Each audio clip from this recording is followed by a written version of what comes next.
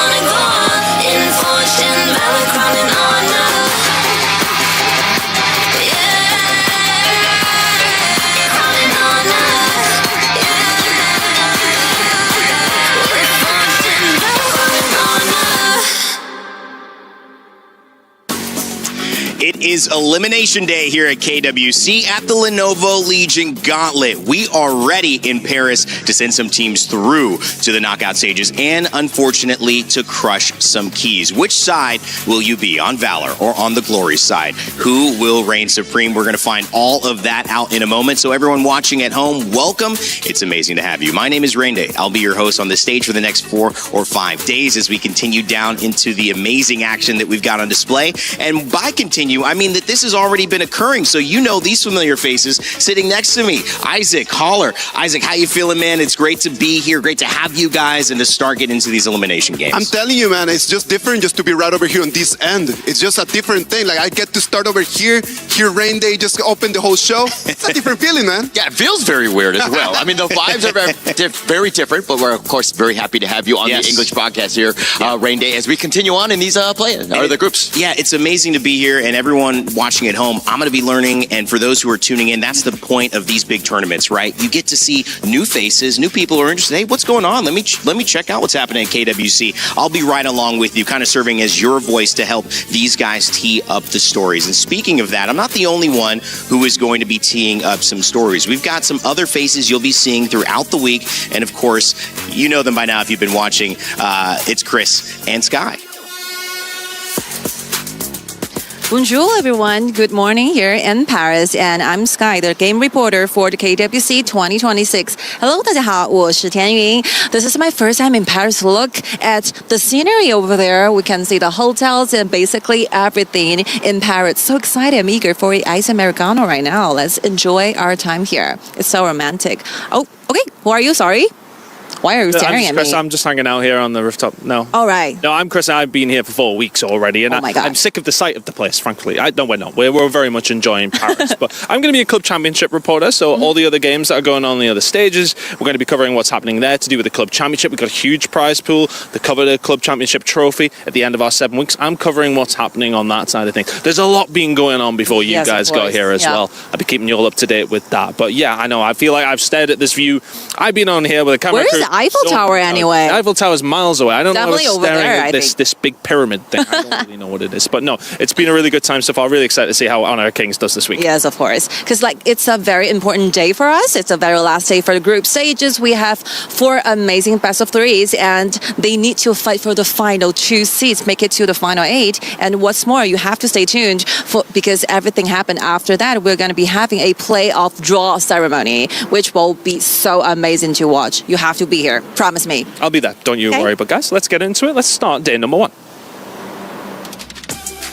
Is that the side stage for the Louvre? I mean, where is that? I don't know. I hope we can get Chris and Sky back. You'll be seeing them throughout this week talking about all the points. And Chris will be talking mostly about this, the Club Championship rankings powered by Aramco. We get this leaderboard every day. We'll keep you up to date with how these organizations are doing. Team Falcons currently in the lead, and their story, Holler, it's one that pretty much everybody knows. Back-to-back champions going for a third. Yeah, they're still up on top. I think that until any other team is able to kind of overcome the lead that they might have, I mean, we still have yet to play many a games here. That's true. Team Vitality, AGAL, they're all competing, Isaac, so some chances to move up in the points. So Team Vitality today is going to have an amazing challenge, man, because if they are to win and they keep moving forward, they can just stack a lot more points over there in the ranking. That was a great segue, because of course, as you have to win to move on, those who win have to unfortunately create someone who loses as well. And that's where these keys get crushed. The special that we have at EWC going through these last days of competition, Isaac, it has been tough. It's always tough to see your dreams dashed. And it is just one of the things that we love about EWC, right? Like just like how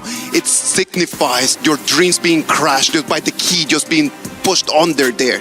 Like the moment that the key just crashes, you know that you need to start heading back home. Yeah, and that's the unfortunate part. I think that all the teams that do have it crushed, I mean, their souls are crushed, everything, their ambition and all of that. I mean, hopefully they are able to bounce back to next year. And there's a learning experience involved in it, of course, right? Yes. And we've seen this, and as esports grow, and as you get into 7 years, 9 years, 10, 15 years, those people, those players who have experience start to make a major difference.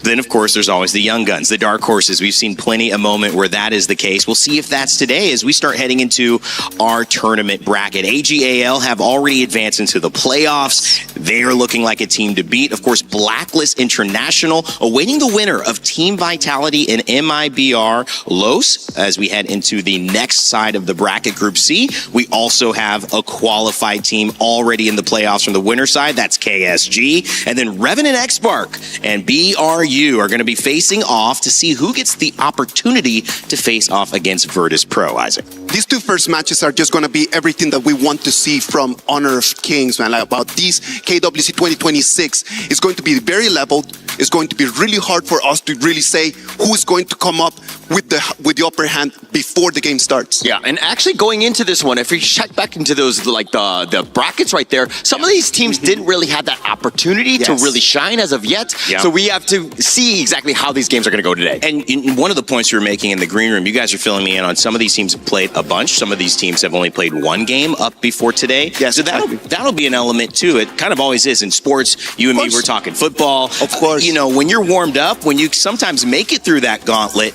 you do have a chance to come in prepared, having learned something different than the teams who have been kind of patiently waiting. As you guys can see, what we're going to be looking at today are 4 matches. Walk me through just the general awareness of how this tournament has gone up until now. Revenant X-Spark, only one game, man. But the problem is that they came in and they played against one of the strongest teams that we have. And then today is going to be their last opportunity, man. Like they need to play one game. But then BRU, on the other hand, since day one of the play-ins, they've already got stacked experience. They got games in there. They are already like on point. So for RNTX is going to be a little bit harder, I believe. Definitely harder. They didn't have the opportunities like BRU had, where they had moments in the play-ins, and they were able to play some games. They were able to essentially warm up here. That is a great point. It leads us to our first match of the day, gentlemen. It is going to be RNTX, Revenant X-Spark, going up against BRU, Buriram United Esports. That will be our first matchup. Remember, everything about this means you're either winning and moving on for another chance, and ultimately the final chance to make it into the knockout stages, or if you lose, your key is getting crushed and you're going home, Holler. Yeah, nobody wants to be going home, especially at this stage of the game. I mean, if we're looking at the BRU side, it looks like they're kind of walking in at this moment, but these are guys that have had some experience elsewhere, right? They've come from, they have players from the IKL, PKL. They've also had some other members that are from AOV that are very able to kind of shine on this international stage here. I believe when you think about RNTX, is it luck or unluck? Are they a lucky team or an unlucky team? Everyone could debate for both sides, right? Yeah. They're very unlucky because they came in, played against KSG. There was no way they were beating them. Let's be realistic. On the other side, they're very lucky. Not all the teams around the world get to play against the best of the best. It's a learning experience for them. They get experience. They get to see how KSG plays. They go back and they have experiences that they can actually build on. I like that point. I mean, when you play the best and somebody who's going to be competing for the KWC opportunity to lift that trophy, you do learn something. Yeah, anytime you play on the international stage against the other regions that you might not normally play against, you're going to get a lot of experience, right? And I think that's going to help all of the teams. Of course, playing against those KPL teams, that's a whole nother story. But not everyone gets to play against KPL That's teams, right. and that's super important. Yeah. This is the KWC 2026. This is the best opportunity for them to actually have that chance. It is not an everyday thing. It's invaluable. I had an analyst who said he would pay a team at a high level, like Falcons, a Liquid, or something like that, to sit and listen to the comms, to see how they approach the game, because it'd be that valuable to him. Of course. Obviously, from the player side, you're hoping that as well. As we take a look at the players coming in, we saw it was RNTX coming in as well, and to introduce their players here on the side scroller, you know, from Deadshot to Candy to Senpai and even Crowley, we had a chance to talk about their hopes coming into this one. Will they be able to turn up the heat for this very important knockout game? Of course, Crowley had his thoughts on that one. Hey guys, I'm Sky. I'm here with Crowley from Radamins. How are you feeling right now? All good. Are you excited? Very excited. This is my first main stage game. Yep. So looking forward to it. Yeah, how do you think about your opponents though for today? What's their game style? What tactics they want to play? I mean, they're an AOV team. Yeah. So we've seen some of their games. We think we know how to counter them, but we'll have to see in the match. Yeah. Oh, you definitely have some lesson learned throughout the previous loss, right? So what is the must thing you have to do in today's matchup so that you can secure the win to your team? I think for me and my team, personally, we didn't get to play the game last time around. Like, we gave the opponents too much respect, I think. For this time around, the one thing that should change for our team is just play our game and not think who's in the opponent team, basically. Okay, how's the mindset? Like everyone, are they as relaxed as you? Everyone from your team? I hope so. Hopefully you are in the same like atmosphere, right? Yeah. So I can tell, like I can feel from your things that you give me feedbacks, you're very confident about today's matchups. I mean, me personally, I'm always confident. Like, whatever happens, it's a game. There will be a winner, there will be a loser. Yep. But it's important, what we prepare is what we show. And if that's what we do, I'm okay with it. Yeah, that is a very, very good mindset. So, are you confident enough? Do you have any specific scores you have in mind of this best of three? Personally, I hope it's a 2-0. I don't like to see the other team winning. But if it goes to a 2-1, as long as the 2 is in my favor, I don't mind. Wow, you're giving me so much to be witness for. So thank you so much for this, and good luck on your plays, okay? Thanks. Good luck. And this will be at Take It Back Studios. Bye-bye. Thank you, Sky. Great to hear from Crowley, and essentially said that he hopes the ball bounces their way and that his team is as relaxed as they can be. Howler, how do you feel about their chances here coming into it? I think that this is probably the greatest test for them, right? In terms of like competition level, I think that BRU is about their level, right? And I expect that, again, with Crowley's experience from other games, bringing it all in, plus now we're talking about also Jingtian being played in the jungle. I think that their expectations are definitely higher for them. Plus, let's talk a little bit about the farm laner here. Senpai, also a guy. I've heard a lot about him. They're calling him the prodigy from India. Ooh, the prodigy. That's a big name, man. I'm so sorry. That's a lot of pressure to put on to one person to be the prodigy of something. I've never been a prodigy on anything, so I don't know how it feels like. But I can imagine that it is just a complete amount of pressure different. I want to talk a little bit about Jingtian, because for me, from what we saw in their game against Kwashu Gaming, it was the best player in their roster. He starts with the whole identity of what RNTX wants to do, which is invading. First minute, the Jing goes in, tries to take the buff, but then he does not come out. Why doesn't he come out? And this is something very important. Crowley decides to go to the bottom lane. He decides to go and support his farm laner instead of coming in with the Jing. So they have the ideas, but the execution is still something that they need to polish. Being on the same page as well, that's so important. That high pressure early engage, something that RNTX hopefully can pull off, but they're not going to be doing it easily because BRU stands in their way and they also want to advance into the next round. Of course, BRU, they have had a great run, and as usual, coming into this, everything is on the line. We had Sky have a chance to catch up with them prior to this match as well. Hello guys, I'm Sky. I'm so happy to be joined by the two gentlemen beside me for the pre-match interviews. So, hi, No. How are you feeling today? Are you excited or are you relaxed or something like that? ก็วันนี้นะฮะรู้สึกยังไงบ้างครับว่ารู้สึกดีใจไหมที่จะได้แข่งแล้วหรือว่ารู้สึกตื่นเต้นบ้างไหมครับผมก็รู้สึกดีใจครับที่จะได้แข่งครับ Yeah, very happy and excited to play on today. Oh, of course, good to know. But because you're coming from the lower bracket though, so it's going to be very, very hard. You have to win 2 games in total so that you can secure that very last spot to the final 8. So what's your mental state or how well did they prepare for today's matchups? ก็วันนี้นะฮะเราจะต้องเล่นอยู่ในสายล่างเนี่ยซึ่งค่อนข้างเป็นแบบว่าแน่นอนว่ามันบรรยากาศมันตึงเครียดกันแน่นอนอยู่แล้วเพราะว่าเราจะต้องชนะถึง2ครั้งเลยทีเดียวเพื่อที่จะได้เล่นในรอบต่อไปนะฮะอยากถามว่าตอนนี้เนี่ยสภาพจิตใจในทีมเป็นยังไงบ้างครับแล้วก็เตรียมตัวกันยังไงบ้างครับก็รู้สึกเหมือนปกติเลยครับก็รู้สึกว่าทีมเราน่าเตรียมพร้อมมาพอสมควรแล้วครับน่าพร้อมเล่นแล้วครับ Yep, so actually like we don't feel any stress at all. We already prep everything that we can, so please looking forward to it. Wow, that is pure confidence I'm hearing. So good luck on your play. How about a fist bump? Fist bump. Okay, good luck. And this will be all. Back to you, studios. Thank you so much, Sky. Time to rise above here. That's the point of EWC. It is a great opportunity to be here. You could tell, the weather, it was hot earlier in France. It's still a little bit hot here right now, but the temperature is also hot on stage because they're playing for so much. $3.25 million prize pool, right, Isaac? Something like that? It is amazing, crazy, man. And it's just like a $3 million prize pool right over there. The winner of this whole thing is going to be taking home $600,000, wow. man. That's so much to play for. And sometimes, you look at it more complicated. You look at these player stories, you look at their history, you look at the ways that they've showed up and finally gotten to this moment. But that money is life-changing. Yeah, it's life-changing. Yeah. Also, it adds a lot of stress to the equation, if you will. Right? I think that all of these teams are kind of looking into this, and yes, they get a little portion of it, depending on where they end up. And of course, this one going in will actually springboard you quite a bit. So again, every single win is so key here. I believe that if you can play one more game, that's extra what? $20,000 US dollars? Yeah. Sign me up for Sign me up. That's a good use. Every day, man. Every Just day. one more game, 20K. I want that back. You said you weren't a prodigy in anything, but if there was a way to play one game and earn $20,000 each game, I would be a prodigy in that. I'll take it. I'll try that. Anyone is open to invite me to that one, guys, as we continue to get ready to look at these matchups. So let's break it down again. The ability for coming into this with just one game played, how much of a factor do you really think that's going to have in terms of these overall matchups? Well, we need to see it from both sides, right? Okay. Like, Buriram United has already played so many different games that you already know what they're going to be playing to.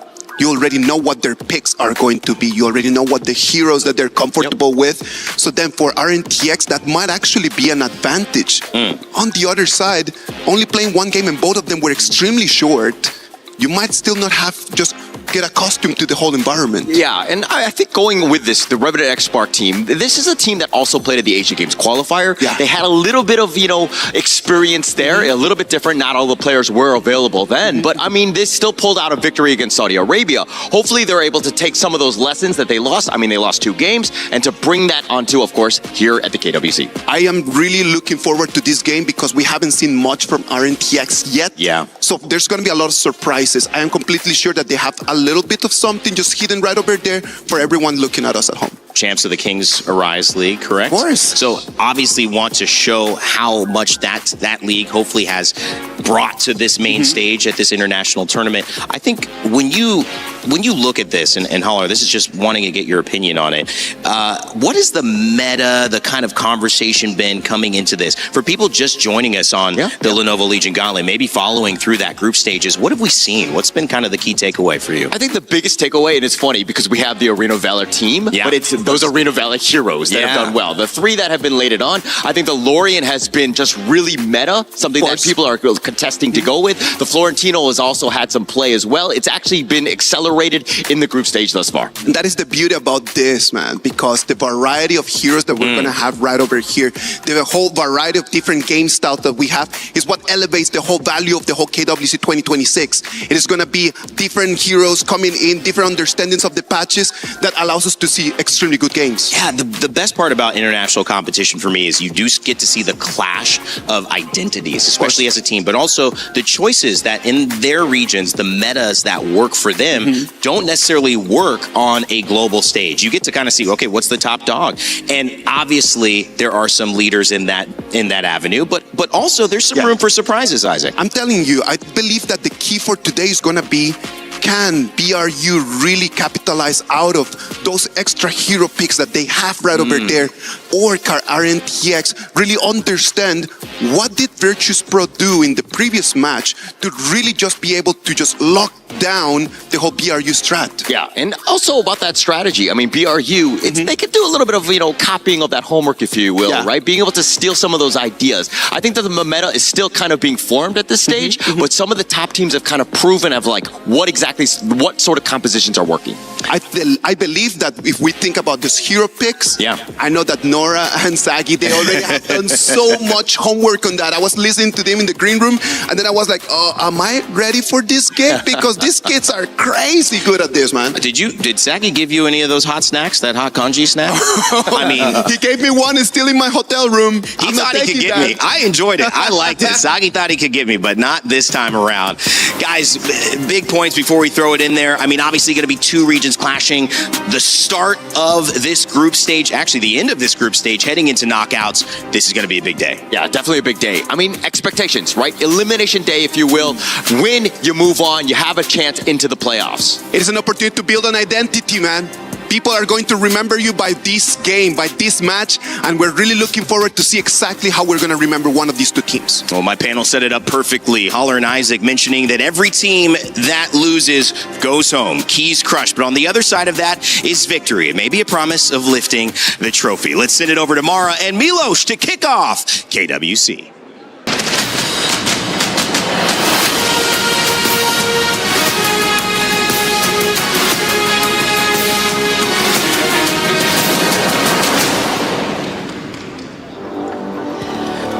Welcome to the Honor of Kings World Cup at EWC.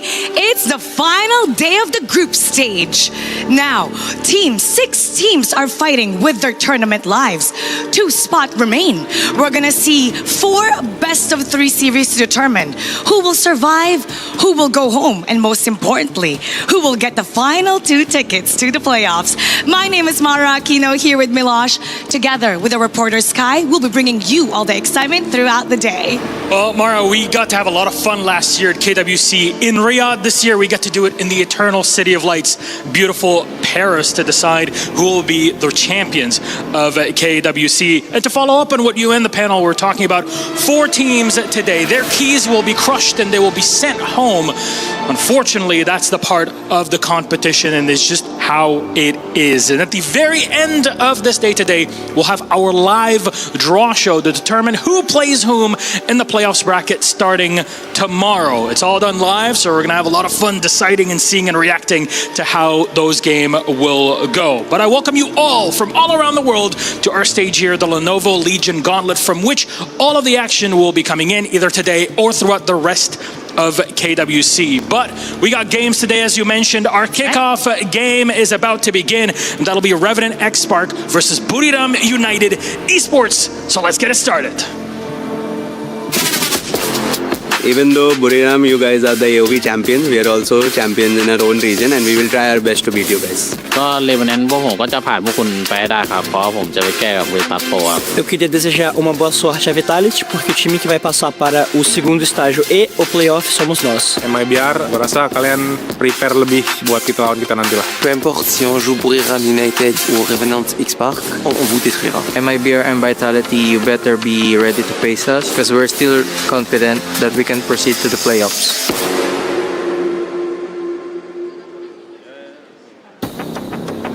Well, both teams feeling confident, but both teams have been tested. They're here for a reason, facing elimination, but One win means they can move on, and they will face up against Virtus Pro. For BRU, that would be a rematch, and for Revenant X-Spark, that would be huge for them getting a win here on the international stage, having a chance to go to top 8. Can you imagine just being in your first game in the international tournament, just such a big win over BRU to be able to play against Virtus Pro? Moving forward, that would be the best dream for RNTX. I use this phrase, Holler, sometimes playing with house money. It means you already don't have anything to lose. You've gotten here, you feel like you've accomplished something great already.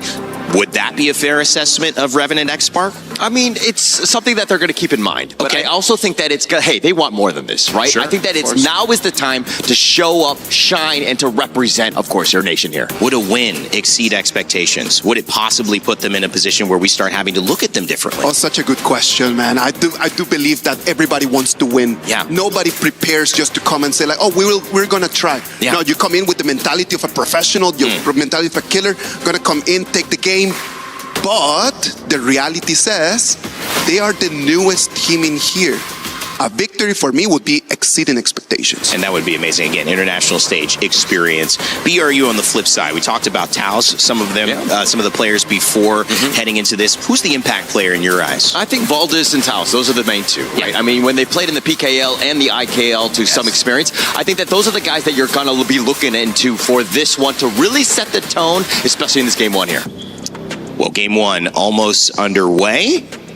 And we're going to welcome our casters here. We're chilling on the panel desk, ready to get into it, but I know our casters are eagerly awaiting the opportunity to jump in. I know those two. Sagi, Nora, do you have any more snacks on desk? Not for now, right now, but if you want it, I'm going to bring it to you later in towards the green room here. But we're not here to talk about snacks here. Me, Sagi here with Nora, we're here to talk about the champions coming in from Kings Arise India and also Buriram United Esports here, the final hope of AOV. There's only one slot to proceed to that decider match later on. I mean, I just can't wait to see it, right? Because actually we're moving to a greater stage, as you can see, right? Bigger, and you can just feel the tension there.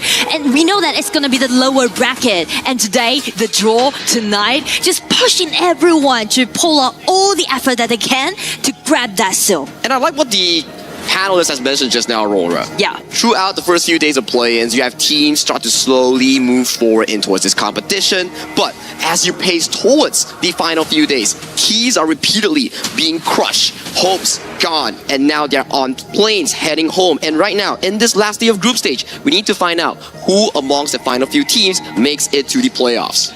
For these two teams, they're at their low bracket, and as you mentioned about the key, actually the key is out there on the stage. You can see the pattern there on the stage, and also the key, if they want to get through their lower bracket, it's going to be the draft. It's a very nice key, right? I don't want it to get crushed. I want to put it on my trophy that says like, yeah, I've been to EWC, that's my trophy right there. I don't want to get it crushed, but they have to crush the pick and bans here coming in, and it's really, really quick. Both teams are already finishing up their first phase draft. I mean, like on the side of BRU, they just banned away this Haya, and Jin tried to locate it, that they try to highlight their junglers for today's matchup. I think it makes sense, right? We did see Revenant X-Spark on the side of Jing Tian. Yes, it wasn't the first best game against KSG Kuaishou Gaming, but his first game plan was to invade the jungle, use that double smite. Yes, he did steal it away, but the execution on the escape combo wasn't really clean, but I like the idea coming in from Revenant X-Spark's jungle. And I feel Wizard Xiao Zhao and also Dahlia, they can be so powerful in the early game. And on the side of BRU, actually this Flowball Marksman with the Zhang Fei, they played this several times in the previous games. They love it, right? And you know for a fact that if you are against an AOV team, those AOV characters, they're banned out. First ban coming in from Coach Diego is going to be the Florentino, then the Lorient. I think Nunu, from the side of Buriram United Esports, has been one of our tournament's best performance on the Lorient. Exactly. Not even mentioned to Nunu actually is very experienced because he started his journey back in 2019, right? So he's been playing like over 8 years right now. But on the other side, for Candy, he's quite new, not only to the international stage, but also to those tournaments. So if he's going to play against this Nunu's pick, it's going to be a big pressure on Candy. I want to jump back into your point, right? You talk about new. New is something that is really relevant to Revenant X-Spark, where Honor of Kings has only been released in India since March 11th. So if you count the calendars, if I'm doing my math correctly, 1, 2, 3, 4, 4.5 months going into the competitive scene. And you take that 4.5 months going up against KSG. So I think for Revenant Export is already a very good sign. You challenge one of the tournament favorites, you learn from that. If you can convert that learning experience against Buriram, that's going to be key for RNT. I mean, definitely they improved a lot after that game they played up against KSG, and also mentioned about sign. This kind of aggressive sign that RNTX just showed by their draft, just allowing BRU to pick out this Angela at the mid. As we mentioned, right, the mid laner matters a lot in the early game, and for Angela, it's going to be a great counter attack towards this Xiao Chao. Now, usually when we see the Angela coming in as a pick, you will have a Diadea, a Quay to combo with the Angela so you can secure that full burst damage here. So without that proper setup here, you think Nunu will have a really good chance on that Angela pick? Yeah, I feel like a great potential can be seen on this Angela play, not even mentioned to with this pay, right? Can be quite powerful in the early game. But as for RNTX, they pick out this Irene. Actually, I really want to highlight Irene because I feel like it has been a little bit underestimated. Due to the statistics, actually Irene has been played 9 times so far in KWC and sharing with an 88% of winning rate. That is a very high win rate for a specific pick here. And I do remember some of these teams coming in from Chalk BR, IKL teams, they really fancy that Aaron pick like you mentioned just now. With coaches shaking hands here, this will be on the way to that game 1. It's the final hope of the AOV team. Buriram United Esports coming in from the side of RPL Thailand. Yeah, I mean, this could be their last game, but they need to use their last-ditch effort trying to gain the ticket. Exactly the case here. Already coming in towards this early game 3v3. They are learning the fast clear wave style where Jing Tian picks up a few minions here, immediately goes for that early jungle clear. But I have a question for you here, Nora. Which of these two teams' draft do you favor more? Well, I feel like I would stand for both because they definitely just pick up those drafts that is really suitable for themselves. Oh, it's going to be a flash burst out.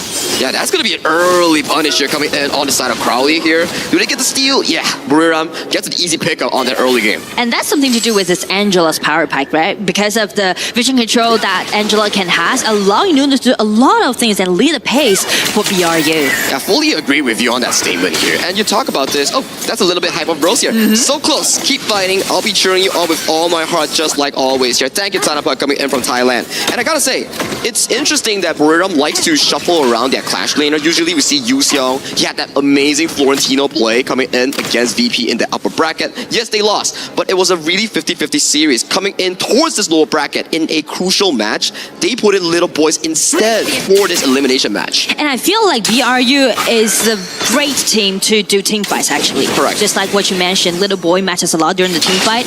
And in that case, maybe from 8 minutes to 10 minutes, it's going to be the time for BRU to shine. I think I will beg to differ.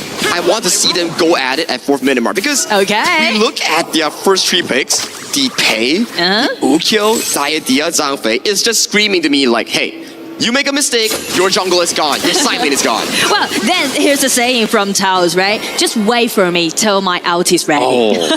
Wait for that 4 minutes mark. It's going to be the time for BR to attack. Yep, they are attacking right now. They have the timer here on that little jungle camp, the Spike Tail Beast. So that's going to be an easy pickup coming for the side of Buriram United Esports. So in the early game, I still like what Buriram is trying to do. They're just slowly but surely. Nunu, does he see Candy in that bush? Yeah, he saw it, but he's like predicting because once Xiao Chao just goes into that bush, hide his vision, it's a bit hesitating for him to do so. Yeah, he didn't really know the exact position there, so it's more of like a play where he has to predict the position. If he hits, it's good. If he doesn't, it's still okay. It's just cooldowns at the end of the day. Just give it a try. But at least we can see like how the ribbon control has been given on the side of BRU, right?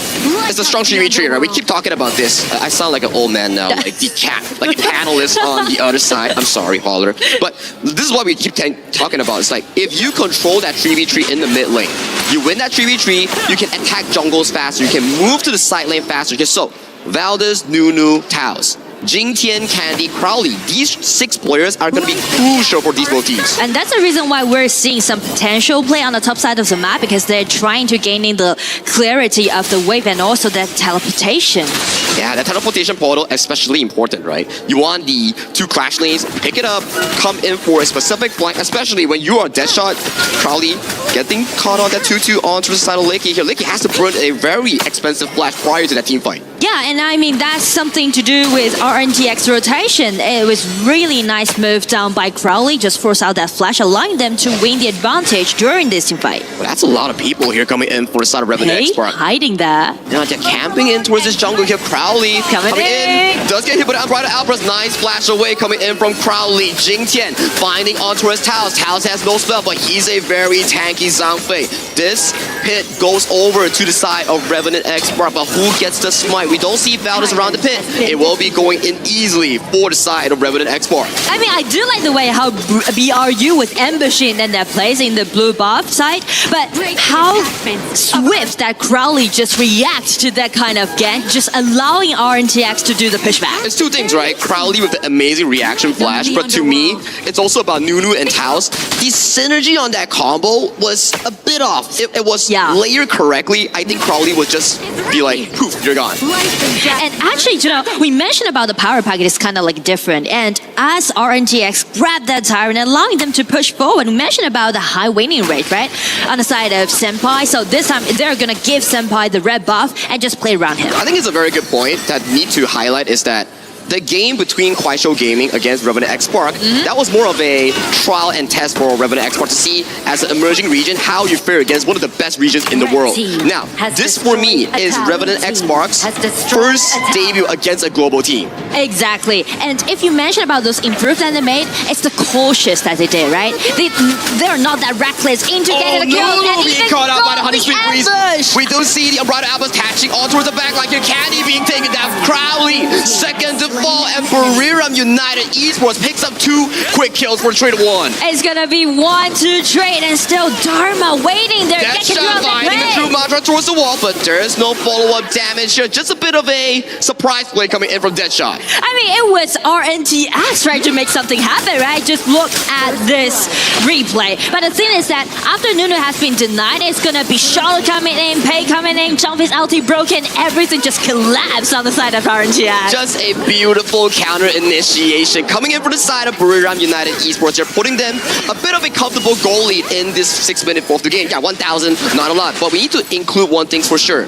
You have a flowable marksman. This thing, it outscales the area in the late game. Exactly, and I feel like it's quite equalized. You can feel like the pace is quite equalized, which is kind of rare when we see these teams play in the previous games. And I like it, right? Revenant X-Spark throughout that very difficult game number 1 against Kuaishou Gaming. They're coming in hot and challenging Buriram United Esports, which is a team coming in from AOV background at RPL, and then they pace from play-ins all the way to the final day of the group stage here. So it's a bit of a cinema storyline for me at the very least. So true, and also like due to the experience that BRU has, you can see once they fell behind their track. Right now, taps to the back like his Senpai has no flash. He gets stunned down and a quick and easy kill sent towards the mouth of the hungry tiger on Valdez. I mean, just look at the awareness that Valdez has, right? Just swiftly dash in and got that kill on this Senpai, just cut off RNTX pushing wave in the mid. The way that they answer these plays is just amazing here. Take a look at this. They know for a fact that Senpai doesn't have vision and has no flash,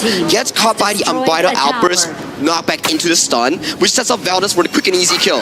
I mean, like, that's the experience we mentioned about. That's how important that Valdez is to a BRU. Exactly the case here. And so far, goal lead, props to the side of Revenant X-Spark. Yes, they are losing a lot in terms of that kill department here, but so far in terms of the objective, in terms of the goal lead, they are holding neck and neck. Yeah, but to those farm lanes, actually, Liggy is kind of have a slight goal lead against Senpai, which means they will be more powerful during the 10-minute mark. It's going to be quite difficult, right? 10-minute mark for me, usually if you're looking at a farm lane perspective, right, you need that Daybreaker. If you get that Daybreaker, you hit tanks like a truck. For Senpai, it's about the Void Staff coming in from the Aaron to convert that magical pierce into physical pierce. But I feel like these teams are actually playing a quite safe way, because you mentioned about the pace that Yukio and Pei has, but in this case, they're actually not rushed in to make a lot of things happen. Well, they are trying to find a bit of an aggression here towards the mid lane here. Honey Sweet Breeze towards the side of Lakey. Just a bit of a tip and tap towards that mid lane. Whoever gets the push first gets to move towards the side of jungle. For Buriram, they have the timer on the Crimson Golem. It depends whether they want to go for it or not. They definitely want to go for it. Zhangfei is already be in his exact positioning. Try to checking out where Dara is. It's going to be paid, getting in, and also Charlotte guarding the turret. Taking so much damage from the Arrow Storm. Gets taken down by Licky before the start of the Tyrant here. That's a really good pickup by the Burrito farm lane. I mean, when everyone is putting a marksman under the spotlight, Licky just did it and just shined. Right out first towards the backline here. Jingtian, where do you go? He's getting hit on by the Arrow Storm coming in from Licky. Towards the backline, Deadshot finds a two-man troop, but there's just no follow-up coming in from the side of RNTX. He plays with his life, and it's still another kill going easily to the side of Burrito. I mean, Burrito just keep it going, right? Just being uncompatible in this game, in this mid-game. And actually, Burrito just did really good job. Just check the replay, check the positioning, right? When everyone's too busy to dealing with the Charlotte just do the spare push and just play around with Licky, this marksman. Once Dharma just jumping in, it was dodged by the all team members and just checked Licky's position. It was so safe. Everyone was just playing as a guard, as a bodyguard. It's so smart coming in for the side of Burrito United Esports, where you see for a fact that they play to know that, okay, Candy is down, you're 45. I see the opportunity, I immediately pull the trigger on your backline. Exactly. So that's something for RNTX to deal with, because you mentioned about how good that BRUA is doing this team fights. And they're looking for some skirmishes. Zhangfei just jumping in, gaining the vision control directly on this Candy. Yeah, Jingtian has to force himself to walk forward here towards the backline. We do see an Unbridled Alvarez slowly but surely marching through. But the two members are being cornered by multiple members coming in for the side of Burrito United Esports here. Towards the backline, Senpai gets tagged, has to force the flash, but the members are chasing Senpai all the way to the backline here. Deadshot, it's too little too late to be here. Candy forces out Splendor here. Gets taken out. Triple kill goes over the side of Little Boys, and that is 5-1 in favor for the side of Burrito from RPL Thailand. They just aced RNTX, such a big waiting in the mid game, and the triple goes over to Little Boy. I mean, like, how dominating it is. As long as BRU got the item, they're just gonna kill it. They are just feeling so good in these team fights, Nora. Every single time we see the team fights, it's initiated by the side of Burrito, coming in for the flank, finding Crowley and Jingtian first in those exchange. And I mean, like, break it down a little bit more, it's all about their coordination. As we can see, like, the battlefield just divided into two different parts at the first time. Burrito's positioning just enclose the team fight, the spot that they want, and just take RNTX one by one down. Yeah, it's about a numbers advantage and vision, right? They're like, okay, Deadshot, the Dharma is all the way to the crossback. Let us engage immediately. By the time Deadshot arrived, yeah, you found a pretty good truth mantra. But what's next? You have no more teammates. So that's gonna be some problem for RNTX to deal with so far. You can see, like, it's gonna be uncontested when they face this Zhangfei with the ultimate available. Yeah, 009 on Taos. He was on fire. He's on fire right now. We gotta see how they play towards the Overlord here. At the very least, for RNTX, they need to hold these high grounds here. Potentially find a comeback play, maybe on towards Licky or towards the Valdez. That could be the game-winning moment. Well, if we need to, like, put some heroes on the spotlight, that might be Deadshot's Dharma, the only Chelsea-ka. I think so as well. You need to find that five-man troop. Yeah, it's hard. Positioning is difficult, but he finds it. Maybe it's a shot to make a comeback here. For now, already on his way. High ground turret being pushed in by the side of Burrito United Esports. That's the first one of this BO tree. They are moving swiftly. They are not giving up hope. They're pushing steadily, getting into it, but still threatening on RNTX. Two high ground towers down. It's all in favor on the side of BRU. Yeah, Pilling is so safe, so macroly smart, right? They're like, okay, guys, Overlord is done. Let's pick up the buffs. There is still a Shadow Tyrant on the map. We can slowly play towards it, and then we look for that game-winning fight. This is just clean macro gameplay coming from BRU. And I mean, like, 8,000 goal lead, it might be too much for RNTX to choose so far, because it hasn't been like 15 minutes. Still, we're waiting for Arin's output, we're still waiting for Secho's output, but you can see, like, there's no true tanks on the side of RNTX. So that's gonna be a problem for them to counteract this Taos Zhangfei. We see some of these builds, right, from Dharma players, but you just go like Blazing Cave into the Dragon's Rage to be that front line here. But this game, RNTX Clash Lane, which is Deadshot, he's going for more of a Bruiser Assassinage build to go in towards the backline, but so far, he hasn't been able to find the shots. And can he do it under such a great pressure? Because you can see like our BRU, they're pushing all those lanes. And it gives me a sign that they're trying to close out the game actually. Final tier 3 down for the side of Revenant Export. Flash engage going in for the side of Nunu, singling out Candy. And then right out attacks towards the back line. Here, Little Boy jumping in towards the side of the back line, isolating every single one. Dead shut down.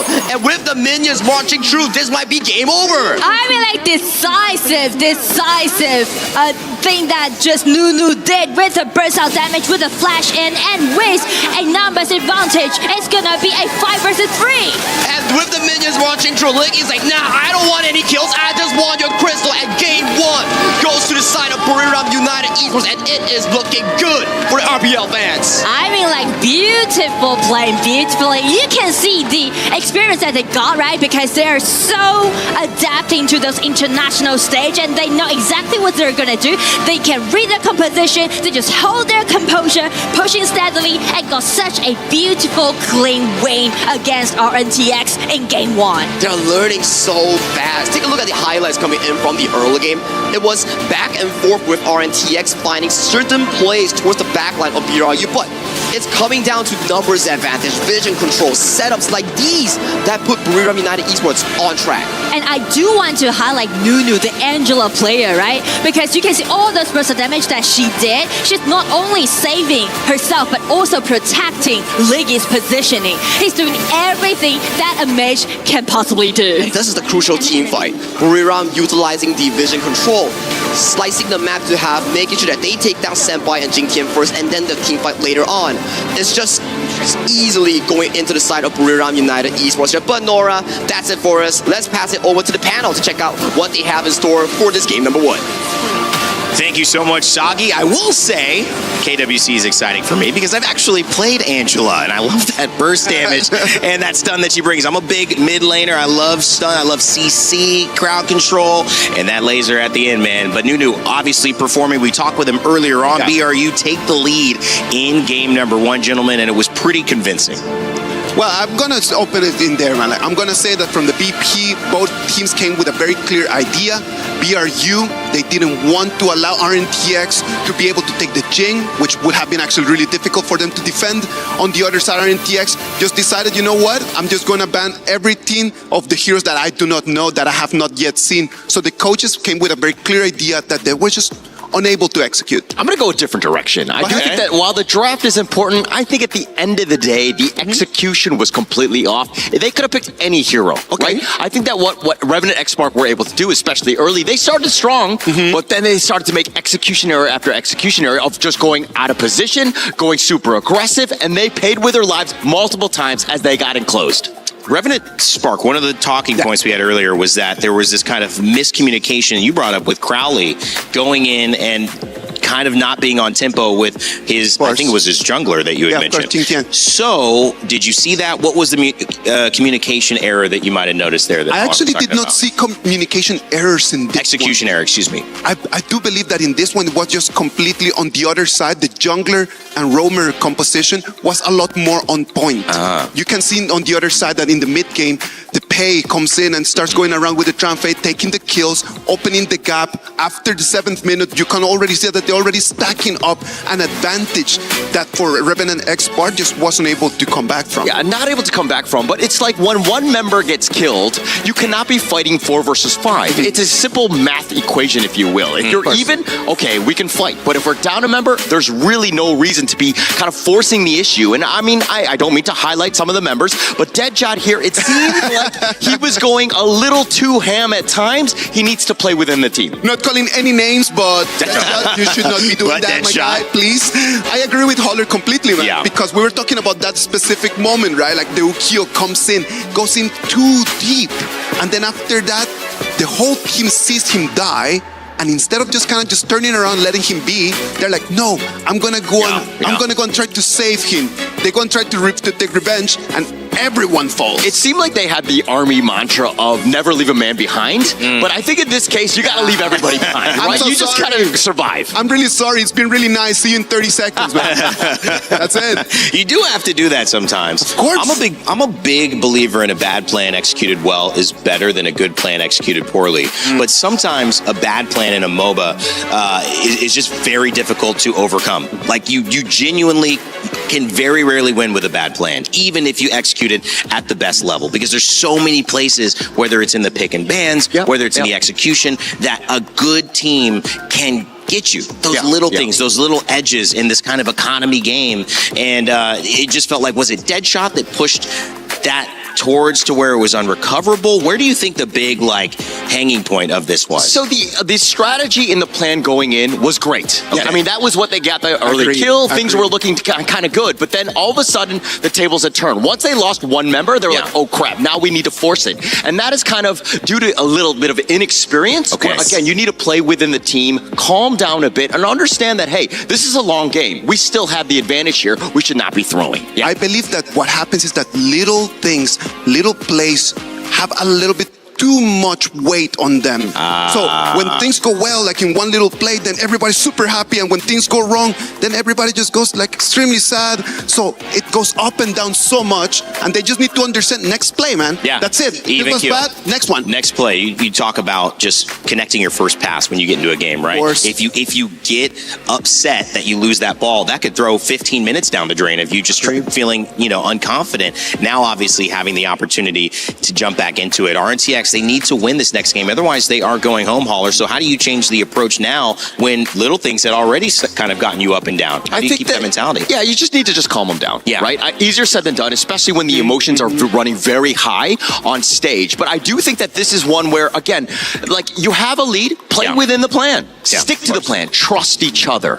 RNTX, not everything was wrong, man. Yeah, I do what believe, worked for them? What did you like about what they brought? I love the idea that they just pushed Nunu to go on an uncomfortable pick. Okay. We've been seeing Nunu just being so dominant on Delorian. We've seen Nunu being so dominant the Xiao Xiao as well. So they pushed him onto an Angela, and I do believe that from all the games we've seen Nunu, this was the first one where he looked like a normal player when actually he's been looking pretty godlike.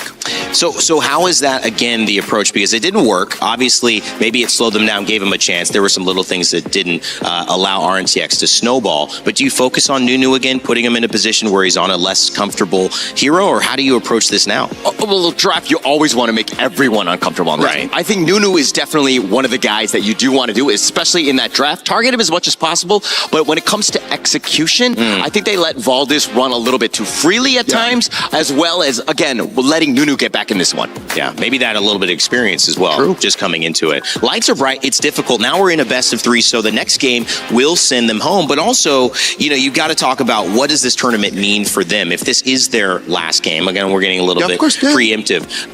What does this mean? You got to leave it all on the field. You got to obviously find the way to show your stuff. Of course. Even Crowley had said, if we lose, but we do it playing our game, we'll be with your head up, man. Yeah. You can actually just go back home with your head up, knowing that you did your best. You tossed everything that you had. Show that you are a champion as well. Nobody came here for free. They had to battle it out to be the champions of their own region, to be here. So they need to demonstrate. For BRU, how do you close it out, Holler? Just more of the same? More of the same. I mean, stick to your tried and true. I think that you saw the resilience of that team and their ability to bounce back whenever they want. I expect to see more BRU in this one. All right, we'll see if BRU can take a 2-0 lead and move on into this elimination bracket to ultimately play Virtus Pro. One game away for them, and we'll see if RNTX can tie it up. For now, let's get it over to Sagi and Nora with the draft.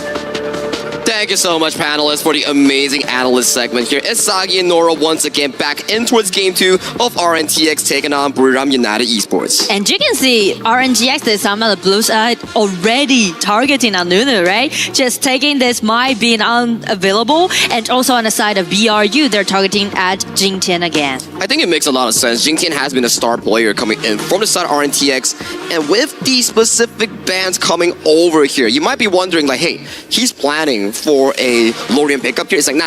Let's just remove it. Lorian has been banned away. I feel like if they want go for, some safe picks, maybe Byron will be it. Or Zhang Fei is still available, right?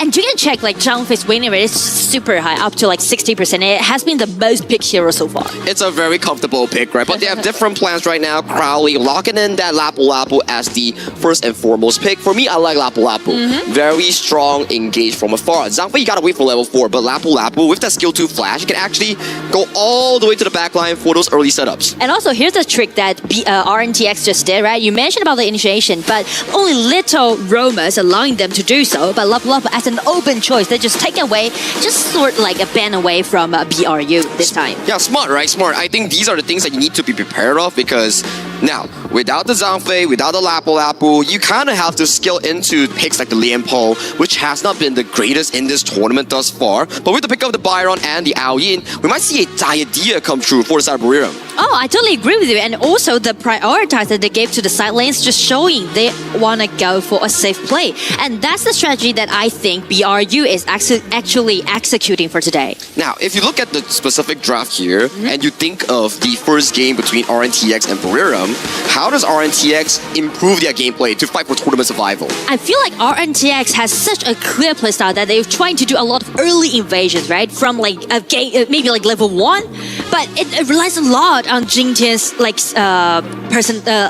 his personal play, right? Personal play, yeah. Exactly. That's the word I'm looking for. So that's the reason why RNTX is always gonna fall behind once their jungler is not playing so comfortably in their game. I think you make a very good point, but that also comes back in biting them, where if Jing Tian gets locked down, RNTX loses a lot of momentum in towards the map, because we saw from that previous game, the first 7 minutes, it was looking really good for RNTX. They were matching in gold, trading back and forth, but when it comes down to the important moments, we saw Candy being picked off multiple times, which led RNTX giving their lead over to the side of Buriram United Esports. And coming into the second phase, your jungle has still not been locked. You might be getting targeted down potentially by Coach Misguns on the second phase.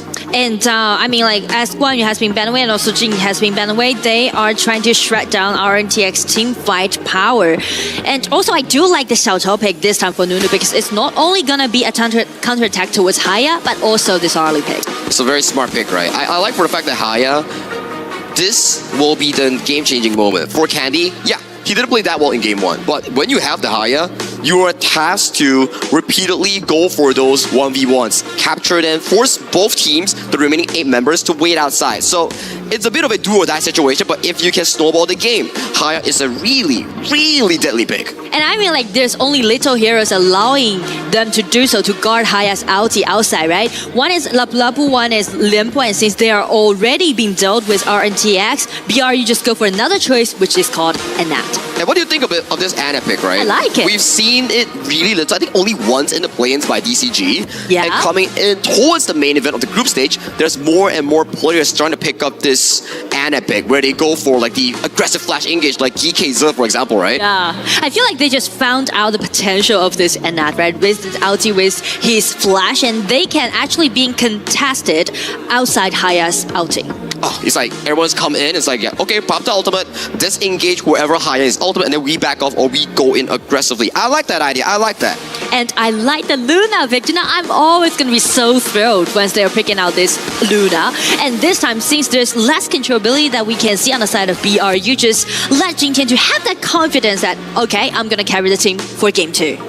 Like, what else junglers are there that can actually counter Luna? Maybe they go for the Musashi, or things like are aggressive in the early game, like Ukitachibana. Maybe these are the picks to really limit down the Luna in that early game. But they picked the Agudo into the Luna? This is a counter pick by himself. Exactly. I was like thinking about some hero like Yang Jian or some hero like that, right? But Agudo, I'm not sure about this Agudo pick. My idea is like, the Agudo can walk up, take the Haya ultimate, throw the ultimate to cleanse himself from the Haya link, but it's sacrificing the direct matchup against the enemy jungle. But if, and only if, Valdez sneaks into the enemy Luna's jungle and steals away the first buff, maybe it'll work more. Well, I mean, that's such a good point, right? So actually we can put both junglers on the spotlight for game 2. Whether it's gonna be BRU trying to do that early level 1 invasion or like steal away the blue buff against with this Luna, or they're gonna do some trades during the team fight. And this will be game number 2 between Revenant X Spark coming in from Kings Arise India, fighting for survival in Group C versus RPL Thailand's very own Buriram United Esports. It's gonna be a do or die on the side of RNTX, and in game 2, as the opponents already reached the match point, they're just gonna put all the pressure on Jingtian, which we're looking right now. So far, none of the early game planning that we two geeks discussed actually happened on the map itself. So at the very least for Jingtian, he's gonna have a very smooth and early game. He start with the red buff first, and as we can see, like Valdez didn't play like aggressively, right? He didn't try to steal with blue buff, so everything just went so peacefully in the early game, which also means BRU with the promising winning lane at the bottom can gain those neutral objectives. And interestingly enough, right, we do see the Arlie on the side of Senpai rotating towards mid lane. At the very least, you don't want the Arlie to fight a difficult lane. Put him on the side lane, put it on the mid lane, clear out the waves, and walk around different lanes to pick up farm. I like that idea coming from RNTX. It's like, yes, they're a really new team from a really new region, India, but the way that they structure their gameplay, the way that they structure their game plan, it's really smart. Yeah, and I do like the way how they're microing the... That's kind of scary, to be honest. He's confident, man, Jingtian. He's just looking for refreshes here left and right, just dancing on that Luna Moonblade. I mean, no kills haven't yet, but still, with this Luna play, you can see like Jingtian has been really confident about dashing in, dashing out, and just try to kite BRU. I think we've been seeing a lot of Luna performances, especially, that shot, forcing out the flash coming in from Nunu. That's going to be a critical one before that 4th minute mark. And I mean, like, they are trying to gain a priority of the mid lane, and due to this Luna pick, actually, it's always going to be a winning lane on the side of RNTX. They can't really just walk up in that 3v3, right? Unless Nunu finds a predicting spell 2 to knock him out when he dashes in. That could be something that we need to watch out for if you are on the side of RNTX. And also, I'm looking for some potential play by Valdez, using his ulti to trade out Haya's ulti, which allowing them to win the upper hand during the 4 minutes mark. It's a bit of a mind game, right? Coming in from the Agudo and also the Haya mind game. We've seen some games from KPL or any other region here. Jingtian goes in for the engage, but the flash whirlwind from Taos locking down Jingtian for his over-aggressiveness. I mean, Taos, this is his day. Check Jumpy's performance, check this, and that's flash. He's just being so into this game right now. Game 1 on Zhangfei, finding beautiful engages. Game 2 on such an important timer. Remove Jingtian from the pool, take away the Azure Gloom, the most important buff for Luna, and check out the replay here. I mean, like, how decisive, right, he is, using his ulti flash in, got the control upon it, and not even mentioned to combine with Nunu's skill too, so double knockup, just deny Jingtian as soon as possible. We were talking about like, RNTX, your mid 3v3 is so strong, but hang on a moment, Candy, using the Moonskin Mirage to abduct little boys into a 1v1. The cavalry is slowly moving, coming in from Valdez in towards that top side. No damage coming from RNTX to realistically take them down. Candy, dangerously low. Deadshot has to back away. Tal is already here, finding the knockup on towards Crowley. Crowley has to expense the flash towards the backline here. Nunu misses the spells. They do find the escape route coming in from RNTX. That was really close. I mean, like, BRU is attacking unstoppable. I mean, like, everyone, like, each skill are pushing layer by layer and try to trade those skills as much as possible. If RNTX got hit by one spell coming in from Nunu, that could have been a triple kill easily for the Buriram United mid laner. And just check out the burst of damage. It's totally sufficient on the side of BRU, right? You can see those poking from this Agudo, and also the burst of damage coming out from the Xiao Xiao. It's gonna be difficult, right, for the side of Jingtian. No Azure Golem. Check out that mana bar. Just struggling to find those refreshes in the team fight. It's going to be even tougher for Jingtian to contest with Valdez from now on. 1v1 between Valdez and Jingtian. Jingtian goes dangerously low. Almost being taken up, but has to use the ultimate. But again, bye-bye Azure Golem. Valdez will take it in his pocket. I mean, like, mission complete on the side of BRU. Just shred down those HP bars, trying to harass Jingtian as much as possible, taking away all those monsters they want and accelerating their farming pace. Jingtian is not having a good game. I feel like Jingtian is not like today, like Jingtian for Jingtian. That Chinese one. I like that. Jingtian or Mingtian is definitely not his day-to-day, man. Bottom side here, an ultimate coming in from Candy, pulling Licky into that Moonscape Mirage. Most of the players coming in from Buriram United Esports are coming in. Candy almost gets taken down in that 1v1. Hayes for his over-aggression in towards that play. Little Boys finds a knockup, a beautiful splash radiation to dodge crowd control. Valdez landing that crucial gospelization here, but yet again, Taos using the whirlwind to disengage his team. Licky Sneaking towards the backline, taking down Senpai. That's 3 members going in for Buriram United Esports. Crucial crowd control coming out from BRU, and it ended up with a 1-3 trade. It already hasn't been like 6 minutes, but still targeting at the tier 1 tower. BRU's on their way. They are on their way. Take a look at this replay here. 1v1, isolating Candy. Candy is like, wait, where's my team? Why is no one here? And then he gets taken down, pays for his mistake, and pulls Senpai Crowley with him towards the grave. And I do like the way how Nunu is like flash in with the skill 2 and just initiate instantly. Exactly right. So for the side of Buriram, if game 1 was about slow, patience, map play, game 2 is like, guys, we got him game 1, we are feeling confident, let's go for more. I feel like game 1 is kind of like a warm-up, and game 2 is the true BRU that we witnessed on their journey throughout the game. Fully agree with you, Nora. And right now, at the 6-minute mark, with a 5,000 goal lead, India, your representative, your champion might be bowing out of this tournament in the next few minutes. But I mean, like, just check the jungler's goal difference, right? It's kind of significant when an Agudo got a 1.6 goal lead against this Luna. It's going to be really painful. Topside, Little Boy's getting tagged on by the Raging Sea. Good engage coming in from the side of Buriram United Esports here. Gets abducted into that 1v1. But where's the members coming in from Revenant X-Park? There's just no one coming in. Infinite advances towards the backline here. Jinkian gets taken down. Crowley, there's no way to go. Towards the backline, Candy also falls. Too little, too late, dead shot, and you are in the grave dead. Killing spree it is. Killing spree is exactly what BRU is doing right now. And just check Little Boy. This man holding till the end. He even didn't die. Just getting back, get recovered, and led his teammates to take control of the map. 0-7 at 7 minutes right now. Buriram United Esports with a 7,000 goal lead. They are wanting to rematch with VP in that lower bracket finals. I mean, they're dominating the game so far, and we know that they actually went through that playing, right? They know how to play on those big stage. It's kind of like they're just trying their best to get into the rhythm of it, but now BRU is at their best. But what do you do as Revenant X-Mark? How do you come back in this game, Nora? I mean, like, they really should let Candy to unleash his ulti upon some hero besides this virus, right? Maybe the Tao's on that. Yeah, maybe. Right, just remove it from the game. Yeah, but they need to do some like risky way, but like with a higher reward. They need to do it right here, right now. With the 8-minute mark coming on the line right now, for Buriram United Esports, if they want to take it risky, they can go for fights. If they want to play it safe, 100% win rate, go for objectives at 10-minute mark. I mean, like, that's gonna be a double-edged sword because this is the lower bracket. And right now, BRU with such a significant goal lead. I mean, like 7,000. How you're gonna hold all those minion waves? I'm just scratching my head as well. I'm finding a solution so that RNTX or India fans can feel good about it, or maybe find a team fight. Okay, maybe if Crowley finds a 5-man knockup, Candy finds a perfect target, and then Senpai gets a pentakill, then maybe RNTX is back in towards that game. But that will be maybe a 5 to 10% chance. And that also means that RNTX need to be very, very committed into those team fights so far. Jintian dancing along the players here. Little Boys being the first target here. Flash engage coming from Candy, removing Little Boys from that fight. Crowley in the midst of everyone finds a beautiful 2-man knockup. Jintian towards the backline, finding a refresh, but he has no mana. No refresh, gets taken down. Valdez is still going for the play. Finds a second pickup onto the side of Crowley here. 3 members already down. Where is the side of Senpai? Senpai is out. Triple kill and make that a quadra kill at in the 9th minute.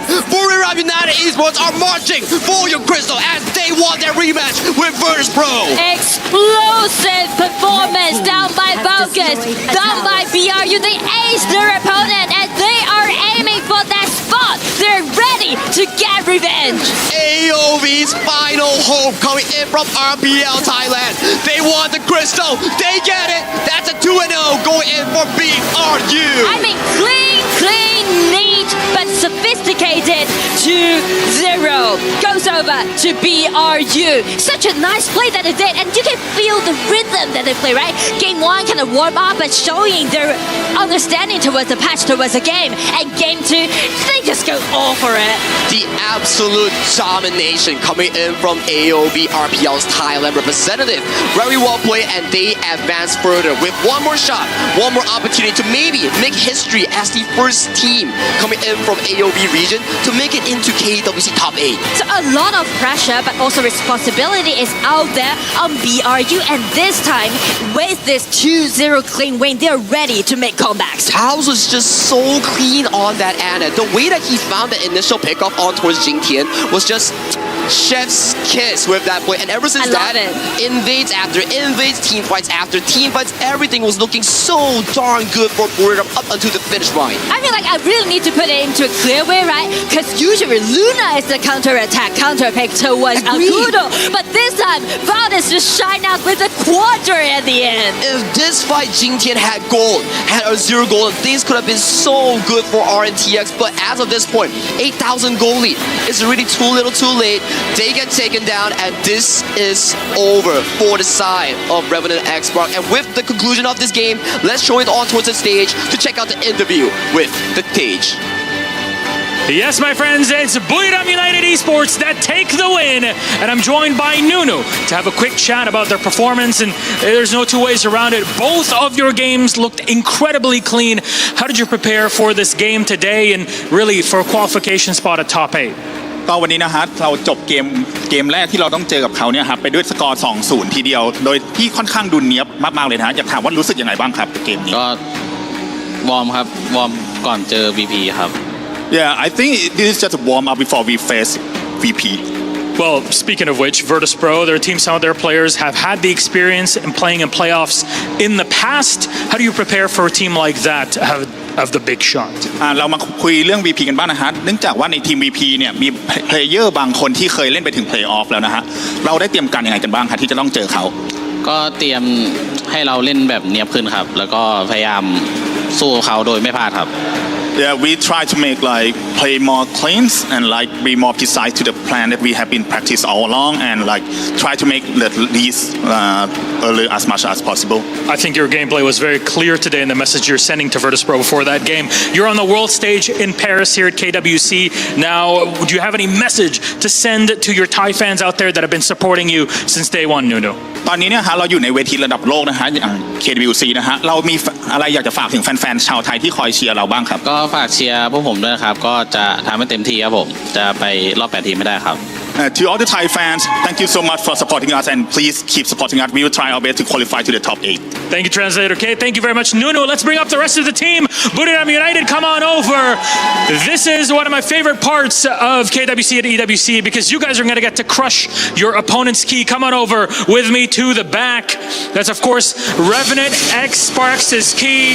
That is going to get smushed to bits. I know you love this part just as much as I do.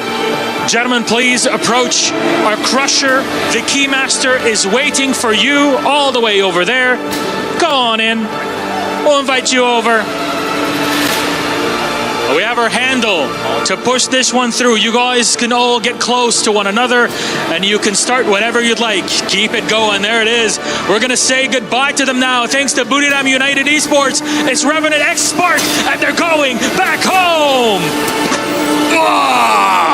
It hurts to hear, but that's just part of the competition. Another victory, a 2-0 clean one for Buridam. Let's send it to our panel to discuss it all. Well, I mean, she's making sure she gets that on camera. I mean, I know a couple of RNTX fans that would probably have looked away at that moment, and that's just the way it is. It's brutal.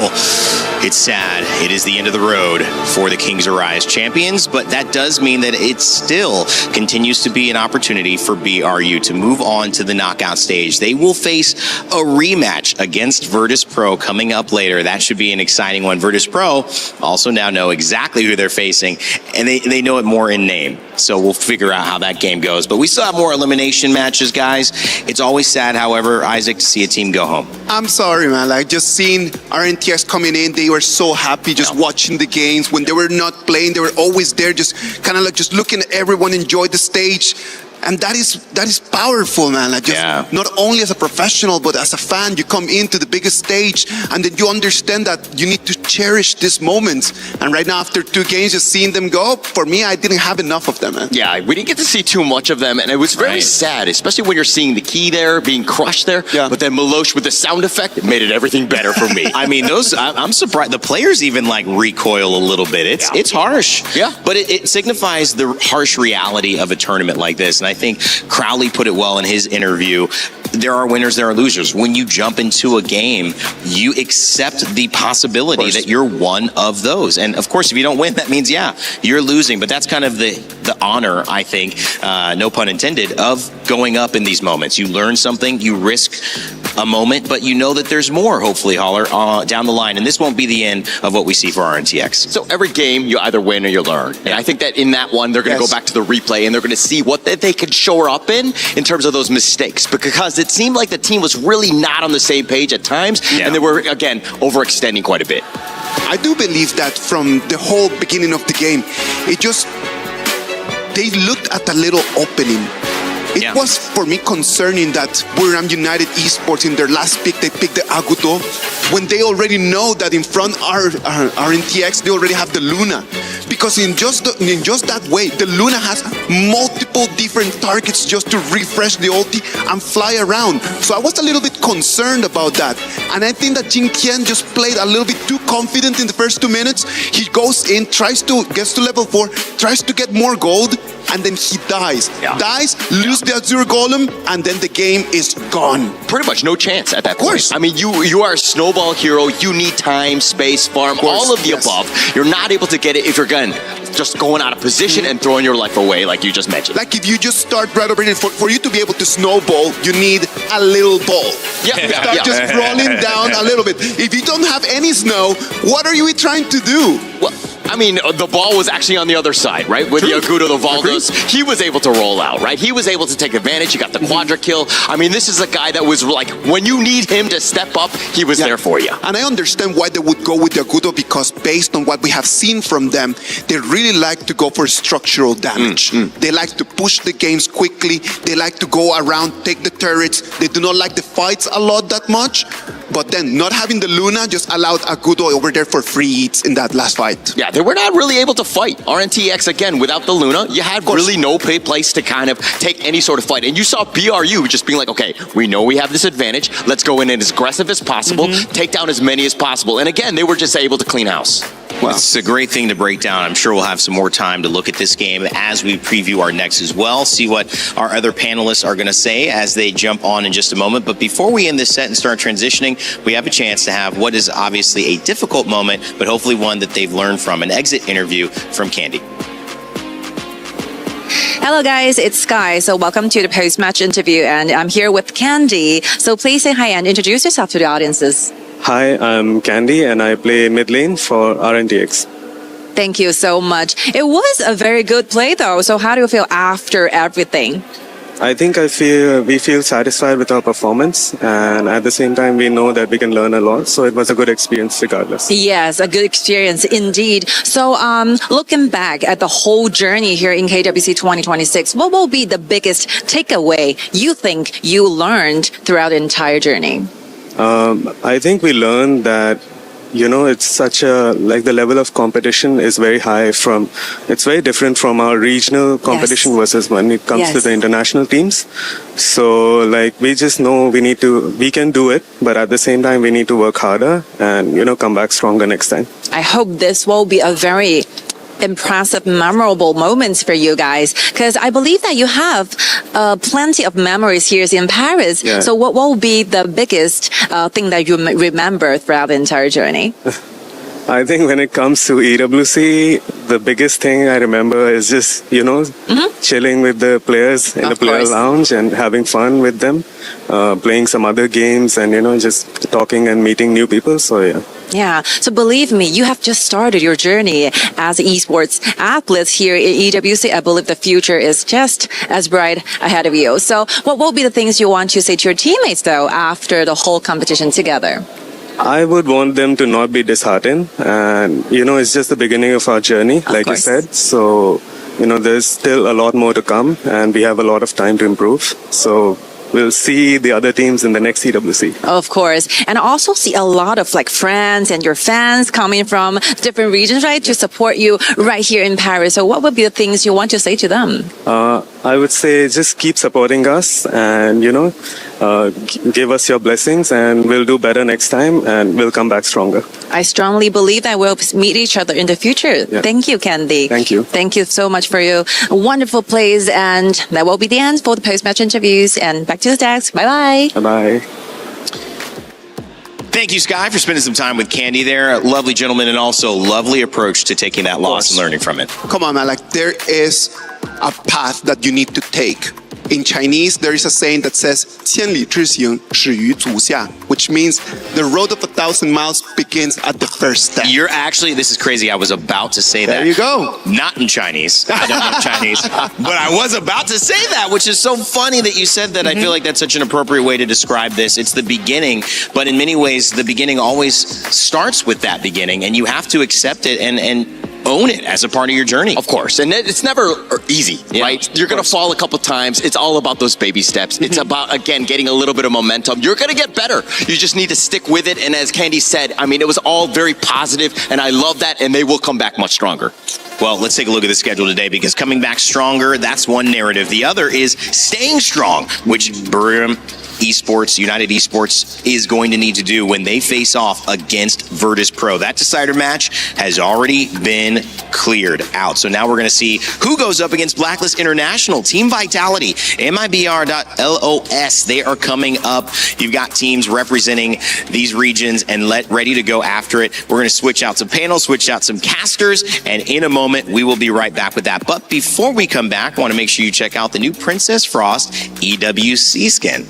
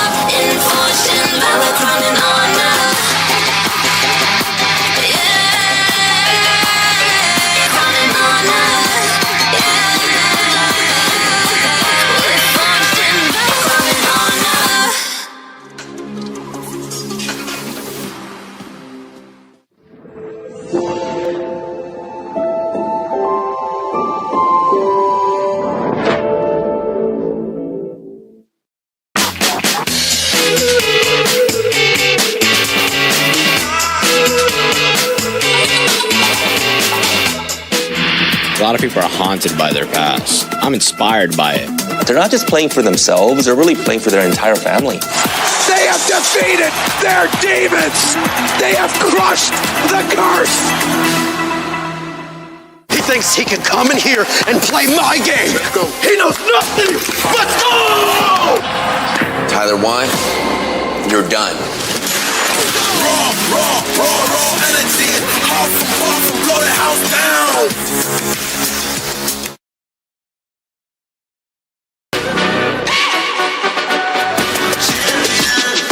This ain't no regular thing. Came for the ring, you know what I mean. You see my name in the lights. Better keep.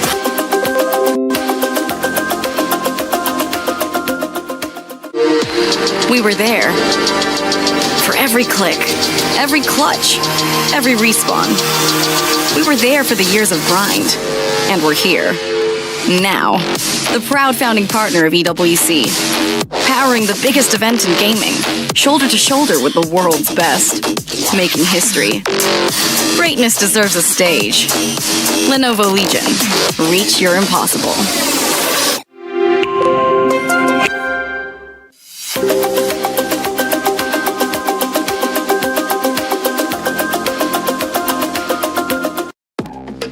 Welcome back to KWC at the Lenovo Legion Gauntlet. We call it Stage 3 here at EWC 2026. It's where all the action is. If you care about Honor of Kings, Arena of Valor, this is one of the best places to be in Paris, I would say, because if you saw that first matchup, it was scintillating, exciting action. We hope the next one coming up is going to be the same, but I do know scintillating, exciting action will be happening on the panel next to me. We still got Isaac as well, ready to talk about our South American representatives who are coming up in this next match. But we also have my king. Is it okay if I call you my short king because I'm also a short king? We are fellow short kings. We are fellow short kings. Sagi as well. Great cast, man. How you feeling? I'm feeling energetic. The crowd has been amazing thus far. And I gotta say, this has been an amazing event. And I'm happy to be here on the panelists as well. I love the casting from Sagi, man. I loved everything that he said except the part where he called us old. What is up with that? I don't know what's going on with this child, man. Like right now, like he moves away from my side and then he's just acting up like this. I'm gonna have to have words with him. You really do, man. You really do. You and me old, you and me short. I don't know. I think I'm getting the worst end of this. Los Grandes are going to be taking on each other in this next elimination match. One going home, one moving on. These two teams, two different complete stories of how they got here, Isaac. But for those joining us after the group stages, seeing their journey, walk us through kind of what this matchup looks like as a preview. MIBR lost. They came in Chalk BR champions, man. Like a lot of people that we've already seen for so many times, like Freaks, ABH1, Ventomano, Freezer. These guys, they're not new to us. They're not new to KWC. I really hope that today they can show something a little bit better than what they did last game. I mean, it's tough, right? Considering the fact that every time that we talk about MIBR Los or Los Grandes that you talk about, they always dominate the local region, the pro league, Chalk BR. They are like what, back to back from 2025 spring, 2025 fall to 2026 fall. They've been dominating every single one of them. But every time when it comes down to the international tournament, they cannot find their groove.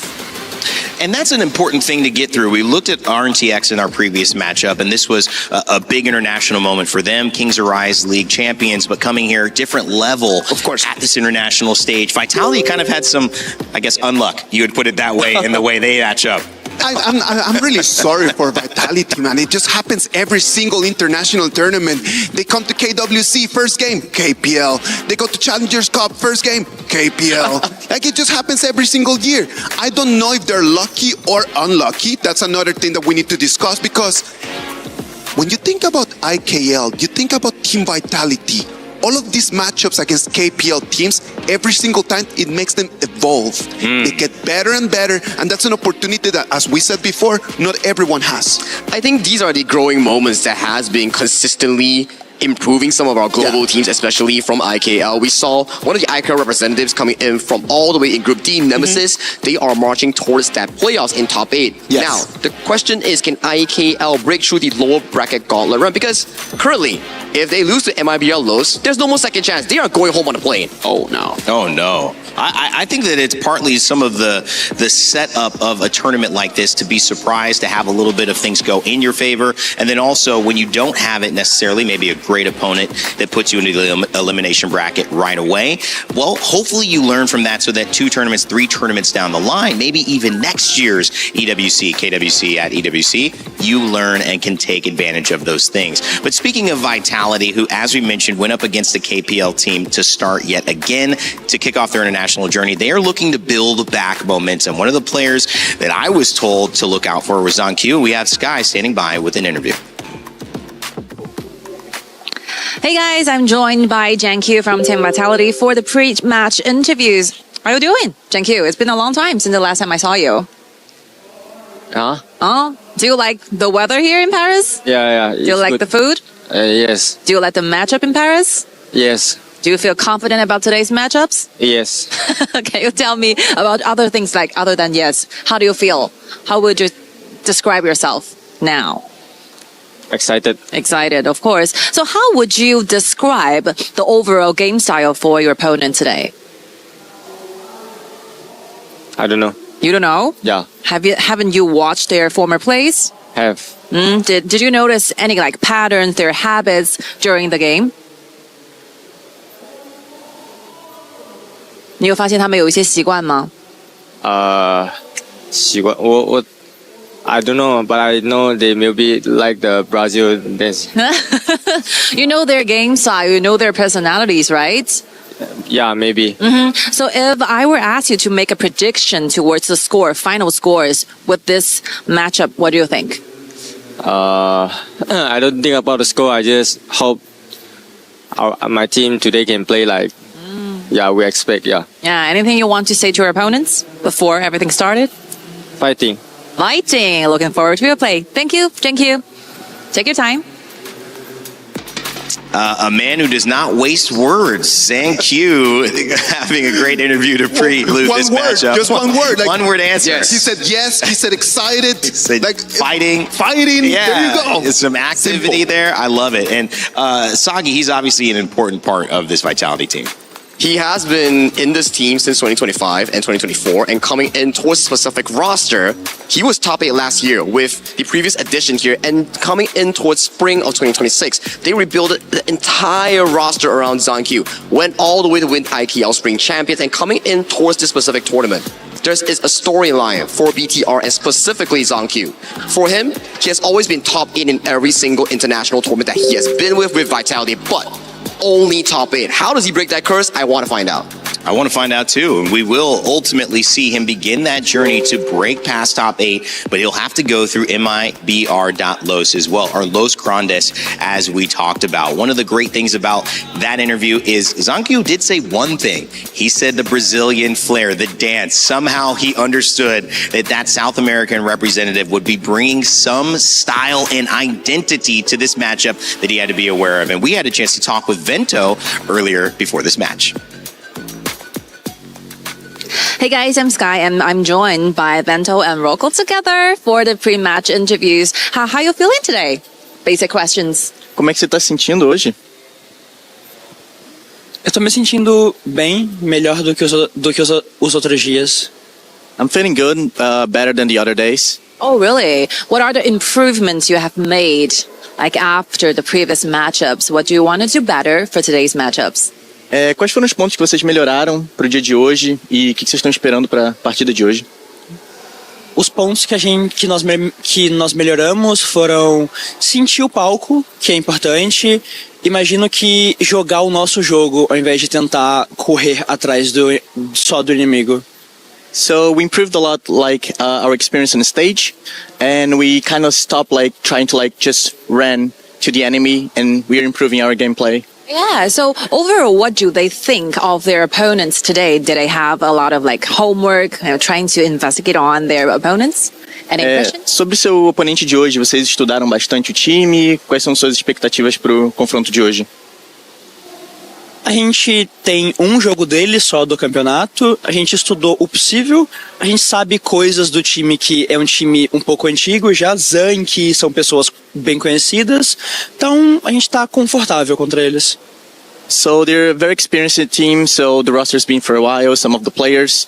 So we kind of we made our homework, they had one game and we watched and review it, and we are pretty confident for the match today. Yeah, I'm pretty sure the match is going to be awesome. So I just talked to your opponents, they seemed very confident. So what will be the thing you want to say to them before the matchup?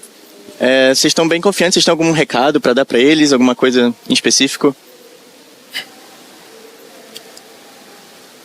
Nada demais, só queria desejar boa sorte a eles, tanto boa sorte a nós, que eu acho que jogando 100% os dois times, acho que a gente vai sair com a vitória. So I want to give them like a good luck and good luck for us as well.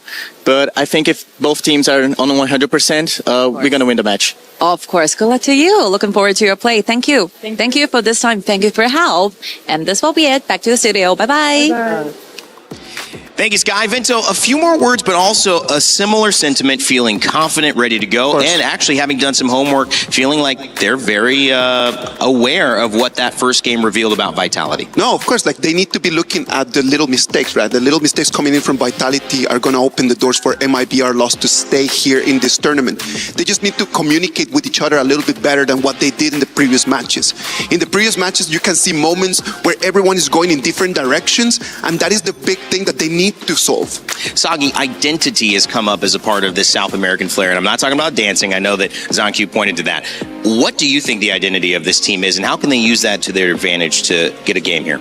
I think if highly focuses on their mid and roam, especially in that specific pool 1 and also Mana Freezer, they have been the backbone coming in towards this team. Yes, if you check the tournament statistics in their Chalk BR, it's always Freaks, it's always Vento, but you have to give props towards people who set the foundation for those wins. But I'm telling you, when we think about identity as a Latin American man, I'm telling you, it is just a matter of the passion, what you put out there, and that's why we love to see Chalk BR teams right over here in the KWC 2026. Just the intensity that we put out there, that might be the one thing that we need to learn to control sometimes. Just understand that sometimes like you want to be out there making moves, making plays. Sometimes you just need to calm down a little bit more. It's a very important element, the stuff that you don't see, the emotion, what it takes to get here, all the expectations. You can do as much homework as possible, but Isaac, when the lights are bright, I mean, it's about how you perform. Completely agree. Sometimes when the pressure is on, your brain just disconnects, you let your instincts take out the best out of you,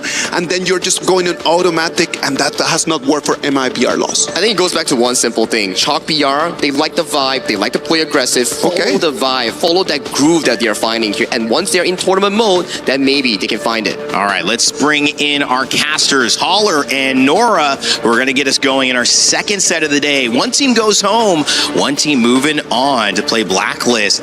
Guys, how are we feeling? We're feeling great. I think we're going to be super excited for this one. Of course, it's do or die going into this one. MIBR LOS versus Vitality. My name is Haller. With me is Nora. What are your thoughts on this one? Well, after game 1, I mean, the first matchup, actually, it already set the hype really high. So exactly like jumping into this game, Vitality play against MIBR loss. It's going to be the game for Group A. And actually, both teams are not that...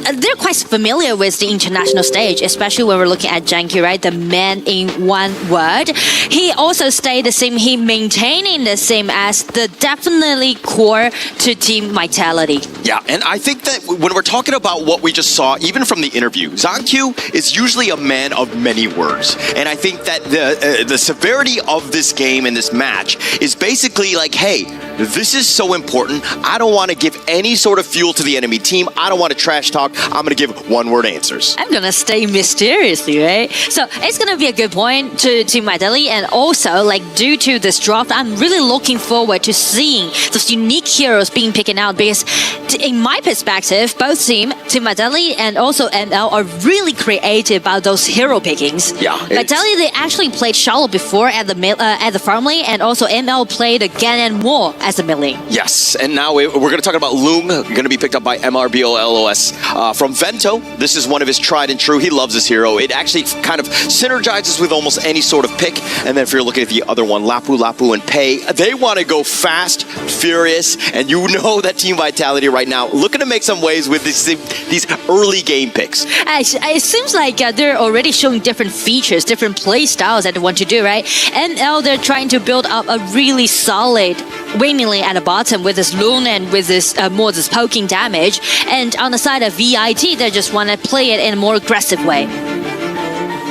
Okay, and now if we're looking at the other end, Yukio and Mots, again, this is the nice little combination in terms of the counter. They know that the pay will be there, so any sort of way that they're able to kind of burst him down, this is the perfect pick to, again, counter at least the Lapu and Pei to start them off. Yeah, and after this Charlotte picks, usually we will say like Charlotte, alright, it's going to be ball playing this hero as a top laner, but as we mentioned, last game when they play against AGAO, they actually rotated Charlotte as a farm lane, which was played by Lanfeng back then. So I'm still thinking whether it's going to be a flex pick or not in this game. Yeah, I mean, when you have the Charlotte, I think that it's going to like lock down that top lane. I think that you will be able to carry. I think that this is more to kind of let Ball do Ball things. He tends to play like a very, very similar style to Chammy 1 in the sense that he can carry and he has that potential. And also they are actually protecting the winning lane at the top. They just ban away this this Byron pick, and she is not usual to see she being taken away on the draft. So definitely ML, they relies a lot on one's initiation. In that case, maybe this time they are going for another Xiao Chao pick possible. Actually, very interesting. The show has been largely not picked too many times, I think. And to ban it out here, it looks like they had a little bit of intel in terms of what one likes to play. But again, on the other side, the Haya and the Xiao Chao, both of those heroes taking it away from, Jen Myth in that mid lane, who likes these heroes. I mean, like Angela can do great thing in the early game, so definitely it's going to be quite promising in the early game on the side of VIT. They're trying to pushing forward more aggressively. And as for ML, if they want to do the poking damage as much as possible, maybe Garuda will be the answer to one this time. Actually, not a bad pick, yeah. But also you're taking away the Angela from the MIBR side, where they like the moats as well. That's a nice little 1-2 combination where they're able to stun lock. I do think that this is also something where, again, shore up the mid lane, right? Let Jen Myth do his damage. I mean, Gem is definitely the damage is out there. And for ML, again, that is the hero we just mentioned, right? Put one on the spotlight, get them all again. Last time when they played against Blacklist, it isn't work very well as a result, because actually that was a double warrior composition with Chicha and also Florentino on both side laners. But this time, with this Aoi promising bottom winning lane. So is it going to be any difference towards ML this time? Yeah, it might be on this. If we're looking at ML from the perspective of their lineup, they're kind of on the squishier end. Yes, they have control, they have damage galore from the back, but if they ever get jumped on, they're kind of glass cannons. They will definitely struggle. I feel like it's kind of risky, speak of ML's composition in game one, because it just relies a lot on Guanyu's positioning and also about your poking damage, right? How accurate you can to shred down the HP bar on the side. And as for Team Vitality, they can just use this pay and also with Angela to play more aggressively in the early game. Yes, and I think that will be all about aggression here. If Team Vitality are able to get the snowball going, especially when Zankyu, he's going to be so determined. I think that it's funny because when he got into the group draws and he was going up against AGAL, he was just like, oh my gosh, again, right? And then now that he's only playing with one life, with everything on the line against MIBR LOS, you know that he's going to be super determined to win this one. I mean, huge pressures on Jankyu, but this time it's going to be his third time to doing so.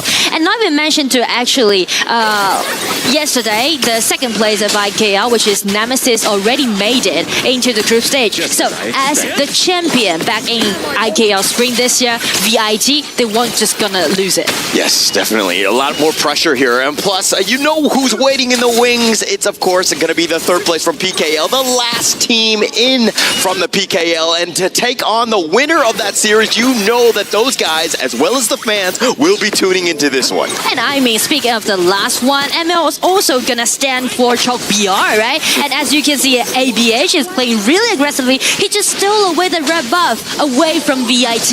Yes, and I mean, all hopes are on Chalk BR, right? And then we'll have the other side, the IKL. I mean, this is their top dog, the champion, if you will, to continue on to make themselves get a slot into that playoff. It will not be easy, but again, it's all about making it, surviving. This one team ahead of you is going to be key to set the tone again for the rest of the day or the rest of the season, if you will. And I mean, I really want to share some background story with you guys, right, who's watching this game right now, because as we put our shoes into NL side, we would say last year, actually, they was known as loops, right? The rotation just stayed the same. And last time in KIC 2025, they just lost a game against DMT, which is also representing IKL region. So this time again in the group stage in the low bracket, they're playing another IKL team again. So will they make it or not? And as for VIT, you mentioned about their top 8 curse. Well, they just broke it this time. Yes, looking to break that curse as well as hopefully just getting into the top 8,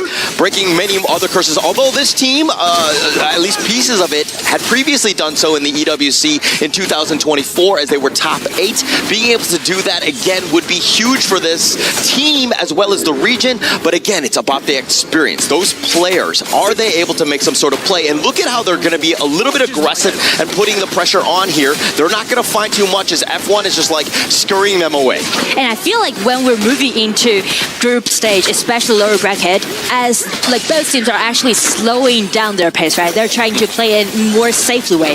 Yeah, and I think that Team Vitality, we haven't seen too much, right? They've only been able to play that one series against AGAL. I think for them, it's about finding their groove, right? You don't have too many opportunities to warm up. This is pretty much it. So again, you want to hit the ground running, if you will. And I mean, speaking of those farming pace, actually Pei is rotating down, trying to make something happen at the bottom. Yeah, and Vento here, he's going to get jumped on. Mono Frizers are like, hey, get off my body here. And the rest of Team Vitality, these are things where you're always tracking Zankyu. Where is he across the map? He's in the bottom lane. Again, a lot of intel for the rest of the team to move around that. He's definitely the leading character on the side of VIT, and also we said like the team is just rebuilt around Zankyu, which also he showed with a great responsibility and also result because he grabbed that FMVP title twice in a row. Yeah, it's funny that you say that because I always feel like Zankyu, he was the last man that survived and he was the only one. So he's kind of like Nick Fury, where he's just like, okay, I want this guy to be Avenger, I want this guy to be an Avenger, and he just like created this super team. And again, when you've got the first place in IKL, I think he chose correctly. And also I do like the way how both junglers are playing right now because they're trying to accelerate their farming pace, and as ABH also rotating down, trying to make some potential play at the bottom. Yeah, ML though, this is the way that they've been playing. They've been aggressive. They've been hiding into that brush, finding if somebody just happens to be walking on the wrong side of town. This Tyrant fight though, Vento probably doesn't want to give it up, but Zankyu already taking the Tyrant. Oh, how speed he is, right? You can see like he's being so decisive to do what he's like just reading the composition. Oh, but Ball, he has to actually flash away the power grenade. He gets under the tower. Freak's not able to find him, but the blades will slice him down, and One gets first blood. The flying swords. That's a signature hero of One, and he really did it in a nice job. Yeah, really well played there. But I mean, it seemed like Freaks was able to try to find him, but the way that he's able to kind of move it around, but of course, Nora, please break it down. I mean, like Charlotte, the position is not that nice to him because he was pushed back by this Guan Yu at the first time, and also the burst out damage is definitely out there. It's sufficient for them to take Charlotte down in the game. Yeah, and I love the fact that both of these two teams very close, very competitive, and very you knew even. that they were going to bring it, right?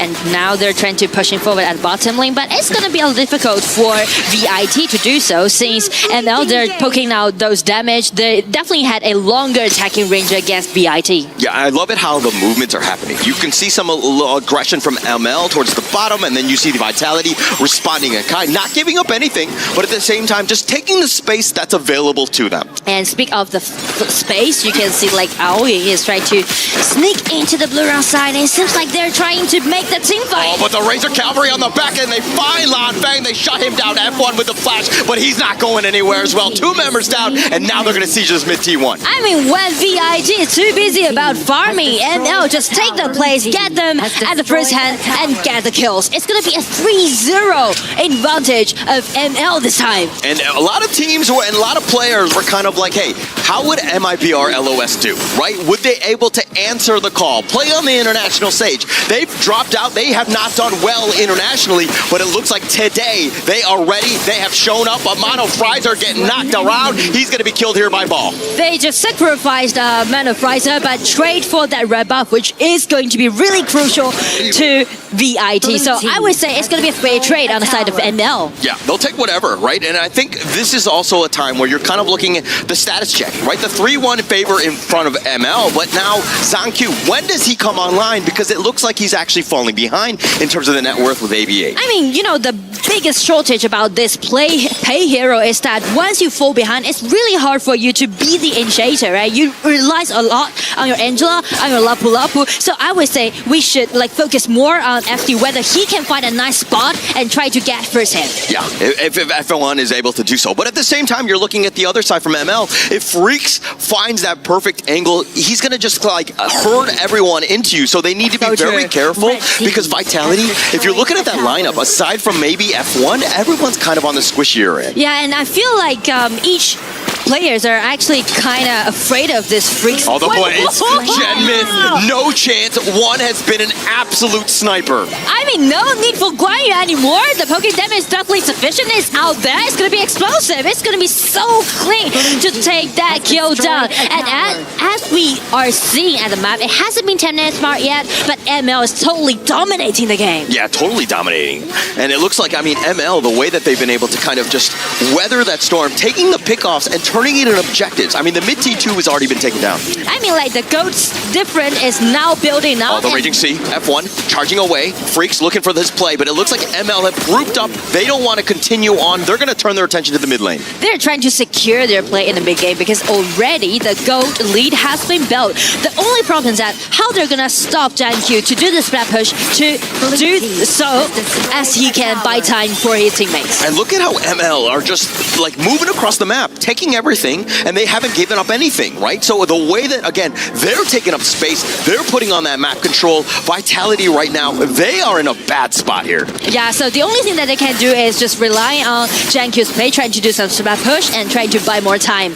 But the thing is, they still need to deal with the poking damage dealt by ML so far, so it's going to be a big problem. Yeah, and ML right now ready to go. They've gotten the Tyrant as well. We haven't even hit the 10-minute mark, but again, more push, top lane. Look at this. Freaks waiting in the wing. Who wants to come near? You know that he's looking for that jump in. It's going to be Freaks hiding in the bushes.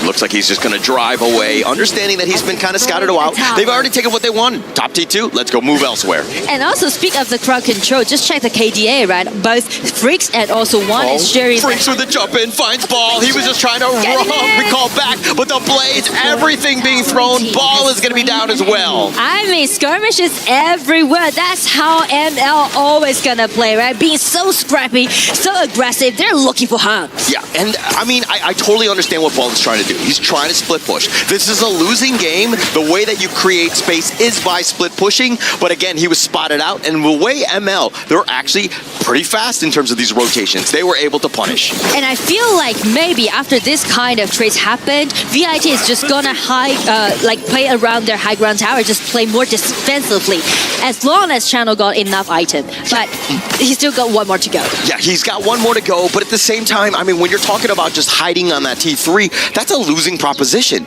You need to, again, protect your buffs. You need to be able to take over your own jungle. You're not able to do so if you're kind of playing scared. But I mean, with 4,000 gold deficit, especially like Guan Yu posed such a great threat towards VIT, and how they're gonna land hand on one on this Ganon War with such a long attacking range, it's gonna be really tricky on the side of VIT. Yeah, one has been on point. I mean, he's been completely just devastating with these blades, but the Tyrant getting a little bit low. The Raging C, they're gonna go in, but Vento taking the Tyrant. It looks like ZonQ goes for the backside. He tries to go for ABH. The reinforcements have arrived and they take down ZonQ with F1. Looking to charge away. Freaks is going to continue forward. The Infinite Fast is going to go aggressive. They leap on over the ledge and it looks like Vento will be caught, but Freaks wants it. Goes for the Soaring Green Dragon. He's not able to get any sort of catch. I mean, that is fantastic team play by ML. Just check the layers. Everyone just play around Vento, protecting him away from JanQ's pay. Those kind of attacks and allowing them to push back. Like, I understand what ZonQ was trying to do, but he's being over-aggressive. There was no one there that could help him out because, again, he was pouncing beyond the lair. And, again, once your target priority, like, he's a glass cannon, he will fall like you just saw. But that was pretty much like VIT trying to vie for the tower because they know that, as you said, right, it's going to be really passive. It's just hiding behind their high ground tower. So they're just going to want to have a try. And Pei just did his best, but still, like, the burst out damage isn't out there. All right, normally I don't knock people for trying hard and all that, but in a game like this, I think that you need to play within the risks that are available to you. You got to play a little bit safer. It's not about try harding. It's about making sure that everybody's on the same page together. And if they want to do so, they really need to make sure that they keep eyes on Freaks. This Guan Yu is just being so scary all the time. 100% agree, right? I think that every single time he's there, Team Vitality are like, okay, we cannot herd ourselves together. Yeah, we got to be spacing ourselves out. And Freaks, he's looking looking to lock this one up. I mean, in terms of this Soaring Green Dragon to just potentially jump in, but he's waiting for somebody to get a little out of position. They've slow siege, but it looks like they're going to disengage now. I feel like ML, the most thing that they need to contest right now is about how they're going to take those high ground towers down, because LA is not these kind of farm lanes allowing them to push it fast. Yeah, and it's just a matter of time. Now they've got actually backed up. The timing was perfect. The Primal Bond had just disappeared.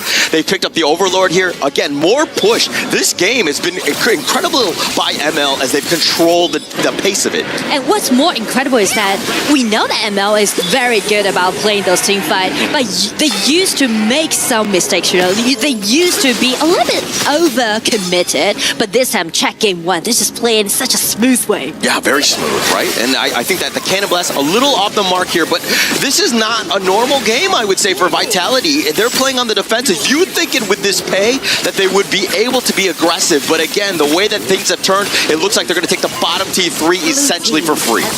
It's going to be another high ground tower taken down at the bottom, and still Vanguards are spawning on the top side of the map, so ML is going to turn their head to the top lane and try to close out the game. Yeah, can't even get close. One with these blades, then you see Mono Frizer covering him. Anybody that goes nearby, he's got that Cannon Blast stun locking you. So this 1-2 combination has just been way too much for Vitality. And also, like, this Guan Yu is just waiting for his right moment to jump in, to dash in, and close the Raging Sea on the backside. It looks like Freaks tried to go in for this one, is not able to do it. The leader stance is going to be used, but they use the box and they push him back, and it looks like one will eventually fall. They found it, but they trade away for Ball. Ball went all in to take down one. I mean, I do like the way how Ball is piloting this shuttle, right? He know that it's going to be his last-ditch effort, so just directly aiming at this one, and also even this move to just break his out, try to lock the shuttle down, but check shuttle's mechanics, right? It was almost like a 1 versus 5. Yeah,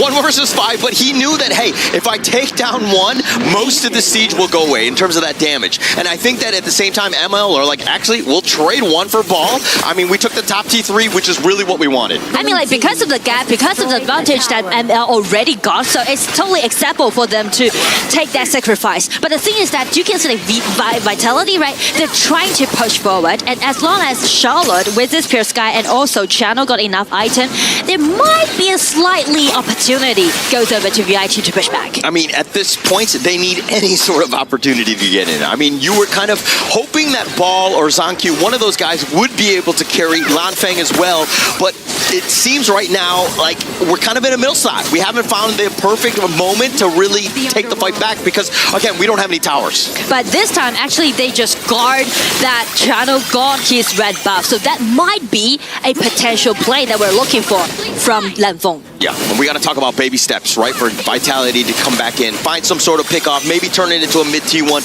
open this game up right now, because, again, the lack of towers has really put them behind as they're about 5K deep behind. And as you can see, Freaks is playing the game in another way. All right, everyone is just being so into that team fight. I'm just going to split a push, right? I'm a Guan Yu riding horse, like speed is all I got. Yeah. He's able to just ride away wherever he wants. I mean, a little bit of a disadvantage. I mean, if you're looking at Lanfeng, he's got his own wolf, if you will, with Lanfeng on that Chano here. But look at ML, looking for the play. The Raging Sea, it's going to be onto the Infinite Vast. It's going to be used instantaneously. F1 will try to find at least Mono Frizer, who dashes away, but Zankyu's on the backside. He's going to be picked off just way too deep, but Freaks is going to be traded away. Ball doesn't want to give this up. He goes for the power grenade. ABH out healing this one. Ball is not letting Vento go. He knows that he doesn't have a dragon, but Ball is going to be picked. ABH with the damage, and the blades will cover the retreat. It's a 2-for-1 in favor of ML. It's going to be a 2-for-1, but as we can see, like, VIT try their best to get one done. Check Jankyu's pushing in, right? He's directly aiming at one, but one with the Splendor, and also all team members just protecting him, allowing ML to go in. Yeah, but now it looks like F1, the Raging Sea, but he's going to be picked off just a little too far up. The blades just slicing Lanfeng. They're going to all-out retreat now. ML on the chase. They got numbers and advantage. It all depends on ML because the Vanguards are still there, so they're trying to make a secure play. Yeah, make a secure play. A little risky one when you don't have Ball and Zankyu. Those are the guys that, again, you want that are making that initiation, that jump in, but they were like, okay, we need to force something. And it looks like Team Vitality, when you're playing a losing game, you kind of risk it. You play a little bit out of character at moments. And I mean, like, when we're jumping into the late game, still, Vitality, they're capable enough to make some team fight happen, but but still, how they're gonna take one down. One with this 217 KDA allowing his passive to scale up. Yeah. I mean, one has just been an absolute. I mean, like the one time he died was Ball had to go literally all in to just find him. So one's positioning in this game has been quite good. And now with this slow siege, they're waiting for the next minions. Ball taking some serious shots. F1 going in. Now he's going to be targeted. The Raging Sea is going to completely win. The Razor Cavalry actually pushing him under the crystal. Freaks is getting a little bit low himself. The Blades are doing a little bit of work. ABH with those heals, trying to outlast this one. The Blazing Brilliance is not really hitting much. Team Vitality dealing with the Vanguards. And it looked like that was a Marvel fight. If I saw anyone, all of them fighting, nobody dying. I mean, they're baiting, they're doing trades, but still no kills happening right now, and ML didn't really utilize the Vanguard spawning on the top side. So I would say VIT is actually holding it really well. Yeah, holding it well. I mean, they have to, right? They don't hold, they lose. So I think that, it was an all or nothing in terms of this base defense. But again, they haven't gotten too much. They haven't been able to chip their way back into this game. And I would say, as for ML, then man will be brought back to the table, which will be Freak, right? Yes. Guan Yu is already being his positioning. I mean, he finds that perfect angle. They will have a problem, right? Yeah. I mean, he's on the problem. He's going to be at the top lane, so he will be scouted out there. But Team Vitality on the other side, it's just all hands on deck in terms of this defense. The only threat that they might be afraid of is going to be Guan Yu in the late game, because all three high ground tower has been taken down, which means that Channel can be very vulnerable during the team fight. Very vulnerable, right? So his positioning, he needs to be further back, maybe in the fountain for the team fight, so that it makes sure that he doesn't get pulled into the fight. So I think that the rest of Vitality, understanding that, hey, ball's on cue, if they're able to find any sort of pick-off early, that will really set them up for this team fight. So that's the reason why you can see like Ball is always checking Guan's positioning, but with the minions, yeah, nice Raging Sea. He actually flashes away. Vento's going to sidestep most of this. Ball tries to go in, but he gets on top of his dragon. The box is actually going to push Ball away. He's been the heroic strike is going to push him all the way on the side, but Ball will survive. Freaks is a little bit low, and it looks like again a lot of fighting, no killing. I mean, this is so interesting and enjoyable to see this kind of team fight, right? A lot of skirmishes happen, a lot of back and forths, but at least no one died. Yeah, no one died, but still a chance. Team Vitality, this Tempest Dragon, game number 1. I mean, we knew it was going to be close, I didn't know it was going to be a Tempest Dragon. Yeah, right? I feel like we didn't know it's going to be a Tempest Dragon fight at the last team fight. Yeah, I only expected nothing but a Tempest Dragon when I'm casting with you, Nora here. But it's been an honor here as Team Vitality, again, hanging on. Somehow, without any sort of tower, they are still in this game. They're still in this game, but the problem is that they got all three winning lanes in favor of ML. So how they're going to deal with all those lanes on the side of VIT, right? Actually, ML, they are going to play it in a smart way. Just trying to let those winning lanes to distract VIT's position. That would be best case scenario, if they're able to do it. At the same time, ML have to be a little worried. They were like, why is this team not giving up? Why are we not in game 2? Yeah, really, they're sticking around, and this is one where it gets a little bit frustrating if you're an MIBR LOS fan. And I think we should get our trust in Freaks, right? His Guan Yu is still riding on his way, and it seems like he's gonna bump into Channel. Yeah, he's gonna bump into him, but F1 is the main target here. Look, Freaks getting a little bit low. That would have been a disaster, and Lanfei gets the snipe in, but they need to worry about the crystal. Ball is all the way in the back, but now with the Tempest Dragon, it's already so low. The Raging Sea, the Sage of Sanctuary's already been popped as well, and now ABH getting the Tempest Dragon, salvaging this. Vento is so low, he's in the world spot, but he takes down Gen Myth, and how much more can he do as he too will fall? Zaku is still alive as well. It looks like ABH is on the run, but that's only Sage of Sanctuary for him, and now Lanfei trying to go for ABH. He tries to dash away, he's gonna out-heal, he gets the stun, and then he too will fall. Lanfei gets the pick. I mean, at least it's gonna be a 1-3 trade. Who can imagine that could happen? Channel, Lanfei, he was the first one bombing into that Guan Yu, and he even made it as a solo to take that Guan Yu down. So it's gonna be a 4-4 team fight around this Tyrant. And as you can see, when Vento just ulti in, it's gonna be a little dangerous for him, right? A little bit overcommitted, but just check Lanfei, dash in and chase that Yukio down. Alright, I can give you the Tempest Dragon, but I'm gonna take you down. Yeah, and I think that Vento right there, that Infinite Vastness forward was probably the not the right target, and you just just saw in the crowd right now, Danny and the team right now still representing the Chak BR team and helping with that support, but the game has completely shifted. Team Vitality bottom T2. I mean, the tension is definitely out there. Yeah, definitely has that opportunity. Freaks, though, he cannot be killed earlier. That was a bit of a disaster for them because you need his CC. You need his CC indeed, so actually they really need to landing all those CC upon their opponents before the team fight happens. Yeah, before they do, but again, look at how Team Vitality, net worth, this is a wash. We're in even territory. The only problem, of course, these Tempest Vanguards and the fact that Team Vitality have no towers. Yeah, they're still using their resilience, how resilient they are, right?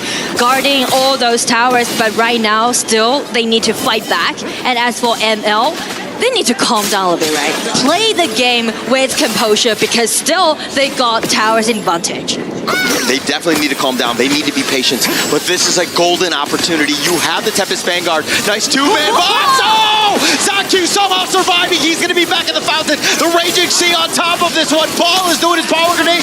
But all four members in the back, they 5-vent up, but they're trying to go all in for the crystal. Are they able to do enough? It's so low, and somehow Battle Prizer not able to get the kill.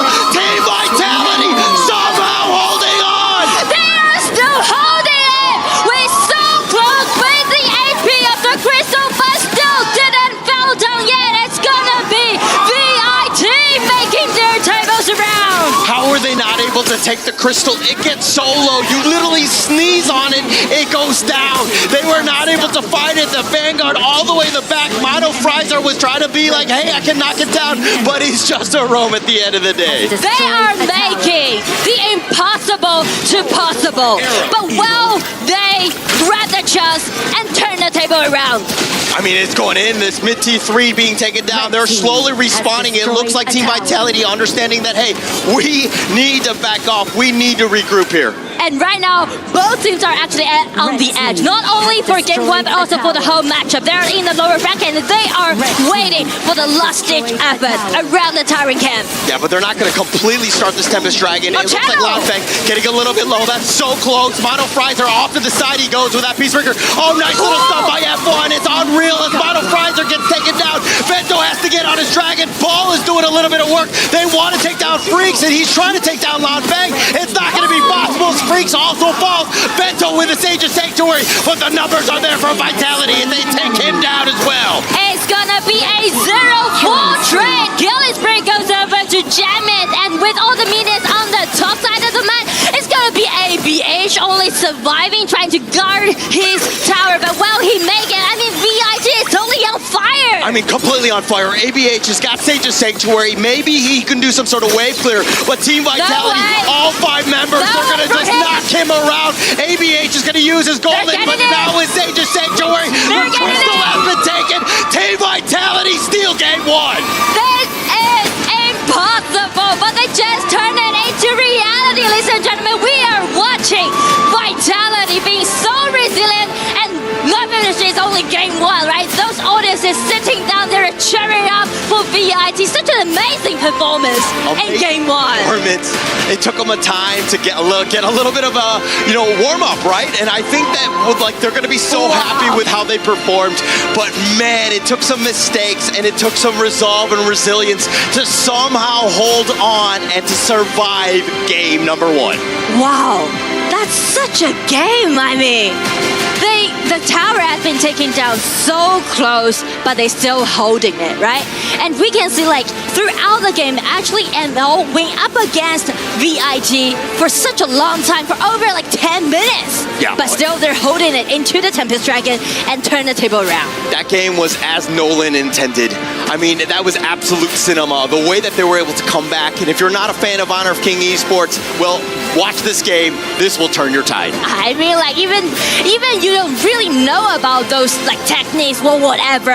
Just feel the pace, feel the vibe, right? You can see the resilience they're holding it, and several attacks can be seen on the side of ML, but just check JanQ's face, right? Man with composure, man with one word that we're gonna take the victory. Yeah, he's going to be a man of more words after that game one. I think that he's going to be very happy with not only his performance as well as the team of just saying, hey, we're not out of this. Let's not give up. We will find ways. But if you're checking the highlights, miracle hold after miracle hold. I mean, this is definitely a miracle, but it's holding by their coordination out there. Everyone just, we're just representing all the members that is watching the live show, actually. All right, okay, I didn't know that camera was going to be running on that one, so a little embarrassed on that. But again, what an amazing game. And I mean, we can be nothing but happy and want to see more in this series here. Oh, but well, what an amazing time. Holler, thank you so much. I'll pick it up. You need some rest after all that dancing during that set. I was dancing too. The crowd is dancing. You see the action. It was one of the best possible scenarios as a fan of HOK Esports. If you're watching KWC, you want to see the elation and you want to see the other side. Look at this man right here. Oh my gosh. He can barely believe it. I'm telling you, this is why people fly all the way here to Paris, France for this kind of entertainment. It was so good. It was filmed in IMAX, 8K, if there's 10K, 16K on that. It was just cinema. It was lovely. It was the best game that I have watched in this whole tournament. And I'm gonna tell you why. Because it's not the classic, let's just play the gold, let's just play the resources. It's just pure identity. It's the flair of going out there with the passion of trying to take the kills, the wins. You can see the whole HOK family right over here enjoying different game styles clashing against each other. I know you got some stuff to break down, Sagi, but before we get to that, general reactions. I mean, that was maybe the closest game it could be to not end when they first made that push on IMBR.los. I think they had just a fantastic goal lead. The way that they structure around their team composition since the draft that we would talk on later on, they did it perfectly. And in the late game, Lamfeng was that guy to bring Vitality in towards the late game. I told you, man, like when we were watching the game right over here from the stage, I kept pointing, that Chano is a problem. That Chano is a problem. That Chano is a problem. And did you see he picked up in the last 5 minutes, ended up with what? That eight kills in those last 3 minutes? Insane. It was such a great lead, Isaac. It was almost worse to lose that way, right? Yeah. Because you get so close, but yet you're still so far. And I'm telling you, man, that's going to be really difficult for them to calm down. Yeah. Because the roller coaster of emotions of just having such an amazing opening, being so close to be able to seal the deal, the crystal, just a little bit of the health bar, and then after that, Look at not being able to take it. No way! The choice of the all-in, that was a choice. Obviously, patience, maybe not a part of, you said the identity, the flair. Maybe wanted to just finish that off. They saw the opportunity, they took it. If it goes well, great play. If it doesn't, well, now we're here. And Sagi, break down what you saw. I know you got a couple of segments, including the draft that you felt contributed to this game. All right, let's hop in right towards this replay right now. I gotta tell you, this specific play coming in for this entire MIBR-LOS front victory is because of these two picks here. Take a look at this Guan Yu. Take a look at this Gan and Mo. Without these two picks, it wouldn't be so difficult for the side of Team Vitality because they just didn't have any sort of crowd control to stop these two picks. And then this converts into the early game wins. Take a look at this one. All right, let me whip that clip up real quick here. Remember this one? My, oh my. How did Freaks get into that backline? They immediately just whoop the entirety of them into the welcoming hands of MIBR-LOS. And ever since that, snowball after snowball, towers after towers there. And then you can start to see MIBR, they're feeling confident. They're playing with their composition here. Multi-stun into the freshly formed. Perfect! Now what happened? All three towers down for the side of Team Vitality. But the stronghold coming in is just too darn good. This is because, take a look at Lamfeng's positioning here. He's always playing safe, always collecting all the damage here. And if he falls even one time, he's out of this game. Gone. And then you look at this. Look at this. This was a really, really crucial one. This right play here on towards Lamfeng, picking up Freaks. He's like, yeah, I know you want to get me, but I have that mentality. I'm getting you first. Ever since this, you get the Tempest Dragon. But what's next? It's a 4v4 Lamphong ultimate carry here. He's right here, right now. All the damage just doesn't land on towards him. Taking down Vento, taking down members of the side of Team Vitality. And then Zanky with a very good defense over to this side so that the minions doesn't end the game. And the heartbreak that Isaac suffered in the stage comes to this final play. I was jumping, man. You were I was jumping. Take a look at this. This specific play from the side of ABH, he wants to go for the end, but that little health bar just couldn't make it. And with this final play coming in towards the screen, you can see items are starting to come in, waves are equal, 50-50, there's no more deficit coming in from the side of Team Vitality. They find the perfect fight. Yes, it's about Lamphong, but Bao has been the one to drag the team in towards those crucial moments. All the high ground defense is bow. Then Lamphong comes in, finds the swooping point, and they clean house and they march for the victory. Fully stacked channel right over there was just so much damage. At this moment in the game, 24 minutes, there is no hero in the meta right now that can stand the channel damage. I'm curious, Sagi, did they make, and this is someone who's new to HOK and wanting to learn about this, backcapping is a thing that I'm aware of. That looked like the perfect opportunity to potentially backcap. Is that available? Was that an option? I think as of that point when they got that 3 high grounds, it was already looking like GG, MIBR lost, you're going for that game 1. But the crucial mistake that they did was like, guys, let's force the end. But every time they forced the end, it was just giving gold back to the side of Lamphong's channel, giving gold back to the side of Bao. And when the game scaled into that level, you sort of have no more space on the side of Freaks Guan Yu to find those flanks. I'm going to take it to the other side. I do believe that Team Vitality played amazing and just taught us exactly how to play the game when you're actually losing. When you're losing, it's not about just the rush, man. Because they're losing since the minute, 4 of the game? 4 or 5 minutes in the game, they're already behind. And they pushed it all the way until 24. 20 minutes just being at the back. Just being patient, being disciplined, being able just to understand that it comes to a moment where your power spike is gonna come and then you're gonna be able to take the game back. If you're Los Grandes, Sagi, and you see what happened in the beginning of that game, do you feel good? Even though, yes, you're calming down emotionally, do you feel good about how you approached it? Because they were out to the lead. They looked the favors the entire time. I think if you're on the coaching staff from the side of MIBR Los, you have to tell that it was fantastic gameplay aura. Just a little mistake towards the end. Because if you carry that loss into the momentum of the bigger shot by Vitality, you're going to be feeling really bad because you know you had it in your hand, but small mistake, let it loose and send it over to Vitality. So, coaching staff from MIBR Los, crucial. You need to calm down the players because you need to tell them, you did well. Don't think about the last game. Sometimes that just happens. We know it in football. The way the ball bounces that day, right? And I'm telling you, Rain, they just the moment where the coaches don't need to overcoach. I think so. Right now, this is the moment where you need to let the players play, man. Like you as a coach, what you need to do is to support them a little bit. Just tell them that it's going to be fine and let the players just take control. It's one auto attack away, maybe one moment away, one different position, one creep that changes that game. And we might have been seeing South America taking the lead, having a chance to close it out. Can they tie it here, or will it be Vitality who sends it to a 2-0 and advances to play Blacklist International? It's going to be Holler and Nora on the cast for Game 2. I know you're ready to go. Thank you so much, Rain Day. As we go into Game 2's draft here, I think that, hey, after that break, after that epic Game 1, Nora, what is the thought process? How do you get yourself back into this? Well, first thing first, that game should be put into the history of KWC. That's Agreed. I would say. But stepping to Game 1, I would say after the loss that ML just suffered in Game 1, the most prioritized thing that they need to do is trying to keep composed, right?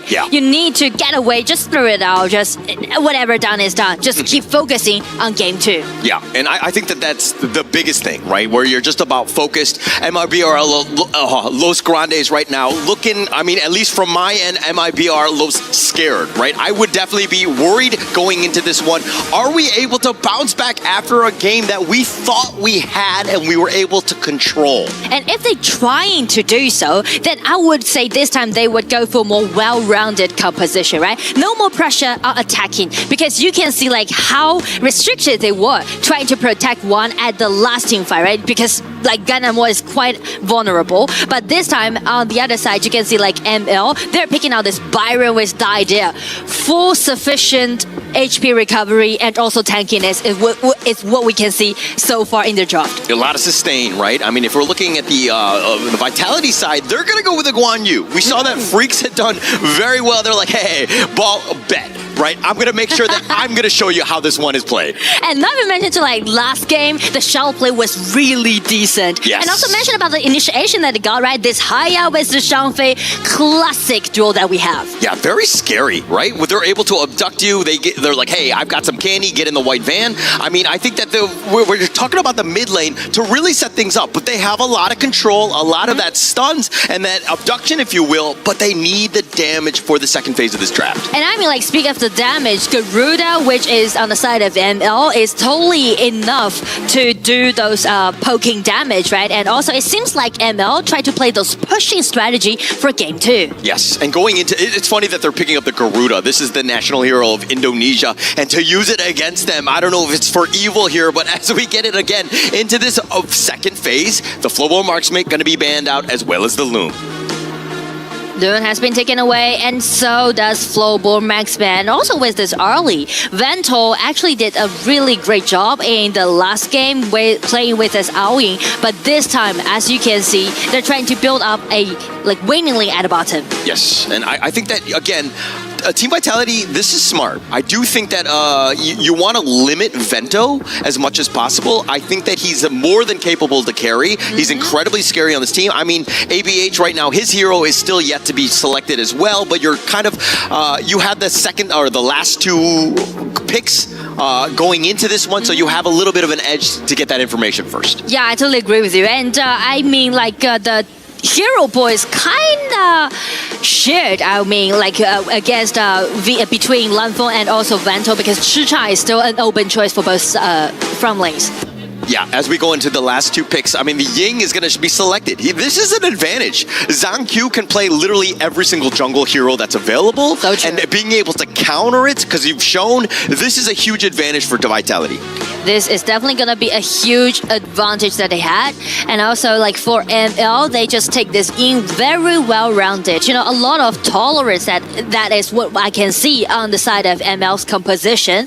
Poking damage out there, tankiness out there, and as we're speaking of that Chicha open choice, actually Lanfeng just secure it as his play. It's going to be very, very aggressive on the side of VIT in game 2. Yeah, very aggressive, right? And I think that also it's maybe to the detriment. I mean, this Jing, assuming he's able to get going, you're going to always rely on old Zakyu to get his own farm, but then you've got the Chicha to really accelerate and to snowball, but come late game, they might have some potential issues with this lineup. Yes, because the shortage in the late game will be how they're going to take down all those high ground tower, because we are selecting those double warriors, which pushing Vitality to be more aggressive during the mid game, right? You need to initiate all the time to make sure that you win the upper hand during the team fight. And also speak up those pushing strategy, I would say ML would be really dominating in the front. They can actually concentrate in pushing in the mid lane, play around with this Garuda, but on the side of VIT, they should highlight their side lanes. Yeah, and it looks like they show you for the last pick for them. This is, again, about that late game. You're talking about, you know, having that range advantage, and this is something that they kind of struggled with in the last one, where they weren't able to close out that game. Maybe the Shoyu is going to be just enough here. So I feel like this is going to be the pivot for ML this time, right? First thing first, they actually did a totally opposite style draft in game 2, right? They tried to slow down with those double poking heroes, which would be Shoyu and also Garuda at the same time. In one composition, they're trying to secure the late game. They don't want to rush into it. Not even mention to they're actually feeling fall behind right now. Yeah, they can't. I mean, Also, at the same time, MIBR LOS's lineup is more just survive early. Don't let them take over this game. Yeah. And we will just win in the late game if we're able to get there. But we will just dive right into game 2 since VIT definitely on fire, making those bouncing back. And Bao already showing his aggression, gaining the vision control to the red side. Yeah, we always love Ball's play. I think that even in game 1 with that Charlotte, the way that he's able to kind of just have so much of an impact. It started when he found Vento that that initial pickoff, and you're kind of thinking, was that a great trade? But in the end, he was just like, basically saying, hey, I'm not scared here. It's really like proactive, actually. Right. And on the side of ML, this time they're just trying to play defensively on both side lanes and wait for this Shoryue to farm out a little bit more. They should just rotate with Garuda's efficiency by cleaning all those mid lanes. Yeah, I think one will just be kind of moving from lane to lane. If anything, you want to get Vento going. He's a late game hero, to show you, and to have some sort of impact, he needs, again, that space and time. Space and time is exactly what they need for game 2, and now they're trying to accelerate the farming pace for Ying, because Jin definitely going to gank on the side lane faster than Ying. Okay, so let's isolate some of the lane matchups. Which is the most important in the early game?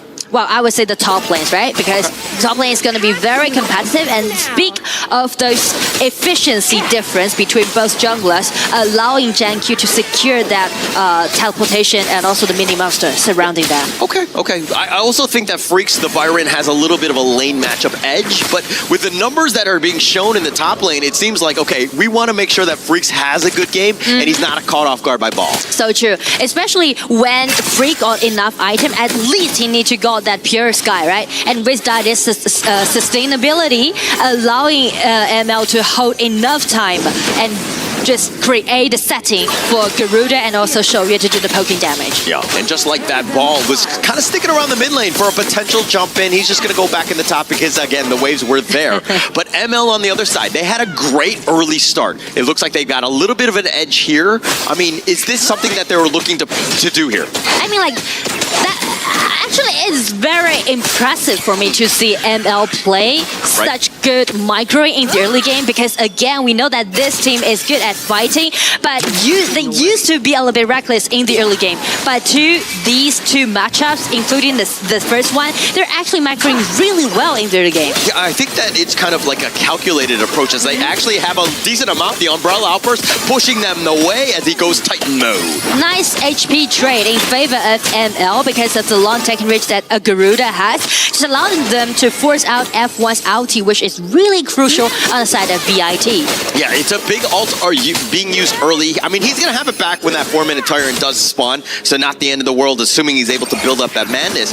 But if we're looking at the rest of Vitality here, I mean, ZhongQ, quiet, but happily farming. He's just kind of by himself, if you will. He's kind of being shepherded around by Genmyth for that gold sharing. But again, is ZhongQ, like, how do you stop this guy? I mean, like, it's going to be a little difficult to stop Jin dashing into the backlander. So I think maybe this time one will go for a early Splendor in game 2. Yeah, I think that will definitely help. And also, there's so many different targets from ML. Like, they're very squishy. ABH to a degree, one. Vento, Mono Frizer, definitely. So this ZhongQ, if he's able to get that farm, find the back line, MIBR LOS might have a tough time. So that's the thing that they need to deal with, right? They need to make sure that Byron is actually in front of all those backliners. They're trying to create a more secured place for Garuda and also Shoryue. Yeah, and I think that Freaks, a lot of pressure on him to be the security guy, the bodyguard, if you will, making sure that nobody gets touched, because again, everybody else is like,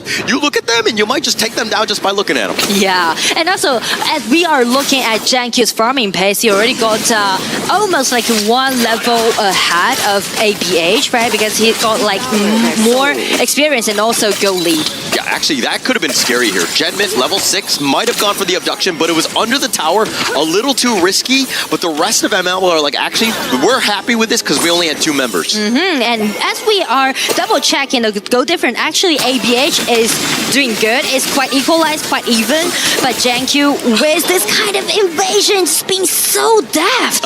Zanku, right under your noses, taking the smite, taking that one away. I mean, anytime it's up, it's a 50-50 going up against ABH like that, and I think, Zanku is like, swipe. I mean, that's the mobility that Jing has, and also that's going to be the mechanics Zanku is going to showcase of. Yeah, and Genmith making the rotation, pushing him back. Nobody wants any of this action. Wildwind is not going to connect onto anybody, but this Spike Tail, it looks like it's going to be taken away by ML. Just some slight vying for those neutral objectives, but the point that it hasn't been any kill happen yet, but we are reaching to 6 minutes. You can see like both teams are actually slowing down compared to like game 1's pace. Yeah, because nobody wants to make that first mistake. You know what I mean? It's like, you're going to blink first. No, you're going to blink first. And they're kind of a bit of a staring contest, if you will. But ML right now, it's about protecting your own jungle. I mean, like they are trying to make this still happen.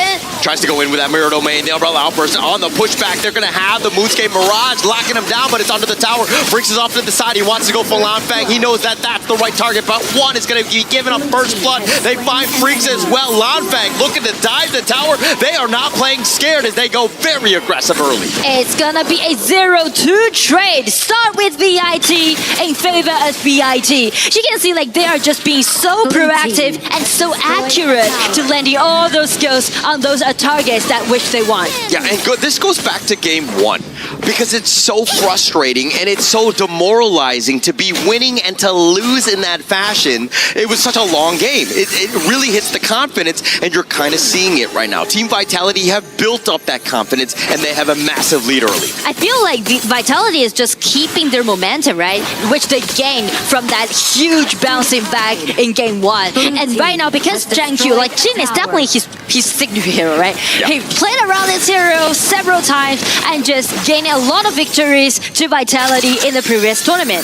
Yeah, it's actually pretty scary. If you're any other team playing a Team Vitality, when Zanku gets his heroes like the Jing, as you rightly mentioned, he's incredibly strong and very scary on this hero. And you can see how proactive he is, right? Just hiding his vision. He knows that identity is definitely enough. He's dashing in. On the back, finding 3. Vento, he's going to get sliced and diced, and with balls damage, they have just enough. They're going to dive the tower because they know they have a massive lead. The Umbrella Outburst, he's going to try to stampede away. F1 gets a little low himself, but Genmith with that Moonscape Mirage, the mid T1 being taken down, and they're going to cover the retreat on this one as Lanfang is off to the side, finding Freaks. He's going to be controlled, but Ball is doing some serious work, and it looks like Mono Frizer, ABH all down at this point. 0-3 trade it is, and gaining them a 4,000 goal lead advantage is going to be Zanku dashing in again, almost make it as a solo kill. Everyone just put Zanku under the spotlight, please. Yeah, I mean, you saw the interview in the pregame, right? They were like, Zanku, can we get some thoughts? All of these things.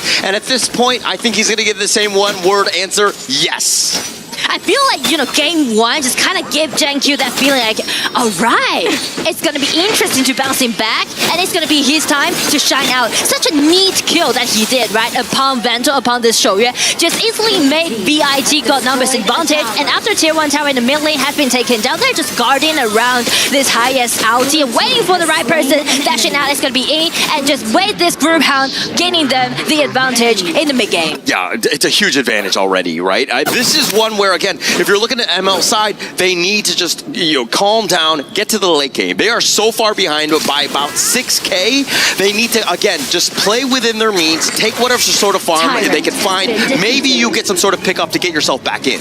I mean, with this kind of gold lead, it's kind of like too much for ML to choose so far in mid game. Because we mentioned like how late game they are, right? They definitely need to wait for Shoryue's items to build up, but you can see like how squishy they are. Like with double backliners, it's gonna be a pure target on the side of VIT, especially for Zanku. Yeah, and also at the same time, Vento is your win condition. He's actually 2 levels behind Lanfang. Is now Zanku doing some serious work, always with a push. The Razor Cavalry not gonna really do too much on this one, but they take the bottom T2 again with all the space. It's so much aggression from Team Vitality here. I mean, like the map control is definitely out there, and as for VIT, they are totally dominating the pace. Totally dominating, totally in control, putting the full core press on. ML right now on the defensive, have still yet to find a kill, and we're entering the 10-minute mark. 10-minute mark, it's going to be quite optimistic. Goes over to VIT because it is going to be a little bit hard for you to contest such a mid-game power pike composition, especially with almost 1,000 goal deficit on the side of ML. It's so much, right? It might be too much, right? MIBR LOS, they need to kind of channel the team vitality resilience of game one to get themselves back in this game, but the Overlord even going to be taken away by ZonQ. It's hard for them to gain the vision, Actually, on the side of ML, if we just put into their perspective, I would say the vision is totally in dark. You don't even know where Guan Yu is hiding, right? Actually, Ball is waiting for the top laner, but they don't know it, right? Yeah. And you don't know where the Chicha is. You don't know where the Haya is. The only man that you can spot is this Zhang Fei. Yeah. And actually, if ML are hopefully not like me, I'm afraid of the dark. So for them to just have that darkness, it's going to be incredibly scary. They need to, again, figure out a way to kind of break out, get some of that vision across the map so that they can potentially find a pickoff. But I mean, the only way that they can extend their vision is to rely on Shoya's first ability, right? True. Those eyes that you can put on the ground, but you can just easily spec on it, just exactly what F1 the Zhang Fei is doing right now. Try to gain more vision control, gain the map control, and just manipulating, waiting for those minions coming in. Yeah, Freaks and Vento, both of them taking some shots here. But Vento, it's one thing to put those tranquil eyes around, but you just it's a defensive position where you have to run off. With this map control, it's very hard to find perfect placements for, again, those CCTVs. So I feel like it's going to be very hard for ML so far, but still, it's going to remind them if Vitality on the upside can hold that long in game one, why does ML can't? Yeah. I mean, it's the same thing, right? It's still nobody's game. Obviously, it helps when you have a bit of a lead here as the bottom T3 is going to be under siege. But ML can find ways. If they're able to find a nice little team fight, they're going to go in for this one. Ball with his Soaring Greek Dragon, but he's going to be Moonscape Mirage. That might have been a little bit of a miscommunication in terms of the timing, but now Ball is going to have to be backing off. They've already found Mono. Fries are off to the side. ABH is going to do a little bit of work as he too will fall. And now back to the fountain. One goes. The Crystal's already at half. They find Vento as well. And Team Vitality, just like that, take game 2 in the series. Easy game in game 2 to Vitality, make it as a 2-0. That was a 9-0 kill in favor of Vitality. You know what? From game 1, from the lower bracket, the beast is awake. Yeah, definitely awakened right now. And we had questions like, would this team wake up? Would they be ready to go? It looked like they started off very sluggish in game 1, but man, once the end of game 2 into game 2 happened, you could tell they were all gas, no brakes. And you know what? The next team that they are going to play up against is Blacklist International, which is exactly the team who put them into the lower bracket. But check their performance. They are ready for revenge. Definitely ready for revenge. But I think at the same time, it's all about momentum. They're going to be incredibly happy with this victory. That's a great win for them. They can build off of that as they go on. Of course, as you rightly mentioned, Blacklist International waiting for them.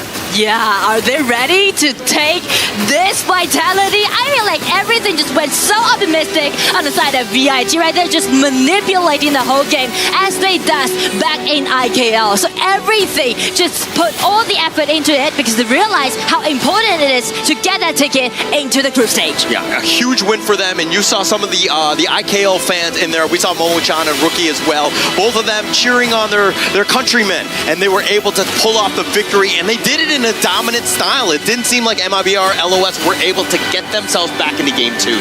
I mean, I do like the improvement that ML did, and as we can see in the early games, micro, but it seems like they're kind of influenced by the game 1. All right, but let's find out exactly what Team Vitality thought as they go into the winner's interview now. Here we are with ZonQ from Team Vitality. Congratulations! You know, the talk of the town right now is what happened in game 1. Game 2, it was obvious that you guys were composed, but game 1, we thought you were going to lose that one in the end, but you remained patient, you remained composed. Let us know what was happening in the communication with your team, and how were you able to stay so calm, or were you calm during those moments? No. We 5 people are so nervous, you know. Yeah, the base will just little bit, right? Yeah, we all our heart will bang bang bang bang.